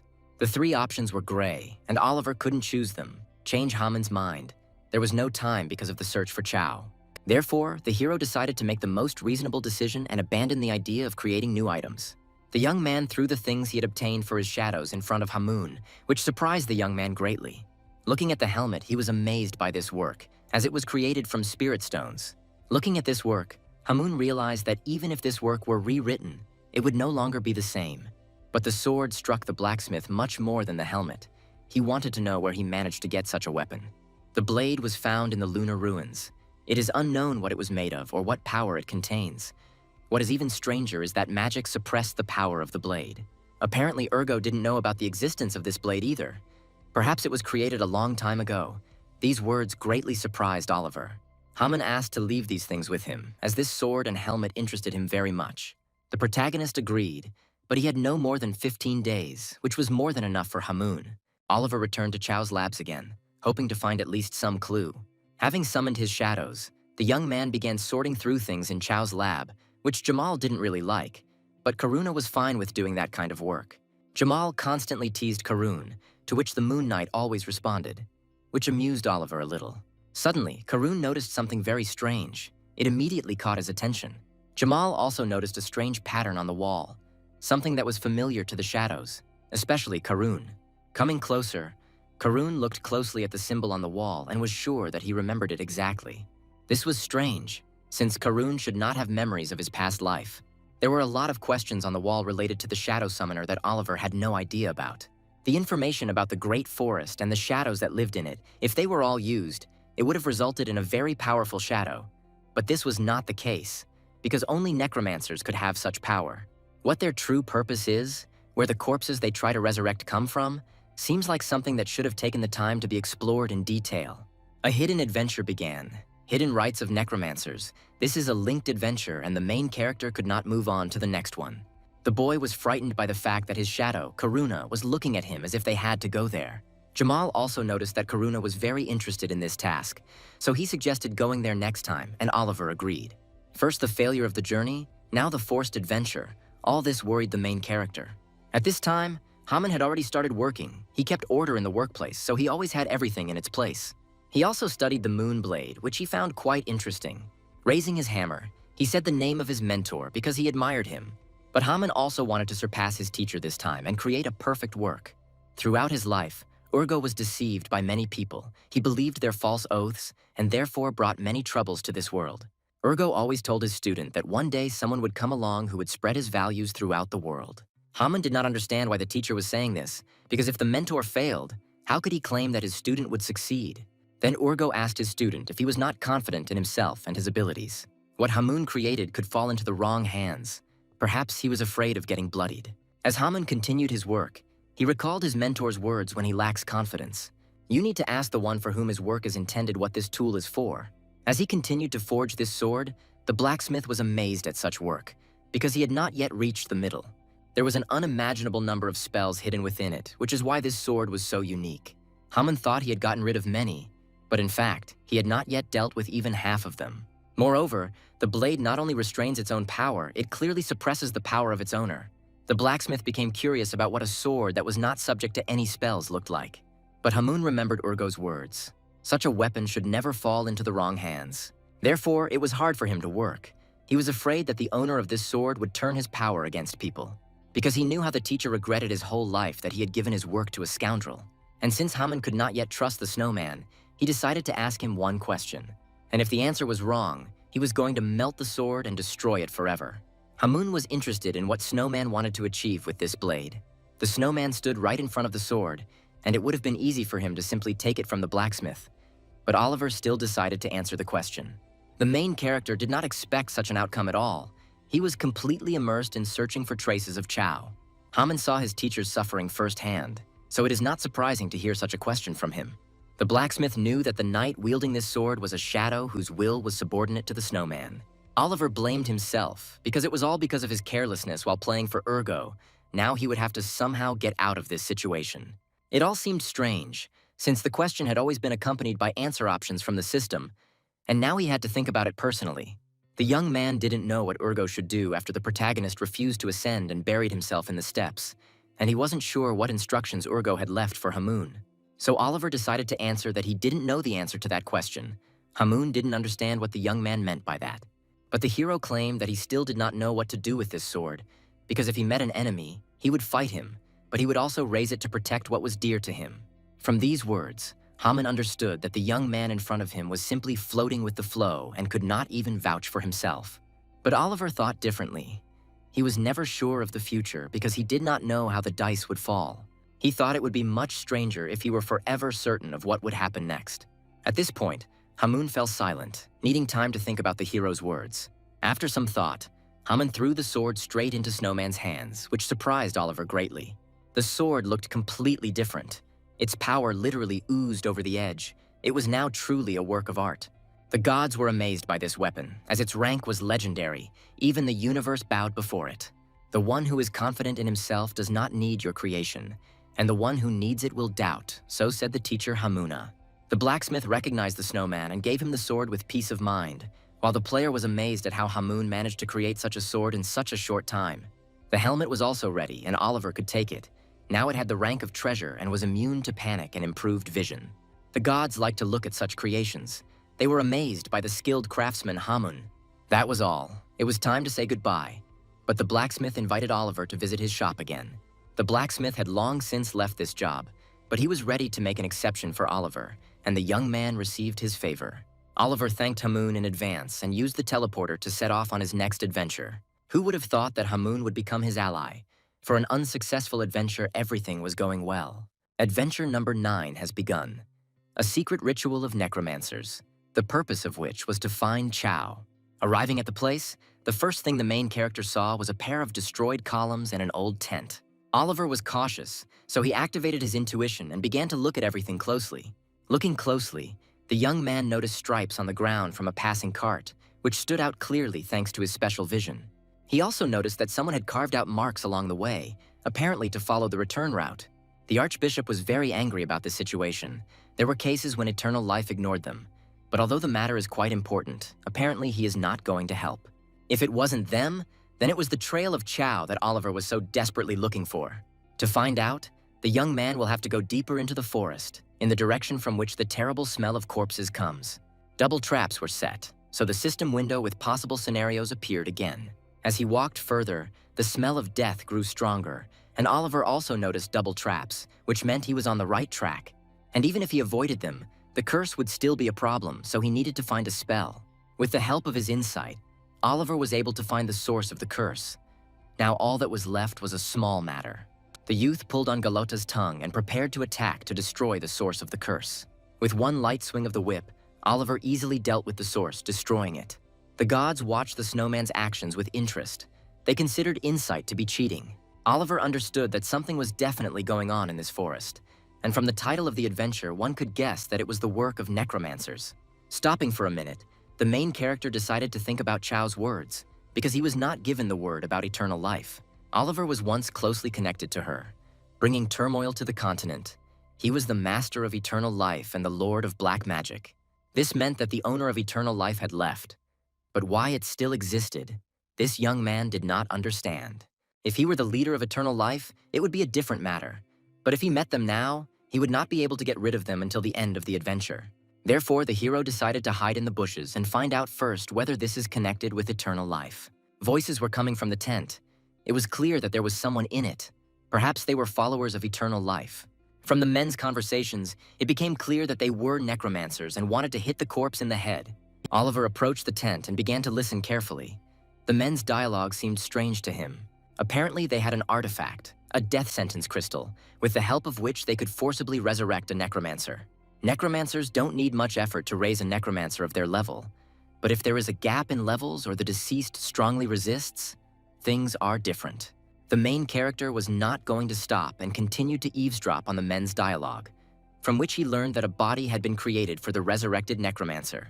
One of the men approached the other and said that the archbishop himself would take care of this. The more the young man delved into the conversation, the more he didn't like this situation. Everything looked extremely suspicious. So Oliver decided to rush deeper into the camp to scout out the situation more thoroughly.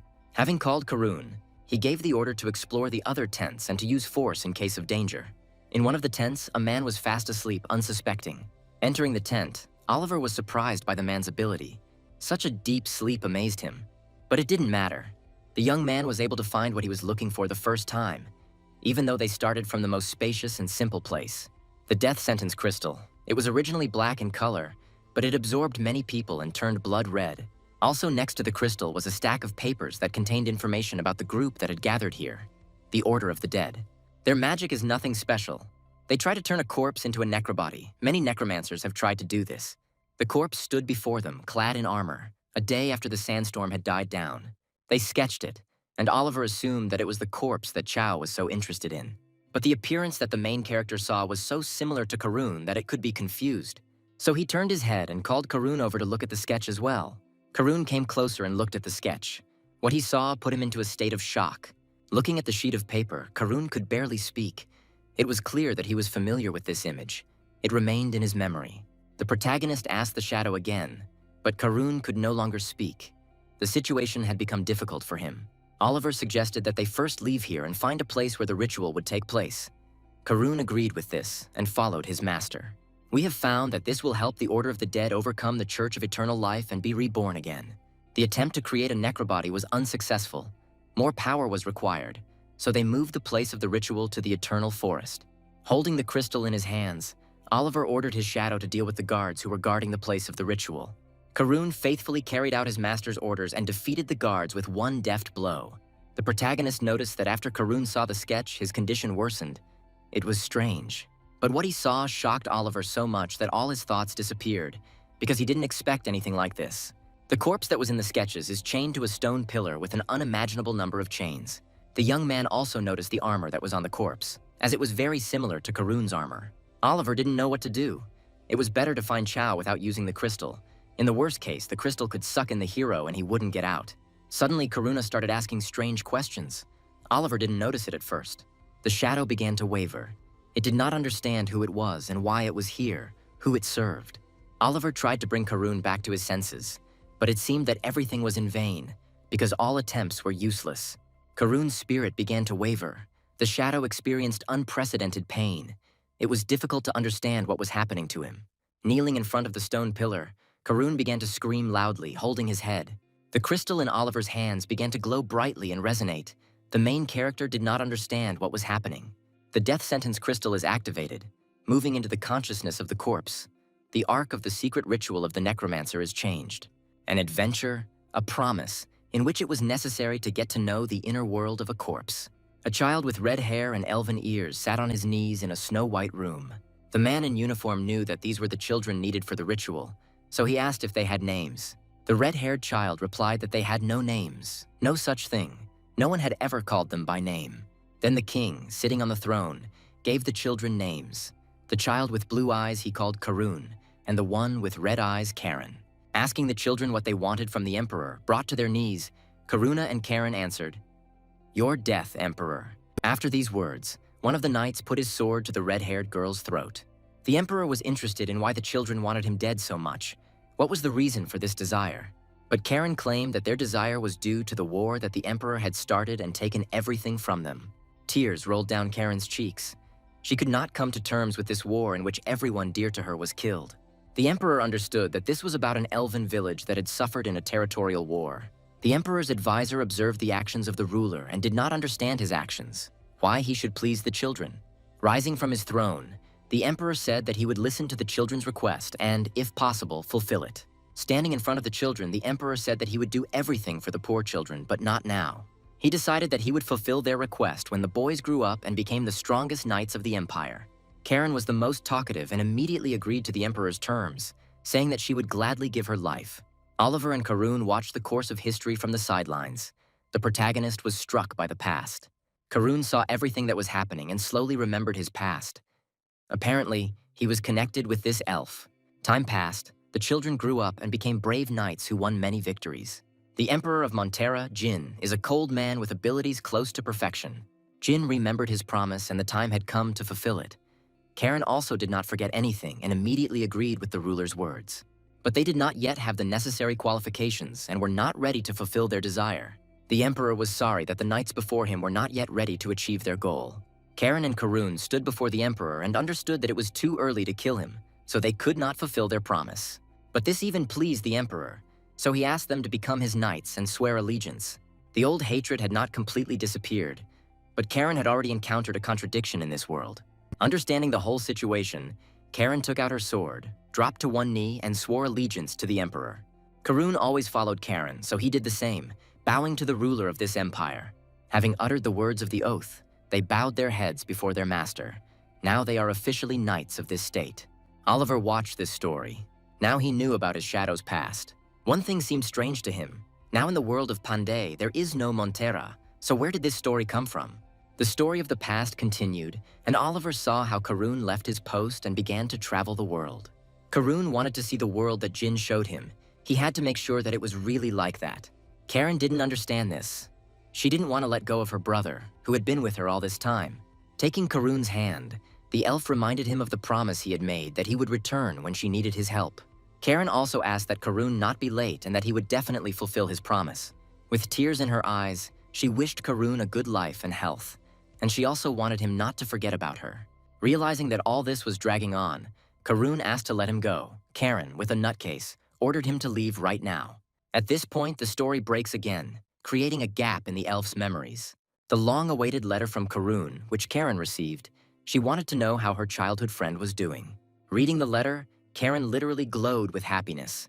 One could tell that this letter was from her lover. Jin, the Emperor, was about to leave the state to meet with other territorial leaders. He also reminded the elf how she cried every night after Karun's departure, to which Karen reacted sharply. They continued to discuss the affairs of the state and the knights, who were no longer as strong as before. Karen liked that their merits were still recognized and they were desired to be the heads of the knights. From the letter, the elf informed Jin that Karun was returning because he had to fulfill his promise.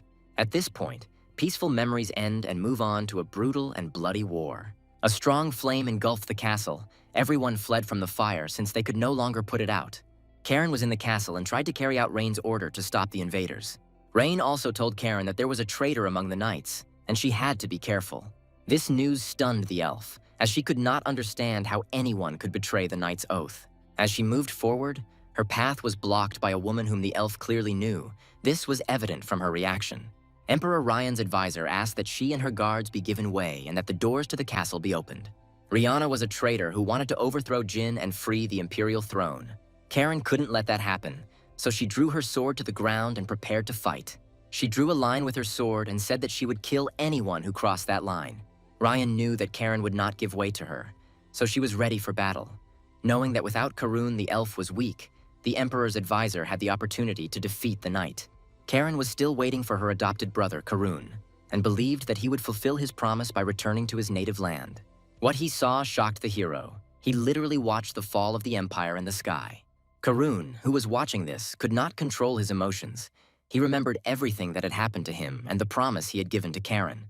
Even though he made a promise to Karen and was supposed to return, for some reason he broke it, which is why the Empire fell. The image of Karen that appeared screamed and asked the same question. She wanted to know why Karun broke his promise. She never received an answer to her question, so anger filled her already dead body. The effect of the death sentence crystal is in effect. You leave the inner world of the corpse, the reward is determined. Noticing how Karun was reacting to all these memories, Oliver immediately rushed to him to find out how he was feeling. The bloody wall was approaching, but a blue wall appeared in front of them, which protected them from the spirit's fury. The death sentence crystal shone brighter than before. It resonated with the dead body that was chained to the ritual pole. With his power, Jamal was able to pull his master out of the death sentence crystal. The orc claimed that most likely the crystal was flooded inside due to the rain, and if it had been a little bit more, they themselves would have become sunken corpses. Now begins a new adventure, number 10, called Burnt. Oliver explored the corpse's inner world and learned of the greatest knight, Karen, who was also connected to his own shadow. However, unfortunately, the hero did not find Chow, but this was not a problem, since soon Karen would wake up from eternal sleep. Now Karen only has instincts left, and on the day she regains consciousness, something completely unexpected could happen. Power filled Karen's body. She was freed from the shackles. What choice will the hero make, fight or retreat? The goal is to destroy Karen. In case of defeat, the hero will be marked as defeated and will not receive a reward. Karen, the Knight of the Red Lotus, freed herself from the shackles of death and opened her eyes, coming to this world for revenge. Seeing the difference in levels, Oliver realized that he couldn't win in the open. He had to run. Oliver kicked his boot, activating his boot's ability, lightness, and took off running. The explosion from Karen's awakening destroyed everything in the area, but thanks to the boot's ability, Oliver was able to get away in time. Everything was engulfed in flames, a fireball surrounding the place where Karen was reborn. Caught in the shockwave, Oliver fell straight onto his back, receiving minor injuries. The hero considered himself lucky, because if he had been sucked into the flow of power, he would have simply turned to ashes. Rising from the ground, the young man knew that it was impossible to defeat Karen now. If the difference in levels was close to 30, one could die from one blow. But Oliver could not accept the punishment, because he knew what awaited the one who accepted the fate of the loser. He thought about how to pass this test. He couldn't give up and end the adventure without even trying. Statistically, it was almost impossible to pass it. There must be something that could help him pass this test. The system, like fate, predetermines only those tests that the player will be able to pass. With his sight, Oliver noticed the Order of the Truth of the Dead trying to do something. The hero realized that this was something he could use. This was the hint with which he could pass the test. The Order of the Truth of the Dead tried to use their powers and stop the resurrected monster at any cost. Suddenly, one of the members of the Order noticed a man in the distance. He was surprised, as he did not expect to meet strangers here. Oliver began to address the members of the Order, pointing out to them the mistake they had made. The gods laughed at the actions of the young man, as they believed that he had gone mad and it was time for the shadows to abandon their master. The members of the Order of the Truth of the Dead were very surprised, as they thought that a member of the Order of Eternal Life appeared before them. Oliver continued to play his role confidently, wanting to show everyone that he was the messenger of the Order. The gods immediately appreciated the snowman's acting and were amazed by his resourcefulness. They liked his way of passing the test. The snowman immediately began shouting at the head of the other order, wanting to get a full report on what happened. The man immediately told everything and also reported that the necrotic body was becoming stronger. Oliver decided to continue the game and said that he would help the necromancers until the archbishop arrived. Karun stood next to his master. His face was blank. He was thinking about everything that had happened to him. Turning to his shadow, Oliver understood that only Karun could save Karen, and this is what the hero wanted. The Moon Knight knew that his master was right, so he collected his thoughts and decided to act. Karun immediately went into battle, wanting to save Karen. There was no more doubt, and it was impossible to remain inactive. This was the only chance to defeat the necromancer while something was still holding him back. Seeing the knight going into battle, the necromancers immediately supported him with their magic. Moon Knight enters the new moon phase, the first stage of recharging the moonlight. The shadow addressed the necromancer, but Karen did not hear at all what Karun was telling her. Former comrades crossed swords, fighting on different sides and for different goals. Karun entered a new phase, continuing the fight. He wanted to save his girlfriend, and only he could do it. Karen was an experienced warrior and could dodge the attacks of the shadow. Filled with rage, she wanted revenge. Not intending to give up, she attacked the shadow, but Karun was able to reflect all her attacks. Seeing this battle, Oliver understood how strong Karen was. Instinctively, she could repel the blows of an experienced warrior. The Moon Knight missed one blow and was immediately punished for it by flying into a tree. With each passing minute, the necrocorpus only became stronger. Karun tried to reach out to Karen, telling her that he was back. He wanted her to recognize him. But Karen didn't hear anything. She instinctively attacked the one she had previously been waiting for so much, and hoping that he would fulfill his promise. Anger consumed her. She literally burned with red flame, acting as her instincts demanded. Fire was her power, and it completely consumed Karen. Not wanting to come to her senses, she attacked. Many necromancers died in this flame, and only Oliver stood among the corpses, protecting himself with a barrier. Karun was left without support. Now it was not a fight. It was a duel surrounded by flames. Oliver decided it was time to order Karun to enter the next phase. But then he heard that the Archbishop had arrived. Mr. Galifan had finally arrived and could help pacify the necromancer. The members of the Order of the Truth of the Dead had been waiting for him.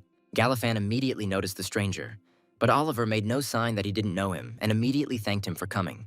The man found all this suspicious, since Oliver introduced himself to him as Kindrek, a name Galifan had never heard before, so he asked to see a map of the Order. Oliver reacted sharply to these words, as he did not like the fact that some old man doubted his words. Watching the hero's reaction, Galifan realized that he had made a mistake and immediately asked for forgiveness for his doubts. Oliver didn't dwell on this and told the old man that he would go first, now they were working together. From Galifan's humble reaction, Oliver realized that he had been caught like a boy. The old man understood everything without words. The system window appeared before the hero again, offering several options for the development of events, and Galifan waited to see what the young man would tell him. Seeing what was happening nearby, the old man understood how strong the necromancer was, so he could not refuse the fake's help. Oliver knew he had made a mistake, since the Order's rules had probably changed by then, and he knew the Archbishop wanted to use him. Now we need to defeat Karen under Galifan's gaze. Everything will be decided in a matter of seconds. There was no time to waste. So he gave the order to Karun to free himself and unleash his full potential of power to defeat the Necatel. Karen wasn't going to give up either, so she took a stance, screamed, and began to attack. It literally looked like a confrontation between two elements, former comrades, now enemies. On this day, their world turned upside down. Karun did not give up trying, and during the battle, he tried to awaken the consciousness of his old friend. Gradually, Karen came to her senses, and at that moment, she asked herself only one question. Why? Rage filled her, flooding her consciousness. Seeing Karun in front of her, she wanted to know why he didn't come. Karen's attacks hit the Moon Knight, his cheek burning, but he tried to answer the elf's question. And while Karun was trying to answer Karen's question, the necrobody hit him right in the torso. From such a strong blow, Karun flew back several meters, receiving many minor wounds. Seeing the shadow suffer, Oliver couldn't contain his emotions. He wasn't confident in his abilities in this fight. The burning necrobody, scorching the ground, headed straight for Karun, wanting to know why he had not kept his promise. Her eyes were burning and tongues of flame were coming out of her mouth. She seemed invincible, a furious warrior. Something indescribable was happening behind Oliver. He turned around to see what was happening behind his back. The Archbishop, Galifan, used his power to gather the souls of his subordinates to increase the flow of mana. Galifan considered it a waste of magic, but decided that he would tear the necrocorpus to pieces and then reassemble it. The Archbishop cast his magic spell, a whirlpool of hatred that disintegrated everything in its path. No matter how strong Karen is, she is just a necrotic body without a master, and all corpses are destined to rot eventually. To protect herself, Karen activated her ability, Pride. For some time, almost nothing can harm her. The dead cannot escape the energy of hatred, and Karen is no exception. So when she fell under the flow of hatred, she received many injuries. Galifan is finished. Now it's Mr. Kindrek's turn to use his abilities and finish off the necromancer. Oliver realized that Galifan was addressing him, but he did not react to it. He believed that he himself was able to decide when to strike the decisive blow. After giving the order to Karun, the shadow delivered the decisive blow and struck Karen's body with its blade. Karen was disappointed as she did not receive an answer to her question. This silence was typical of the Moon Knight. With a dull look, she called Karun a brother who did not keep his promise and abandoned the Empire. But this time, Karun was not going to remain silent, he wanted to explain. To tell that now is a different time and the Emperor has long been dead. He wanted his adopted sister to finally come to her senses and understand that their time had long passed. Karen came to consciousness and realized that she had been dead for a long time. But the Empire? No, it was alive. In her heart. Oliver watched this picture and did not understand why it was so hot around, but he felt some kind of coolness. All wounded, Karen was not going to give up. She longed for battle until the very end, and the fire in her eyes did not go out. So with a huge stream of fiery energy, she pushed Karun away. Even after that, she continued to fight. Galifan didn't understand how all the energy he had used on the necromancer had disappeared, because that simply couldn't happen. The wolf's warning was activated, letting the hero know that he was in danger. The test of the burnt changed to smoldering coals. The goal also changed. It was necessary to hold out for 5 minutes. Galifan's magic accelerated the decomposition of the necrocorpus, but Karen was able to delay her death. The situation became easier. Although the situation became easier, Oliver did not agree with this because he understood that Karen had returned with all his power. Karun could no longer hold back Karen's attacks when she was an unconscious undead. It was difficult to estimate her capabilities, but now it was difficult to even imagine them. Galifan also had no intention of standing aside and watching all this. He still had an ace up his sleeve and the time had come to use it. Oliver turned around and looked at Galifan. He understood that the old man was up to something, but he didn't yet understand what exactly. The Archbishop was going to kill everyone in order to cast the Night of the Dead spell, shortening his life by raising the corpses of his subordinates from the ground. Many necromancers who gave their souls for the sake of the spell rose again in order to somehow slow down Karen. The rebels were going not only against Karen, but also against Oliver. Galifan wanted to kill two birds with one stone. Now the Archbishop no longer needs a fool who introduced himself as a representative of the Order of Eternal Life. The army of the dead immediately headed towards Oliver, wanting to get his life and soul. But Jamal couldn't allow this, so he began to crush the heads of the dead with his huge hand. Jamal stood behind his master and protected him not only with brute force, but also with his ability, stone armor. The orc knew that the dead exploded from the touch of the living, so he understood that he, as a shadow, was of little use. He threw the approaching dead straight at Galifan, who clearly didn't expect such a turn of events. The Archbishop was unhappy that he had failed to foresee such a turn of events. Now it would be more difficult to get the boy. Jamal had no intention of simply throwing the dead aside. He had decided to attack the spellcaster. The dead couldn't keep up with Jamal. The spellcaster was left without protection, and now he is in danger, since the orc has already caught up with him. After bidding him goodnight, the orc crushed the old man with one of his feet. Oliver watched everything that was happening in stone armor and was noticeably nervous. Everything was not going as smoothly as he wanted. The real problem wasn't Galifan, but Karen, who was already simply busy beating up Karun. Seeing this whole scene, Oliver remembered the skill's conditions, last-minute return, as it was said that all the damage dealt would manifest over time. Therefore, Oliver concluded that Karen did not even have Galifan's restraining spell on her now, and the main character understood perfectly well that now he could not defeat Karen, who was at the peak of her powers. No, that's not it. He wasn't even sure he could hold out until the time ran out. Time passed, and Karun still did not give up trying to explain himself to Karen. He wanted to say that he tried to keep his promise. Karen couldn't believe these words. She considered it all a lie, because she believed that he could not abandon the Empire. Karun did not give up and continued to talk about what happened that day because he was still heading to the Empire. The elf did not listen to Karun. She called him a traitor who was never able to keep his promise. Karen uses Red Lotus Strike and Karun uses Full Moon Strike. They are literally opposites of each other. Streams of different energies merged in battle. They could not resist each other, as they once fought on the same side. It was hard for Karun. He could not contain all the energy of his sister. Gradually, a strong flow of energy pushed him back. Holding the sword in his hands, he wanted to give up. He just couldn't see Karen in such a state. The fight was incredibly strong. At that very moment, Oliver noticed that it was not Karun who was thrown back by the blow, but Karen. Despite Karen pushing him away, he did not receive any injuries from which he could not recover. With such a huge difference in abilities, Karun should have flown much further if Karen wanted. She could have cut off his head with one swing of her sword, but she didn't do it. Karen hesitates.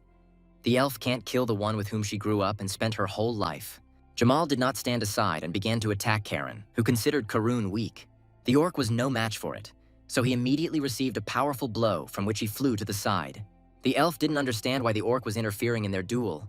She wanted to know who Karun was to him. Jamal had no intention of answering Karen's questions. He just wanted her to stop clinging to the piece of iron, as he called the Moon Knight. Also, Jamal called Karen a monster. These words made the elf's consciousness fully awaken. She didn't realize that she was a monster. She wanted to know why Jamal called her that, but it was too late. Time is up, and now all the injuries Karen received before activating the skill have returned, increasing the effect. Seeing Karen, all wounded and unable to fight, fall to the ground, Karun immediately stood up and ran towards her. Catching her lifeless body, Karun looks into her eyes, wanting to tell her everything and explain what happened that day. Holding her in his arms, sitting on the ground in the rain, Karen experiences feelings that a shadow should not experience. She could no longer see well. The darkness was taking her, but Karen could still see his armor and understood that he was finally close. Looking at Karun, she wanted to know if her brother really returned to the Empire that day. Karun confirmed his sister's words. Because that day he was on his way to her, Karen knew that he would definitely keep his promise. Karen was also curious about why Karun became a shadow. so her brother explained to her that he died. She couldn't believe it. But when she heard that his powers were sealed, she understood everything, because Karun was invincible, stronger than herself. Looking at Oliver, the elf realized who was the owner of Karun, but she was also glad to realize that her brother had not forgotten about her and Jean. Karun spoke of Oliver as a good person, thanks to whom he was able to meet his sister again. But that was not all. Finally, Karen wanted to know what the world outside the Empire was like, so Karun decided to tell her about his adventures and the freedom he felt while exploring the world.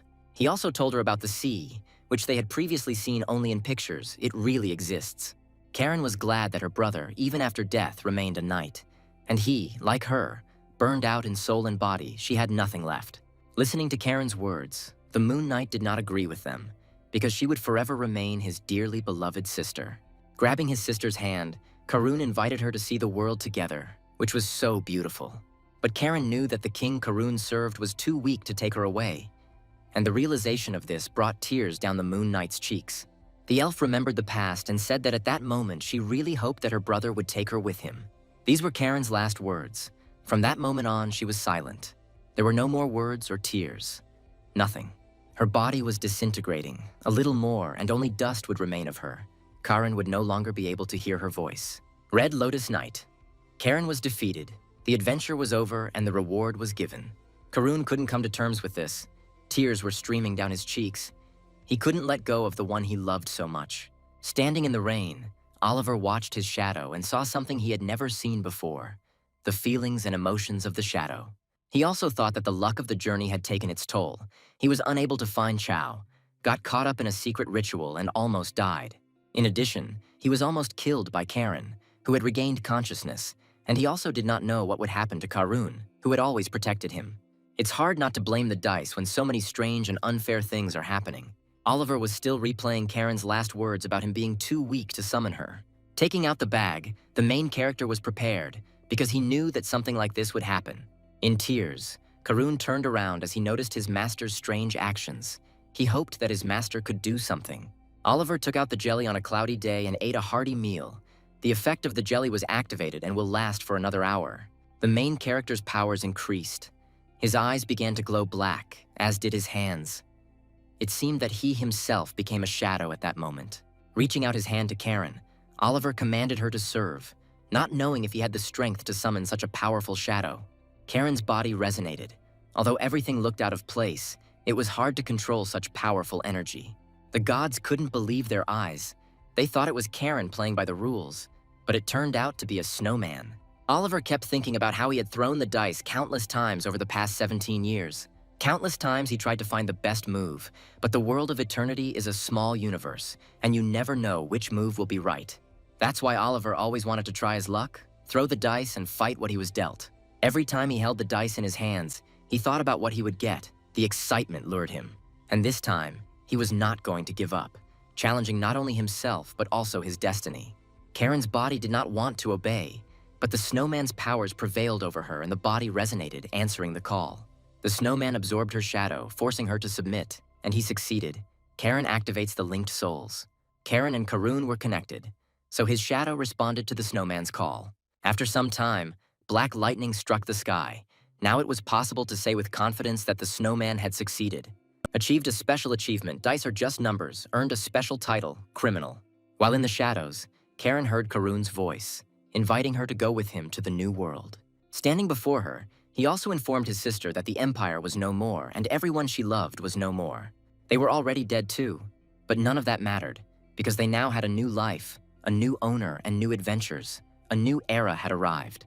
Karen didn't understand this. She couldn't believe that a new era had come. The elf was still thinking about her master, who had probably died at the hands of the invaders. But Karun argued that every living being dies. Sooner or later, it is inevitable. The sister did not understand what her brother wanted to say, but the Moon Knight was calling her to a completely new world. Karun wanted to be with her. These words touched Karen. For the first time in a long time, she heard something like this from her brother. Through his journey, Karun realized how vast the world is and that life does not end outside the walls. Karen had lost everything. She had nothing left. She didn't know what to burn with now. Everything had turned to ashes for her. Looking at the light, Karun did not stop and continued to speak because he believed that it was worth trying to find a reason to live. At that moment, The wall that Karen had built for so long, not wanting to see the future, collapsed. Along with this light, she also saw a ray of hope, a path to a completely different world. Smiling, Karun understood that the new life would be better than the old one. So he knew her with him, towards new adventures. Karen still had doubts. She didn't know if she could trust again someone who had not kept the promise he had made to her. But still, she decided to believe and give another chance to her beloved brother. Now they will have many adventures together. Oliver accomplished the impossible task and was able to summon Karen's shadow, although it was incredibly difficult. Karen stood in front of her new master and said that she had not yet recognized him as her master, so she decided to think twice about serving such a weak Oliver. Jamal was amused by the elf with such a lively character, while Oliver, on the contrary, was not particularly happy with this state of affairs. With a smile on her face, she was pleased to meet the troll, as well as the young king, the Snowman.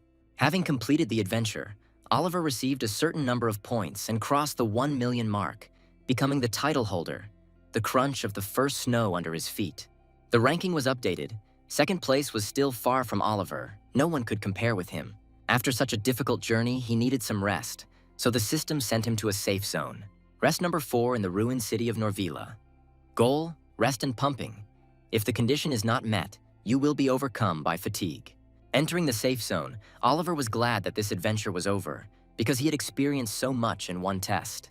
While moving, the hero noticed that this time, the system with information about rest was a little different from the last one. Karen had never seen anything like it, so she screamed in admiration every time, which made the hero a little nervous. She immediately noticed where the snowman was going and was unhappy about it, since the young man had promised her that they would buy clothes first. Oliver thought that Karen didn't need more clothes, since she had enough.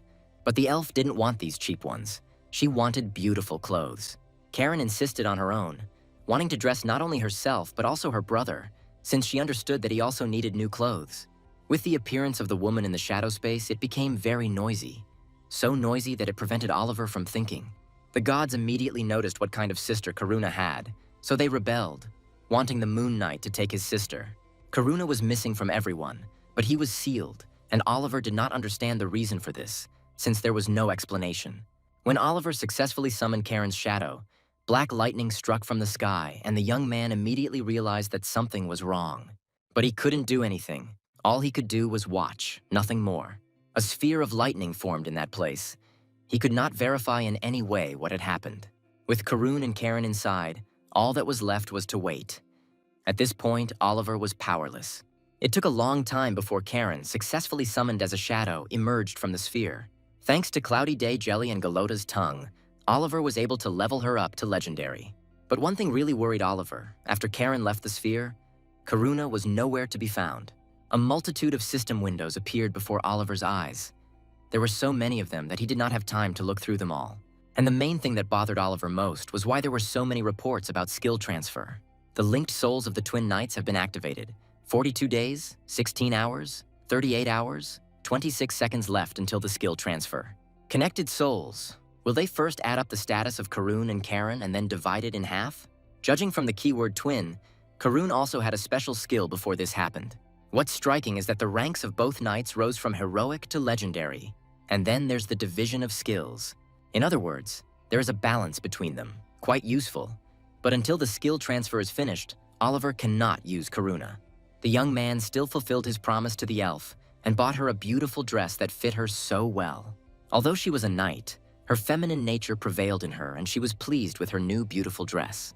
The gods immediately noted the appearance of the elf, noticing her beauty, and Karen had new admirers. The men were stingy with compliments. Although they liked the look of the elf, they did not know what words were best to say at that moment. Even as a shadow, Karen saw the beauty in such walks, but Jamal did not appreciate it. Watching the shadows argue among themselves, Oliver discussed Karen's appearance. By becoming a shadow, she freed herself from the shell of a dead person and returned to her life form. Only the hair color did not become the same, but Karen understood that there was no way to get it back. The elf didn't think about it for long and immediately asked where they were going now. Walking down the street, everyone around noticed the beautiful Karen. They considered her a noble lady and avoided her.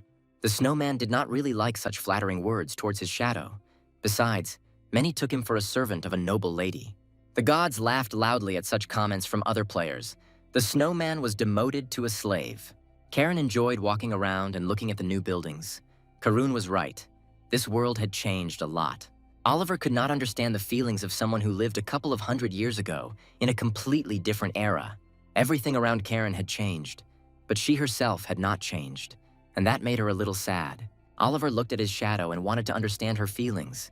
He wanted to know what emotions she was experiencing. The first place Oliver decided to visit was Hamun's shop. A lot of repairs needed after the test. The forge was, as always, quiet. Hamun had long forgotten about orders, as he was afraid of repeating the fate of his teacher. Smoke was coming from the blacksmith's house. Apparently the tea was already on the table, and the guests were sitting at it, even though they were named. Hamun was always glad to see the Snowman. Noticing Oliver's new partner, the guy already knew that a new job awaited him. Taking out his sword, Oliver confirmed the blacksmith's words, as he needed to study Karen's sword. Looking at the sword, Hamun realized that Oliver had once again given him a headache by breaking the weapon. Oliver apologized in advance for making the job so difficult, but there was nothing he could do about it. Holding the sword in his hands, Hamun said that he was practically destroyed and that he should be glad that he was breathing at all. These words did not make Oliver feel any better. He understood that perhaps this sword could no longer be restored. At the end of the journey, the hero was met with a chest full of armor, which he could not even open himself. Karen did it for him. Thanks to this award, Oliver was finally able to change his uniform, which he had been wearing for a long time. He was also able to change Jamal's armor and completely rid him of his basic items. But the most interesting thing in the chest is the gloves of great luck, which Karen immediately put on, and the destroyed Red Lotus sword that once belonged to the elf. Oliver needed to repair the sword, so he asked Hamun if he could trust him with the job. The blacksmith looked closely at the blade, wondering if he could repair it. Looking up at the Snowman, he asked if the hero knew that this was an unusual sword and that he was currently powerless. Oliver reacted calmly to this, as if he had expected such an answer. Hamun claimed that the creator put a lot of effort into this sword, and besides the handle, there is nothing else here. Such work required a lot of time and resources. The young man offered to get all the necessary materials, but the blacksmith doubted that the Snowman would be able to do this, since the necessary materials no longer existed. The same thing happened with the Moonblade, which Hamun managed to breathe life into with difficulty, but it was far from the original. From the blacksmith's words, Oliver understood that the exceptional rank was just an imitation. He was curious about what kind of power the original sword had. Addressing the owner, Karen asked him not to worry, since no other blade could withstand her heat, but she was also good in hand-to-hand combat. To avoid any strange questions from Hamun, the elf immediately decided to demonstrate who she was to the Snowman. The blacksmith was very surprised, since he did not think that there was a shadow sitting in front of him, although he noticed that the energy coming from it was too strange for an elf. At this point, Hamun became thoughtful, because if the weapon was meant for the shadow, there was one way to restore the blade. This method actually existed and was described in the legend of the Fiery Spider Queen. Few people knew about the existence of the Spider Queen, but Hamun knew that it was more than just a spider legend. Oliver also knew this legend and understood that it was about Anicindria, a giant spider. Even the gods didn't know about this, so they had to look up the information in the game guide. Hamun was amazed by the hero's erudition, since few people knew about it. Anicindrias. This is the name given to the fire spider from folk legends that were known in the south. This monster has a habit of storing cocoons of prey in its nest after scorching its victim with sulfuric flame and sucking out all the life force from it. He gained a bad reputation not only due to his huge body, but also due to a couple of disgusting abilities. Taking out the map, Hamun said that he did not need the Anicindria's blood, since everyone knew that she had been dead for a long time. He was interested in the blood of her last descendant. To be more precise, he had heard rumors about its existence and needed to check it out. Oliver realized that the blacksmith wanted to use the spiritual stone of fire along with the spider's blood. Hamun confirmed the hero's words, making it clear that in this way he would be able to compensate for his reduced strength. Now Oliver understood why this method was intended for the shadow, because if a living person were to use such a weapon, his mind would be damaged. Hamun claimed that although it was dangerous, the spiritual stone was not easy to obtain either, but it was worth trying. And Karen didn't have any armor. It all burned in her flames when she was still a necromancer. Oliver knew that the problem was significant and needed to be addressed. There was no point in leaving the shadow without armor. This is how the planned adventure, her descendant, began in such an unexpected way. Everyone around turned their attention to the beautiful lady. No one could believe that the elf was next to such a guy. Karen felt awkward because Oliver was in charge of outfitting her, even though she wasn't even his knight. Sister Karuna was stubborn and quarrelsome, so she constantly argued with Oliver, not wanting to recognize him as her master. Even though she didn't like it, she understood that since Karun had chosen him, she would follow him. Remembering the blacksmith's words, Karen kept thinking about the spider, Anicaps. This name was familiar to her. Oliver noticed that Karen was deep in thought, so he asked what she was thinking about. Karen claimed that she had heard about this spider somewhere and even knew where it had settled. But whether she had been defeated or not, she no longer remembered. As the gods listened to Karen's story, they began to realize how old she was, as Montera had existed centuries ago. Remembering the map, Oliver knew the gorge that Hamun was pointing to, so he knew that it would be very dangerous. A shadowy gorge, a gorge that no experienced guide or trader would venture into, no matter how much he was in a hurry. Suddenly, Karen touched Oliver, stopping his train of thought. Looking at the young man, she said that it seemed they had arrived, which made her very happy. Standing at the door, Oliver informed Karen that she would have to climb through the window. But she was a knight, so she would not hide like a thief. By kicking down the door with one foot, she destroyed all of Oliver's stereotypes about girls. The gods were also amused by this situation. Karen looked funny at that moment. Oliver asked if she had entered the reception hall during the service in the same way, but the girl did not confirm these words. She only answered that she had decided to change her methods in honor of the revival. The young man found it difficult to cope with the spirited nature of Karen. He had already regretted calling her 10,000 times. Karen didn't dwell on it and immediately went to look for the laboratory. Noticing that the girl was going in the wrong direction, Oliver showed her the right way. Suddenly, the wolf's warning was activated, indicating that the hero was in danger. Karen also felt the urge to kill, so she asked the owner to step aside. Looking further down the corridor, Oliver saw nothing. He didn't know what to expect. Someone was approaching, calling the heroes named guests, who unceremoniously knocked down the door. A woman with dark hair and purple eyes appeared before them. It was clear that she was at home here. Oliver immediately realized who was in front of him. It was the Chao Shadow Summoner from the city of Kungori. Chao saw that this was not a newbie in front of her, but an experienced adventurer who had already made all the inquiries. The hero immediately introduced himself, giving his game name, Snowman. But Chao still didn't like the fact that he knew her, but she didn't know him. Activating her power, she began to summon shadows, as she felt it was unfair that she didn't know him. It looked suspicious. Oliver didn't expect that when he met Chao, he would have to fight. No one informed him about it. Switching to hand-to-hand combat, Chao immediately attacked Oliver, but Karen was able to easily stop her blow. Karen thought the woman was overdoing it, but Chao appreciated the quality of the shadow summoning. Oliver was surprised that Chao was able to tell at first glance that Karen was just a shadow. The woman simply wanted to check on the said guests, as they had knocked down the door of the house, where even the owner enters through the window. Chao explained her strange actions by saying that someone was following her, so she had already gotten used to leaving no traces. After hearing Oliver's story, Chao immediately understood where he was from and what kind of sissies had sent him to look for her. They were big-hearted guys, but she no longer intended to return to Kungori. Oliver was upset upon hearing this, as his task was to bring Chao back to the city. Chao congratulated him on having come all this way in vain. Oliver wasn't too upset, since he just had to deliver the news, and he had business with her. Chao's gaze immediately changed. She wanted to know what this strange guy wanted from her. But the hero has hit a wall of knowledge, which is why he needs Chao's help. If a player hits a wall of knowledge, their abilities will stop growing. Even training will be pointless, as it will not level up the skill tree. And only experienced specialists can help with this. In other words, veterans of their field. Oliver wanted to know if Chao could help him, so he rushed her to answer. The woman did not want to rush into an answer. She needed time to think. After some time, Chao decided that she would help, but not for free, a favor for a favor. The summoner immediately asked if Oliver had taken on any errands lately, to which the young man replied that he was going to the shadowy ravine. Chao was glad about this because it was nearby, so she could entrust this mission to Oliver. The snowman received a Chao scroll. After he finishes his business, he can take on the quest. For all this, the summoner gave the guy 3 months, after which he must return to Norvila and hang it on a pole at the main gate. If everything went smoothly, she was supposed to be back by this time too. But if something went wrong, the snowman was supposed to set this room on fire. Oliver found this strange, so he wondered why there was a need to set fire to this room. But Chao didn't want to explain it, so she decided that if the snowman couldn't understand it by the end of the test, they were out of luck.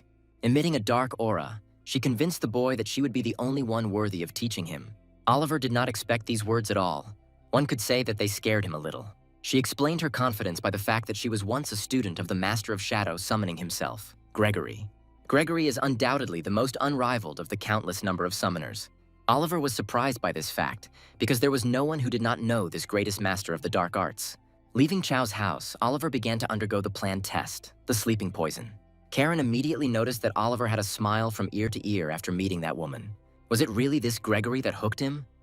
Oliver confirmed these words because this shadow summoner was a pioneer. While Karen traveled the world with Oliver and chatted forever, Jamal rested in the shadows. Elfiska was constantly chatting. She couldn't shut up for a second. Everything was interesting to her. Jamal didn't like this at all. He wanted at least a minute of peace and quiet. They were always arguing and fighting, but Oliver didn't care. He didn't pay attention to it. Find a good teacher. This expression is well spread in Pandey. A good teacher will impart unique skills or help enhance the effectiveness of abilities. However, there is another reason for Oliver's expectations. Perhaps Chow inherited Gregory's unique skill. Then there is a small chance that it will be passed on to him. Unique skills and secret techniques are as rare as exclusive equipment. All the adventures associated with Chow were difficult for a reason. She is clearly not an ordinary shadow summoner. Enough time passed, and Oliver had already returned to the house where he had stayed for a while. Lying on the bed, he kept thinking about his adventure, the shadowy gorge.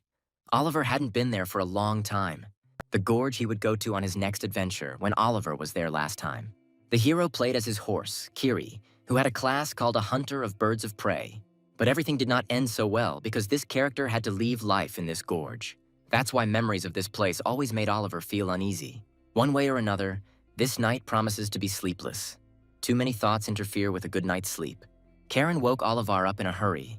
Wanting to wake him up as quickly as possible, she called the Snowman master. Oliver barely opened his eyes. He didn't understand what was going on and why they were waking him up so early. But Karen continued to hurry because she smelled fresh bread and immediately wanted it. She knew it must be delicious. The fresh baked goods were tempting her. But Oliver didn't understand why the shadow was talking about taste. Oliver was surprised by the fact that Karen could smell and taste. But the elf claimed that all sensations remained with her. Watching others buy bread, Karen was worried because she was afraid that she wouldn't have time. Suddenly, at the same time, someone started knocking on the door and calling for Mr. Snowman. Oliver immediately noticed this and asked who was there. It was a messenger from Kibo. He wanted to talk to the hero, so he asked to go down to the first floor. Hearing this, the elf immediately began to become noticeably nervous as she realized that her trip for bread was being postponed. Oliver was glad that he had managed to not follow the shadow's lead, but Karen was very upset about it. Having dressed, the snowman left the room and began to descend the stairs to the first floor. Kibo was already waiting for him, so he immediately greeted him when the snowman came down. Upon meeting Kibo, Karen immediately began to scream and point her finger at the impudent man. It's amazing, Kibo couldn't even imagine that he would see an elf in his life, especially in Norville, and he also brought fresh bread. Karen was happy about this, so she immediately grabbed the bread and started to taste it. Oliver was not so keen on food. He was interested in something else. He wanted to know if anything suspicious had happened in Norville recently. Kibo didn't understand why he was asking such a question, but Oliver explained that he had heard that people in this city were worried about something. The man thought for a moment, and suddenly he remembered that something had indeed happened.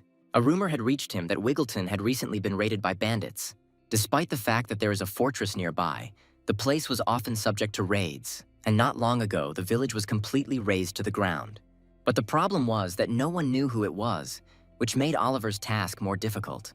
There was no one left. The bandits had prepared carefully and cleaned up after themselves. Fortunately, half of the residents were at work in neighboring areas, but upon their return, a heap of ashes awaited them on the site of the village. Taking Kibo's words into account, Oliver understood why the people of Norvila were so afraid. But Kibo didn't finish his story there. He had a request for the hero, and here is the price of an expensive breakfast. Turning around and looking at the people around him, Kibo said that he could already see how the people of Norvila would live in harmony with otherworlders in the future. The problem was that Kibo was old. His strength was not enough. Times were changing. Young people knew how to catch the right wave. These words puzzled the young man because Kibo had Mira, whom he considered his successor. But the man asked for something else. He wanted the snowman to drop in on Norvila from time to time and find out how Mira was doing. The young man was alarmed by these words, because Kibo spoke as if he was about to leave. The older you get, the more worries you have, and Kibo wanted the young man sitting in front of him to understand this.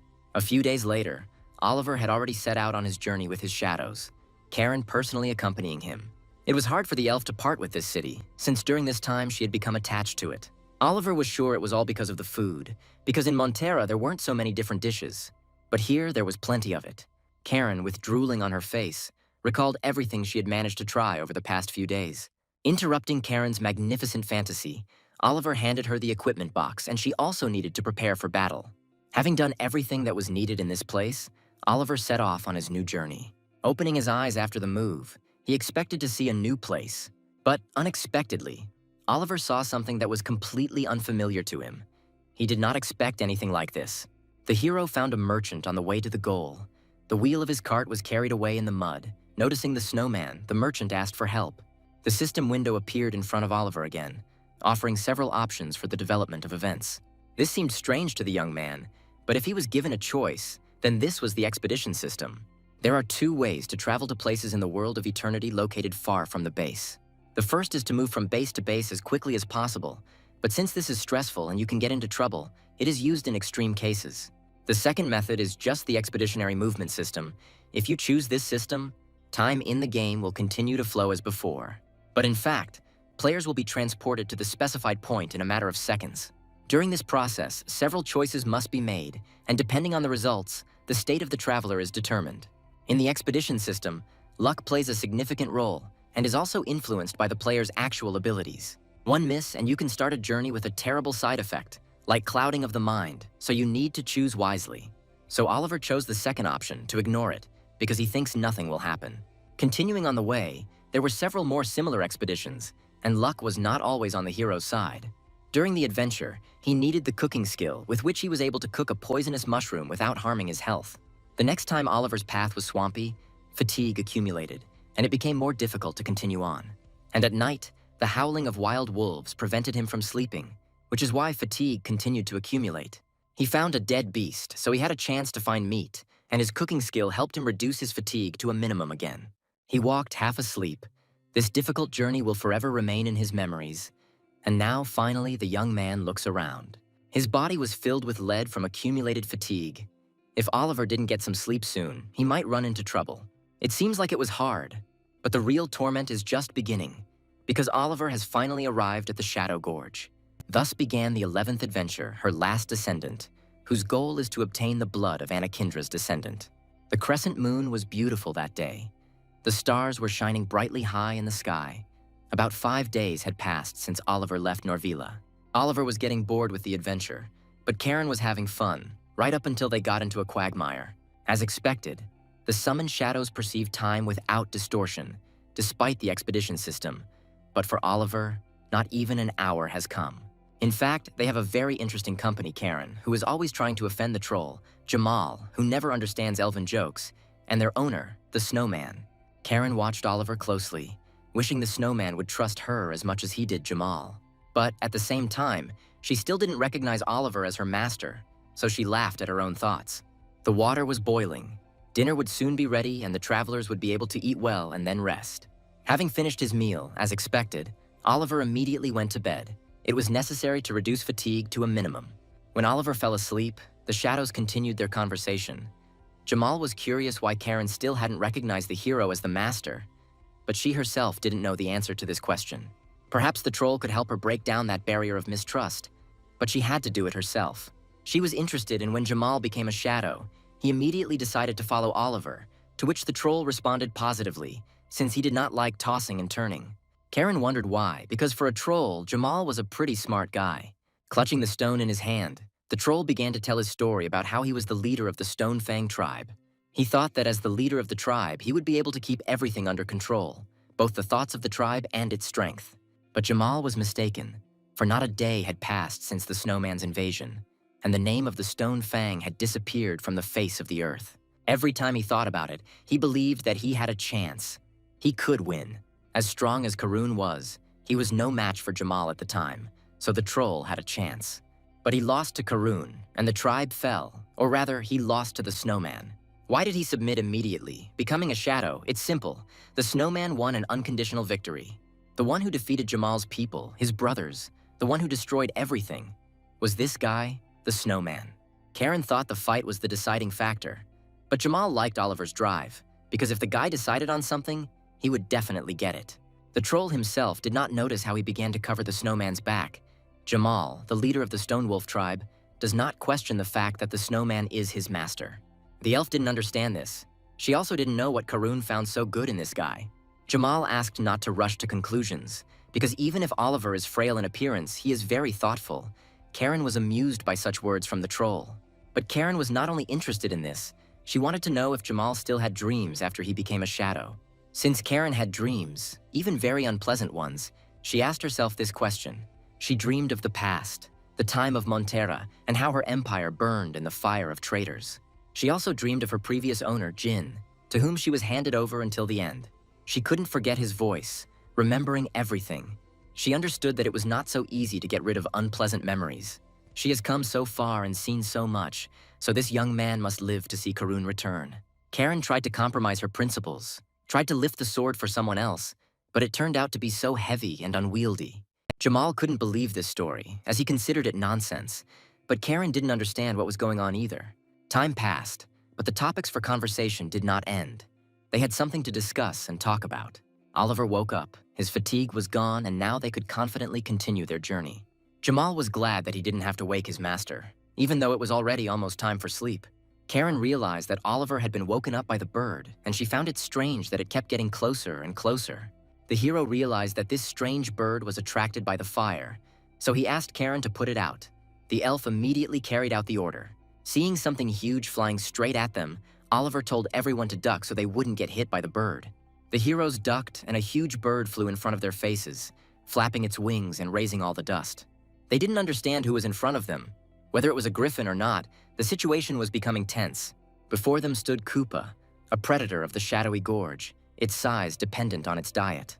Karen grabbed her sword, trying to pull it out, but she couldn't get it to come out. It was as if she was chained. The elf couldn't even move, although she really wanted to protect Oliver from the attack of the bird of prey. Jamal noted that now was not the time to do such things, and ordered Karen to prepare for the next attack. Koopa didn't want to leave her dinner. She was aiming precisely at Oliver and flying over his head. But suddenly the bird dropped its prey and flew away. Perhaps it was scared of something. Looking at the bird in the sky, Oliver was glad to see this bird, as it was familiar to him. After thinking about it, the snowman decided to move on and look for another shelter, this time with a roof. Koopa, Oliver's loyal horse-summoned beast, Kiri, made this place his grave. Realizing all this, the hero became sad. Melancholy rolled over him. All this reminded him of the last game. Once, playing with the gods, Oliver amazed everyone with his choice. No one would choose such a class and also summon a vulture. But Oliver was glad that he was able to get such a devoted friend, whom he himself fed and raised. The hero was sure that someday Koopa would help him just as he once helped him. The masked man was right. The bird of prey hunter used a bird of prey as his main summoning beast. Each bird had its own peculiarity. Some were resistant to the elements. Others could crush iron with their beaks, and such species were extremely popular with hunters of birds of prey. Only one type of bird was considered taboo for this class: vultures. At that time, Oliver had not yet become famous and was one of the ordinary players, and by choosing a vulture as a pet, he became known as an eccentric. The adventure continued. Koopa grew day by day. He even felt a significant weight when the bird landed on his hand. Then it happened. When Kiri's team got into the Shadow Gorge, on the 4th night, the group set up camp in the depths of the gorge and went to sleep. And in the morning, one message awaited them. After Kiri, there were many more teams that suffered the same fate. This message shocked Oliver, as he was unable to find out the true cause of death. Eventually, people forgot the way to the gorge, and only this eerie rumor remained.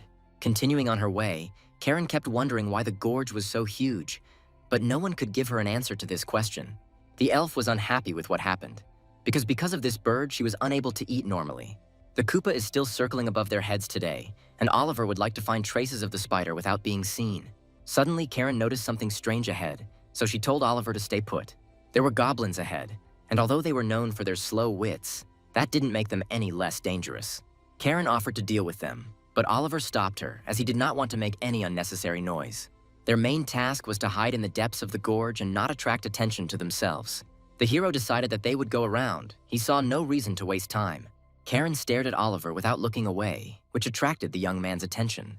The goblins, sitting in the gorge, continued to go about their business and make a fire. Although at first glance they looked stupid and weak, in a pack they could cause a lot of trouble. It is always worth remembering about those who at first glance appear weak and helpless. Some time passed, and it was already the 5th day of exploring the Shadow Gorge. Karen was unhappy with the route they had taken, as she remembered the cave where they had met the goblins. It turns out that in 5 days they made a circle around the gorge. Oliver was not happy with this news, since time was running out. The saddest thing was that during all this time, the heroes never found either the spider or the web. Jamal noticed that all the goblins had disappeared. Not even a trace of their presence remained. It was strange. This simply couldn't be happening, so Karen assumed they were still inside.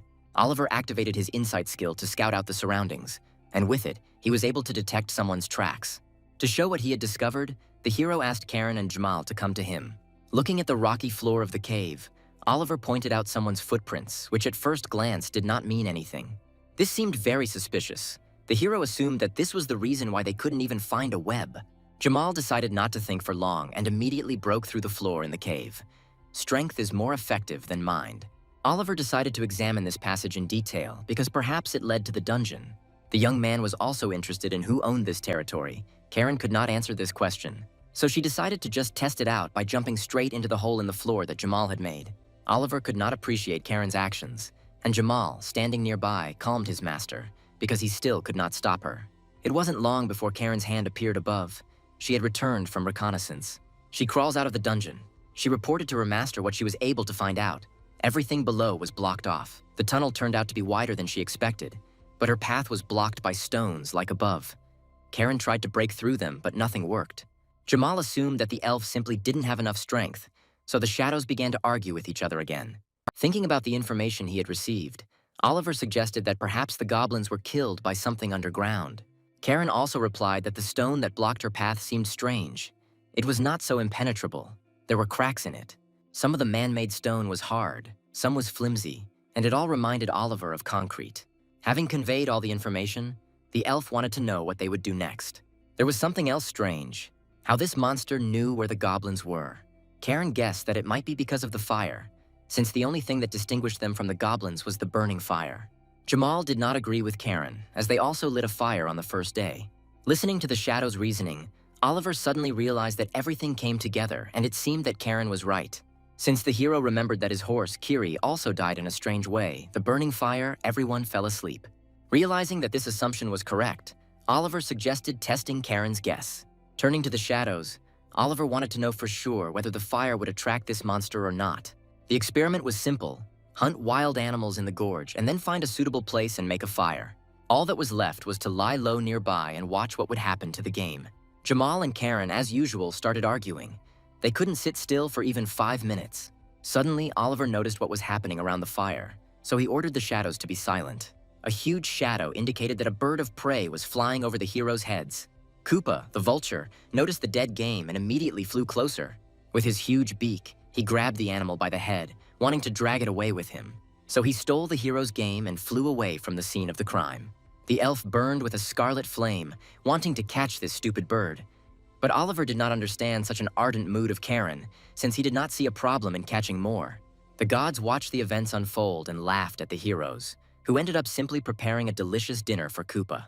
So the second attempt was also unsuccessful, as Koopa again put out the fire with his claws.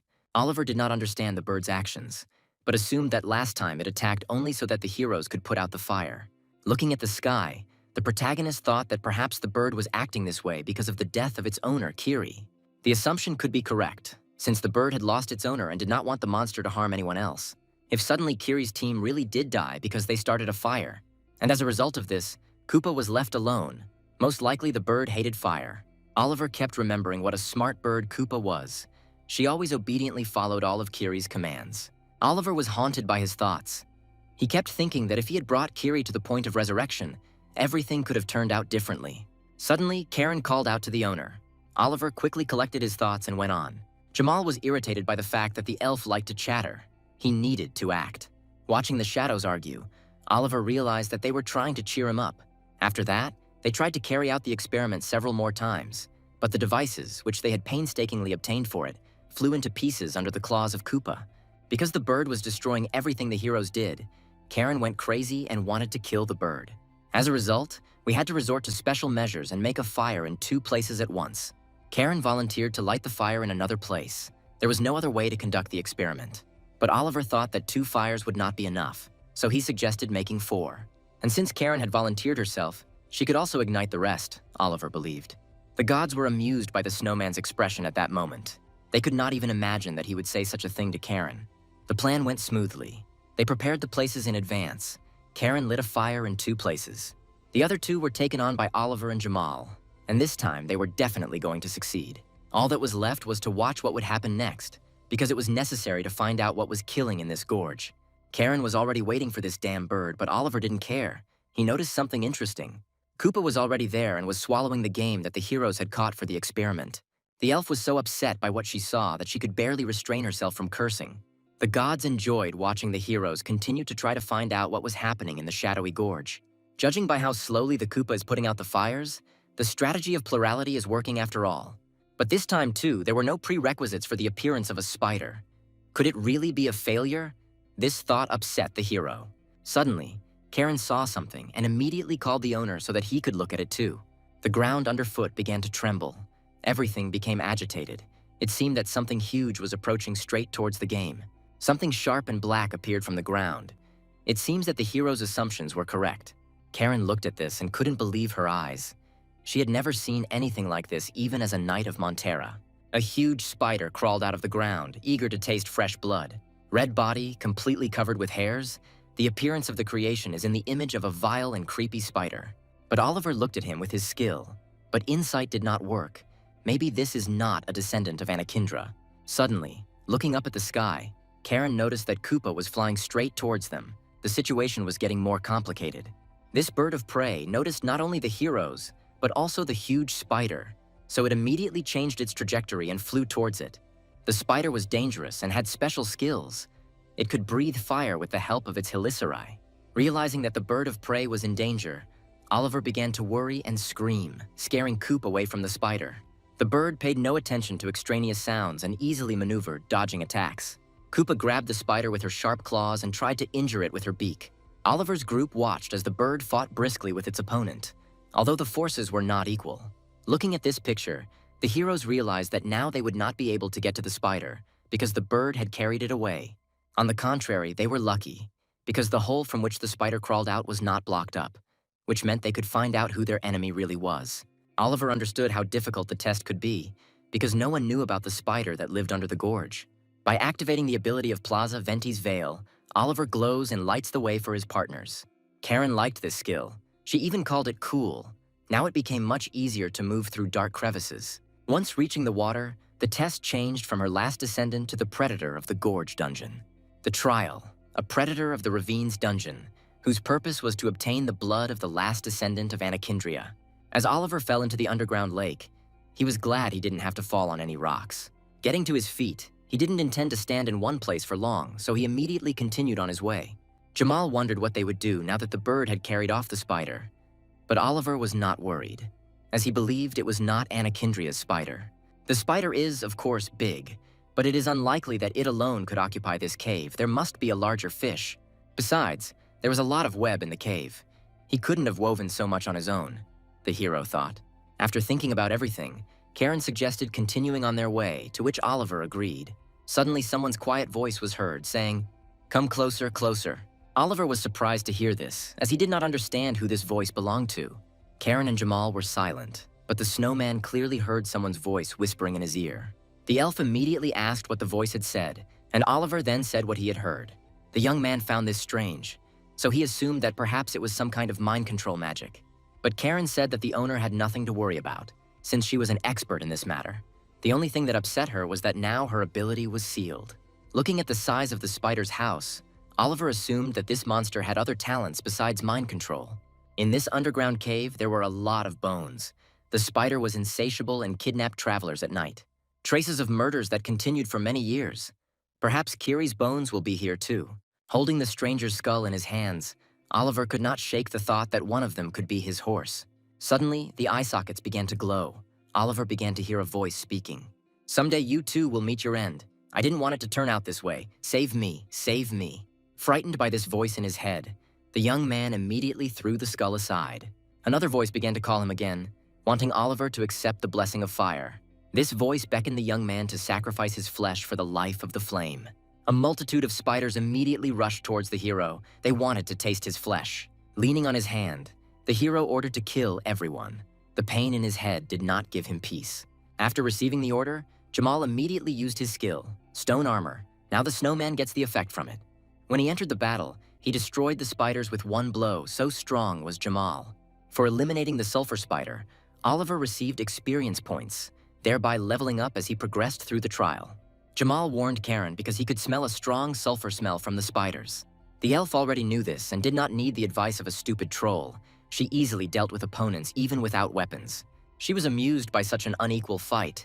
Karen thought it was all a joke and nothing more. Suddenly, while Karen was not taking her opponent seriously, one of the spiders managed to hit her with a web. But the elf didn't lose her composure and immediately pulled on the strong web, pulling the victim towards her.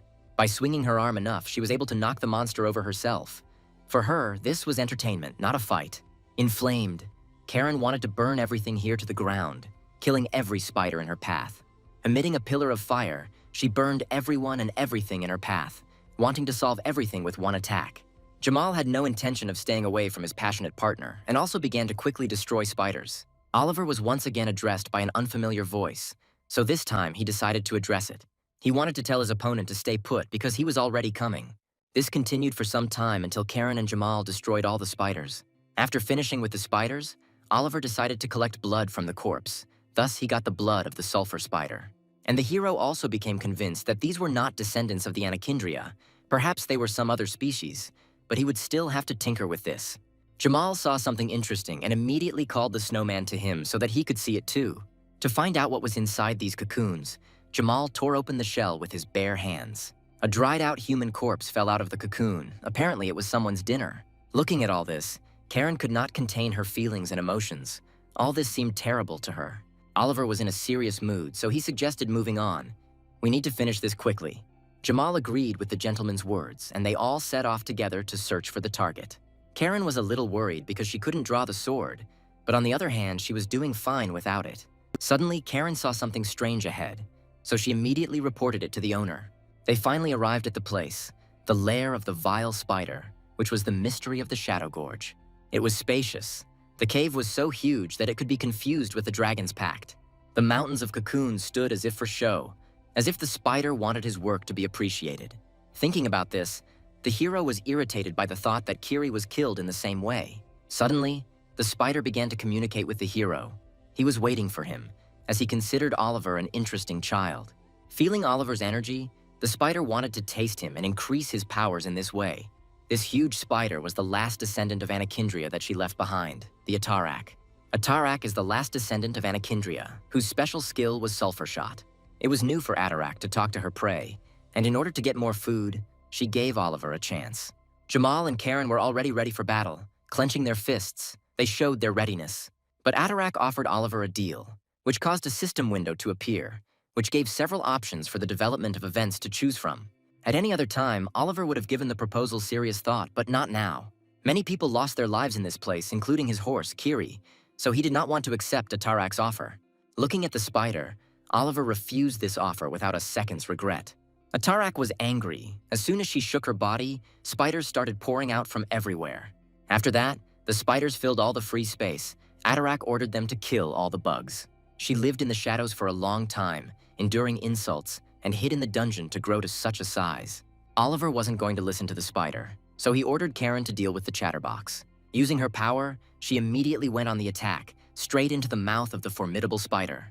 Atarak was angered by such behavior of people. She will not tolerate contempt, so she started attacking Karen, wanting to show all her strength and power. Not only Karen, but also Jamal, who was dealing with a more minor problem, came under the spider's powerful blows. Sulfuric blood filled the cave, making it increasingly dangerous to fight in it. Oliver knew this was a problem and needed to be solved somehow while they could still get their foot on the ground. While dealing with the small spiders, Karen continued to advance without weakening her pressure. With each passing second, there were more and more spiders. It was difficult to continue such a fight, but she also continued to attack Atarax, wanting to at least touch her a little with her sword in its sheath. Atarak had a good estimate of her opponent's strength and understood that he would not be able to resist for long. Karen was hurt by these words because her honor as a knight was offended.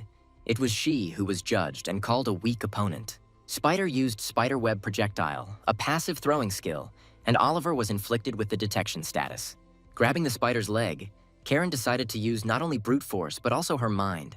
She was able to deflect the blow by throwing the spider's dead body straight into the Atarak's mouth. The spider burned her own child with her poison. Even the body of her descendants could not withstand such a powerful blow. If she had ended up in Karen, she would definitely have had a hard time, although the elf was sure that this would not happen. Atarak continued to use her skill, spiderweb projectile, creating new problems for the heroes. Jamal decided not to invent anything new, so he simply used Karen's method. Atarak didn't like the way her children were being treated, and it made her furious. Oliver had no intention of listening to the spider's loud speeches. He wanted to meet her face to face. The spider took Oliver's bait and decided to go down with him. But before that, she used her special skill, Sweet Sleep. Jamal immediately realized that the spider was targeting his master's mind, so he tried to save him from this crazy attack. The troll rolled the magic resistance dice. The dice came up 4. Jamal resisted the sweet dream.